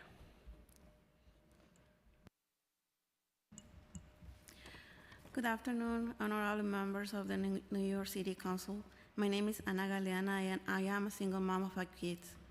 I came to this country when I was 17 years old, looking for a better life. And like many immigrants, I faced many difficulties. The language, the culture, and even the food were not the same. Trying to fit in a foreign country has been the biggest challenge of my life. But after my kids were born, the difficulties increased. It was hard to navigate the system because I didn't know the language and I had no idea about the resources that were available for immigrants like me. I am a TB survivor, and despite the trauma and the difficulties that my family and I went through, I went back to school, got my GED, then my associates, and finally last year my bachelor's degree. All of that would not be possible without the help of my community surrounding me. I received support and information from teachers of my kids about how to get my GED. My GED teacher gave me information about colleges. My DB therapist gave me information about scholarships, and the rest is history. All of that was possible because organizations like Mixteca exist. During the pandemic in 2020, I arrived in Mixteca seeking help. 2020 was a difficult year for everyone, and many immigrant families suffered. I was desperate because I reached a point in which I didn't have enough money to pay rent or buy food. In Mixteca, I received the support that I needed. They were able to provide the community with resources such as boxes of food. Mixteca does vital work within the community. After seeing the amazing work they do, I started getting involved as a volunteer. And now I can proudly say I am part of the team as an advocate. I am happy to give back to the community the same support that I received when I needed. And as an advocate, I know I can make the difference in someone's life. Thanks to Mixteca, our community can have access to resources that can change their lives just as they changed mine. I ask that you please consider supporting Mixteca and similar organizations that bring a helping hand to immigrant communities. Thank you. Good afternoon. I'm Dmitry Daniel Glinsky, President and CEO of Russian-Speaking Community Council, 12-year-old CBO-based 501c3 organization based in Washington Heights, but now serving asylum seekers from across the city. So thank you for this opportunity, and I really mean that because having spoken here maybe 10 times over the past decade, I know of no other venue where we or others from our exile community can be heard by our city government and other CBOs on a regular basis. So today for us is really about raising wider awareness of our core constituency. That is a special subset of immigrants, exiles from dictatorships, mainly Russia, and refugees from Ukraine and other countries maimed by these regimes. By exiles, we mean those who had to leave their countries because of having stood up for democracy, justice, and human rights. For lawyers around here, strong asylum cases. Yet this very rapidly growing segment of population and their CBOs here in New York have too often been muted by business partners and beneficiaries of their oppressors. That is of the root cause of our migration. For many years, these direct and indirect enablers of foreign autocrats and oligarchs have wielded influence in New York's real estate, helping inflate housing prices, in finance law, and thus also in philanthropies and other agencies involved with Russian Americans, in ethnic media, at times in some government offices, mainly in parts of South Brooklyn, but not only. Meanwhile, we at RCC and similar projects had no funds for paid staff for nearly 12 years, but we were never going to quit our organizing and advocacy. Last year, our persistence got rewarded with success, partnership with Catholic charities. This has been a true blessing and a historic breakthrough for the community. It finally lets us serve people like us on a professional basis, at least part-time for now. We are providing benefits, screening, navigation, referrals, know your rights, and pro se legal information. We actually have published online a pro bono handbook in Russian for asylum seekers, first ever, in collaboration with attorneys from AILA. And on occasion, we provide free food, clothes, and metro cards. We're seeing asylum seekers from all former Soviet countries, and of course, we're open to serving all others. This is thanks to the New York State OTDA funding. We haven't had any funds originating from the city for 7 years. I also thank Lutheran Church of Our Savior's Atonement for generously providing space for our services. I urge the Council to expand and certainly not to cut support for Catholic charities programming, especially long-term capacity building, as their services and contracting are the most inclusive of the widest range of immigrants that we've ever seen. And finally, back to the exiles. In the spirit of what I have said, I know this is unrelated maybe to the main topic, but I submit a petition launched by others to co-name the strip of land next to the Russian consulate Alexei Navalny's way, not just for his courage and sacrifice, but for the thousands of Russian-American New Yorkers, and not only them, other Americans who are rallying for his release and are mourning him there. We are aware of the community board's process for this, but we urge council members to also find ways to help this get done. Thank you. Thank you to this panel, and particular shout out to Misteka, who's in my community, and I see firsthand the work that they do every day with so much dignity, grace, and love. And Colmena, y'all in Staten Island, but you really belong to me in South Brooklyn. But thank you all for your testimony, and your testimony of doing this work for so many years without having received any support from anyone, and your perseverance to continue and not to quit is the story of resilience of all our communities, and we share that, and hope we must do better to make sure we get all the full support to support all the communities that come here and call home. So I thank you for your testimony and this continued advocacy to do better, and to live into our ideals as a country, right? Where we celebrate human rights and dignity for all. So thank you. Thank you so much for your kind words. We will certainly be very grateful for operating support wherever it can come from. Thank you. Thank you very much to this panel for your testimony. We will now turn to testimony on Zoom. For virtual panelists, once your name is called, a member of our staff will unmute you, and the Sergeant at Arms will set the timer and give you the go-ahead to begin. Please wait for the Sergeant to announce that you may begin before delivering your testimony. We will now hear testimony from Rex Chen, followed by Melissa Chua, followed by Oriana Shulevitz Rosado. You may begin. My name is Rex Chen. My pronouns are he, him. I'm the Immigration Director at Legal Services NYC, and I'm going to cover 3 points. My first point is that we're doing immigration services, but much more than just immigration services. With critical help from our social workers, our team meets asylum seekers and helps them on a wide range of issues. It could be education enrollment. We're doing things with public benefits. We also have a lot of housing lawyers working on issues. Asylum seekers have many needs to be able to win the legal protections that they qualify for. Disruptions such as the 30-60-day rule for the shelters makes things much harder for them, also makes it harder for us, those trying to help them on their cases. My second point is that LSNYC, if we just focus on our immigration work, we're helping many people. We help thousands of New Yorkers every year. In 2020, there were 25,000 people in the households that received our immigration help. And my third thing is that I want to point out that we are actually trying to tackle some of the new complex immigration issues and develop resources for our staff and others in the field. Last year, we filed lawsuits to try to help asylum seekers who've been stuck in an infinite wait to get an asylum interview. The government agreed to set asylum interviews for more than 20 of our clients who were stuck in that backlog. In a few weeks, we're actually giving a training to try to address how immigration judges have an anti-Black bias when they make their rulings, including in asylum cases. We're going to train immigration lawyers to say something in court to immigration judges to interrupt their unconscious bias before they make their ruling. And we plan to share our materials with immigration lawyers around the country.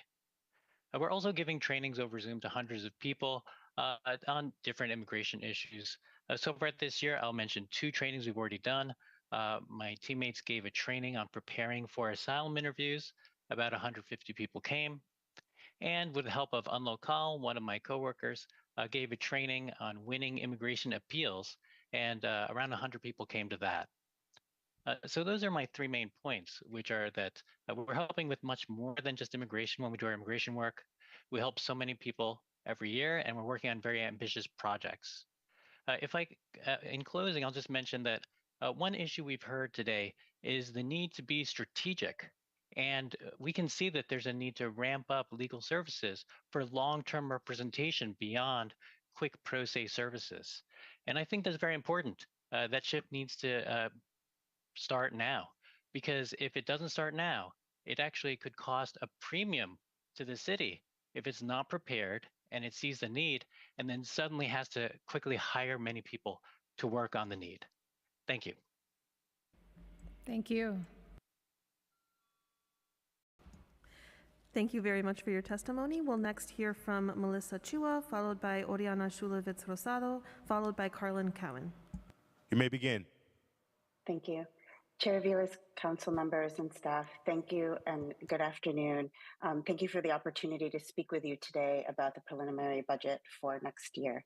My name is Melissa Chua and I am the co-director of the Immigrant Protection Unit at the New York Legal Assistance Group, NYLAG.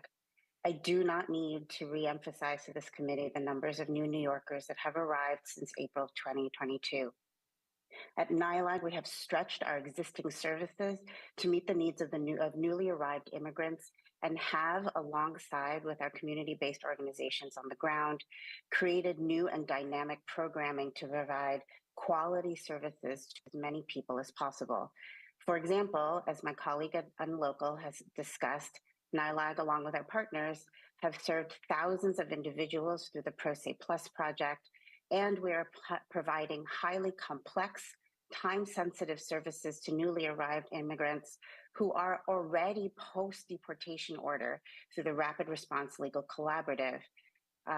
While the city has invested heavily in an infrastructure aimed solely at providing pro se assistance, the initial application for assistance for asylum is merely the first step to securing long-term stability and protection for families. The process of winning asylum and maintaining work authorization is a long and complex one that requires assistance and intervention along the way. Programs like the Pro Se Plus project and the full representation offered through the Immigrant Opportunities Initiative are crucial for ensuring that families do not only apply, but win asylum. This is necessary for ensuring that individuals maintain their ability to work and gain stability. Similarly, NYLAG and the Rapid Response Legal Collaborative continue to receive referrals, as has been discussed, many directly from the city's Asylum Seeker Center for individuals who've been ordered removed through no fault of their own, or after pro se proceedings that are legally deficient and void of due process. Notwithstanding this, programs like the Rapid Response Legal Collaborative face continuing cuts, even as the need for our services has increased dramatically. Our programming serving existing new New Yorkers similarly faces dire cuts. For example, the proposed RFP for Action NYC would end NYLAG's legal services in HMH hospitals through the city, cutting off services to thousands of New Yorkers. In fact, this is one of the very programs cited by Moya earlier as one of the few nonprofits serving children. The proposed RFP for Action NYC would also endanger NYLAG's ability to provide wide-ranging legal services to some of the most underserved and long-residing immigrant communities in New York City. Having worked with immigrants in New York City for many years, we encourage the city to continue and increase investment in legal services and community-based organizations that have the expertise to provide long-term, effective assistance. Your time has expired. Thank you. Thank you so much for your testimony and your work. Hello. Good afternoon. Good afternoon. Members of New York City Council, my name is Oriana Shulevitz Rosado. I am the Policy and Advocacy Strategist at Immigrant ARC. Immigrant ARC is a coalition of over 80 member organizations that provide legal services across the state of New York. I am here to advocate for the urgent and crucial need for our city to fund long-term immigration legal services and get us out of this cyclical emergency state. The arrival of our new neighbors is an opportunity to build long-term immigration legal infrastructure that would benefit both new immigrants and existing immigrant communities. The way our city's administration is currently handling the cyclical increase in new arrivals, legal service providers are forced into states of emergency. Legal service providers across the 5 boroughs have attempted to rise to this challenge, making Herculean efforts to come together to provide rapid response services. Our members, other legal service organizations, and the city are hosting many small temporary rapid response clinics across the city. These clinics meet an important need, but they do not provide migrants with long-term representation, which can be a huge issue since the majority of asylum applications require follow-up. Pairing rapid response efforts with long-term legal representations and wraparound services is the only viable solution to ensure migrants do not fall through the cracks in our immigration process. Immigrant ARC recommends that what is needed to meet this moment is greater transparency from city agencies, strategic coordination from the city and state governments with legal service providers and community-based organizations, and funding for long-term immigration legal services, which includes the following: investing $58 million for immigration legal services, which goes to the following citywide initiatives: $31 million from the Mayor's Immigrant Opportunities Initiative, which have been threatened by budget cuts, including such crucial programs like the Action NYC and the Rapid Response Legal Collaborative. $6.6 million to Knife Up, a first-in-the-nation program that provides free immigration legal services to low-income New Yorkers. $4.9 million for iCare, which provides representation to unaccompanied minors and families in removal proceedings. $3.3 million for QD Citizenship Now, which provides legal services to people on their path to citizenship, and $2.6 million for City Council's immigration opportunity initiatives. Separately, there is a need in investing $20 million to support immigration legal services and another $1 million in a pilot program to provide immigration legal service clients with wraparound and holistic case management services. This situation is only a crisis because our city's administration makes it one. New York City will always be a home to immigrants. If we work with our legal service providers and properly fund immigration services, we can ensure that our city continues to flourish alongside its immigrant communities. Thank you. Thank you so much for your testimony. You may begin.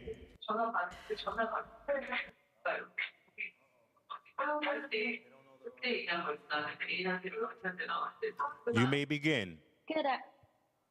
Good afternoon, everyone. My name is Carlin Cohen. My pronouns are they, them, and I'm the Chief Policy and Public Affairs Officer of the Chinese American Planning Council, CPC. CPC serves over 80,000 Asian American immigrant and low-income New Yorkers in all 59 neighborhoods of New York City each year. Thank you so much, Chair Aviles and the Council, for the opportunity to testify at today's hearing. While many of my colleagues have listed a number of important immigrant-serving initiatives that we as CPC support greatly, I want to uplift a couple in particular, and the full list is included in our written testimony that we are submitting. First up, Promise NYC. CPC is one of the designated sites for Promise NYC, and we have been working with undocumented families, including asylum seeker families and families in Queens, to help them enroll for childcare. One of our community members came to us from Venezuela, and she came because her oldest child could not get necessary life-saving medical treatment. And since then, she has been able to help her child get the life-saving medication and treatment that she needs to survive, and has been relying on Promise NYC to be able to work while her child gets treatment and care. This is just one story of many, and CPC experienced that we enrolled, in fact, our community member allotment within the first couple of months, and have waiting lists of hundreds of community members long for this critical program. So we urge the city not only to increase investment to at least $20 million, but also to baseline funding so that families can have that stability year after year. We also want to highlight the changes to the adult literacy program. At a time that adult literacy is needed more than ever to continuing welcoming new immigrants to New York City, we've seen an RFP that come out that threatens to cut programs for about 60% of the current providers by designated preferred neighborhoods in the new RFP program.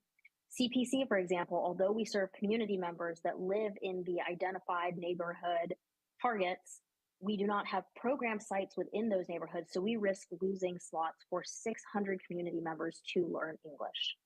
Again, we appreciate that the city is trying to focus on underserved neighborhoods, but this can be accomplished by adding additional slots and additional funding for adult literacy so that community members across our city can be served, not by rearranging and restricting those slots.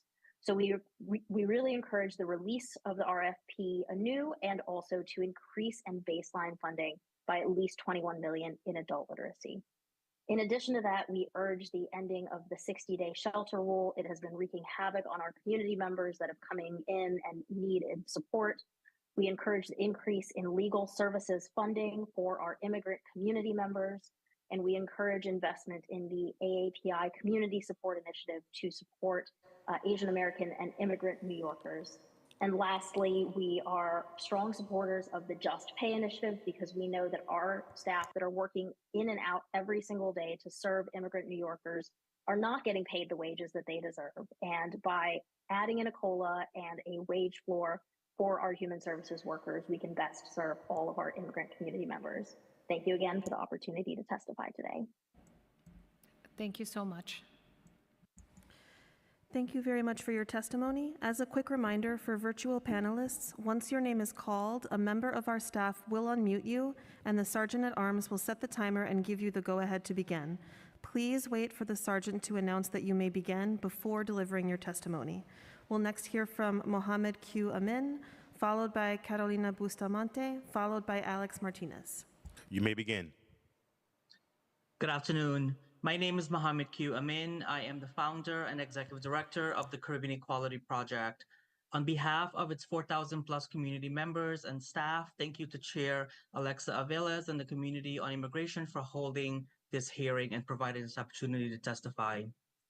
Caribbean Equality Project is a New York City-based community organization that empowers, advocates for, and represents Afro and Indo-Caribbean LGBTQ immigrants. We mobilize low-income, undocumented, asylum seekers, and working-class Caribbean LGBTQ communities across New York City on immigration, workers' rights, healthcare, housing, and civic engagement to build political power through culturally responsive educational programming and advocacy. New York City is home to the largest Caribbean foreign-born population, many of whom live in Caribbean-centric neighborhoods like Richmond Hill and South Ozone Park in Queens, Flatbush and Crown Heights in Brooklyn, and Castle Hill, Wakefield, and Soundview in the Bronx. The Caribbean LGBTQ immigrants we serve face unique challenges, and they often do not have access to family and community networks like other immigrant communities, many of whom have been abandoned by their biological families and or fleeing prosecution due to anti-LGBTQ violence in their home country. Many of the barriers queer Caribbean immigrants encounter every day range from lack of access to culturally responsive immigration legal services to housing and food insecurities. Also to unable to earn income due to their immigration status and refugee status. Many of our communities have been actively engaged in survival sex work to earn an income, to live, and to afford legal services, which disproportionately puts their health and safety in jeopardy. Immigration is and will continue to be an LGBTQ right. The Caribbean Equality Project's Immigration Justice LGBTQ Immigrant Empowerment Initiative addresses the service gap for LGBTQ immigrants in New York City. Newly arrived and existing community members need asylum application, obtaining gender-affirming identification through ID-NYC, legal name change, housing, clothing, food, financial and adult literacy, and HIV and trans healthcare. I am calling on the New York City Council Committee on Immigration to invest in funding support for community-based organizations to prioritize community-driven solutions to legal immigration services. Caribbean Equality Project is a proud member of the 18% and Growing campaign, a critical and diverse citywide campaign uniting over 90 AAPI-led serving organizations across New York City to fight for a fair and equitable budget that protects the needs of our most vulnerable communities. Caribbean Equality Project urges the New York City Council to uplift the collective priorities of the 18% and Growing campaign, which includes expanding AAPI Community Support Initiative to $7.5 million. Your time's expired. Community of Color Nonprofitization Fund to $7.5 million, and the Access Health Initiative to $4 million. Thank you for your time today. Thank you so much for your testimony. Thank you for your testimony. We'll next hear from Carolina Bustamante, and if they're still available on Zoom, Alex Martinez, followed by Mariam Mohammed Miller. Carolina Bustamante, you wait for the sergeant to give you the go-ahead to begin. You may begin.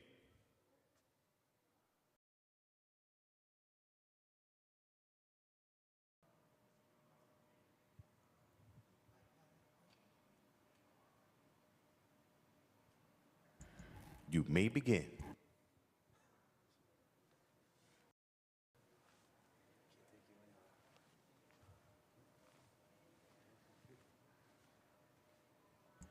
All right, I believe that Carolina Bustamante may have dropped off.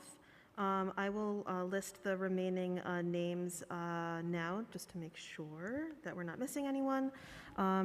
Carolina Bustamante, Alex Martinez, and Maria Mohammed Miller. If you are still available on Zoom, please use the raised hand function and a member of our staff will call on you. You may begin.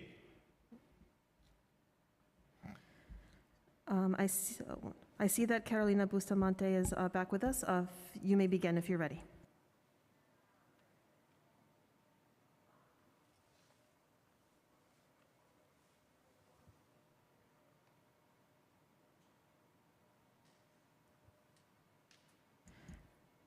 Carolina Bustamante, if you are currently attempting to testify, we cannot currently hear you in chambers.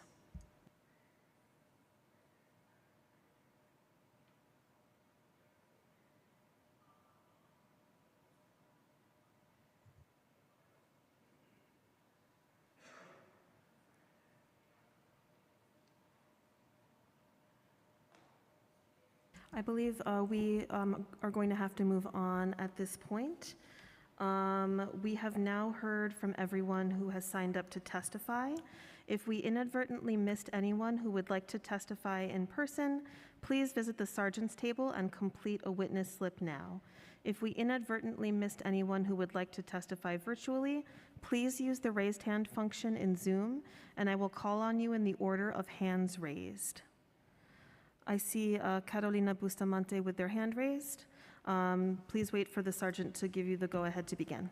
You may begin.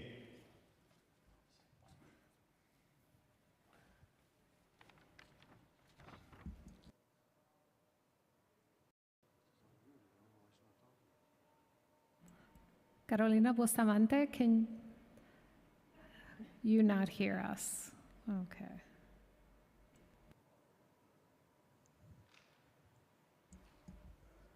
We're having difficulty hearing from Carolina Bustamante at this time. So in that case, seeing no one else with their hand raised in Zoom or present here in person, I would like to note that written testimony, which will be reviewed in full by committee staff, may be submitted to the record up to 72 hours after the close of this hearing by emailing it to testimony@council.nyc.gov. And with that, I can turn it back over to Chair Aviles to close us out. Great. With that, I want to thank everyone for your participation, and that concludes this hearing. And we want New York City not to do stuff, but to do better. Thank you.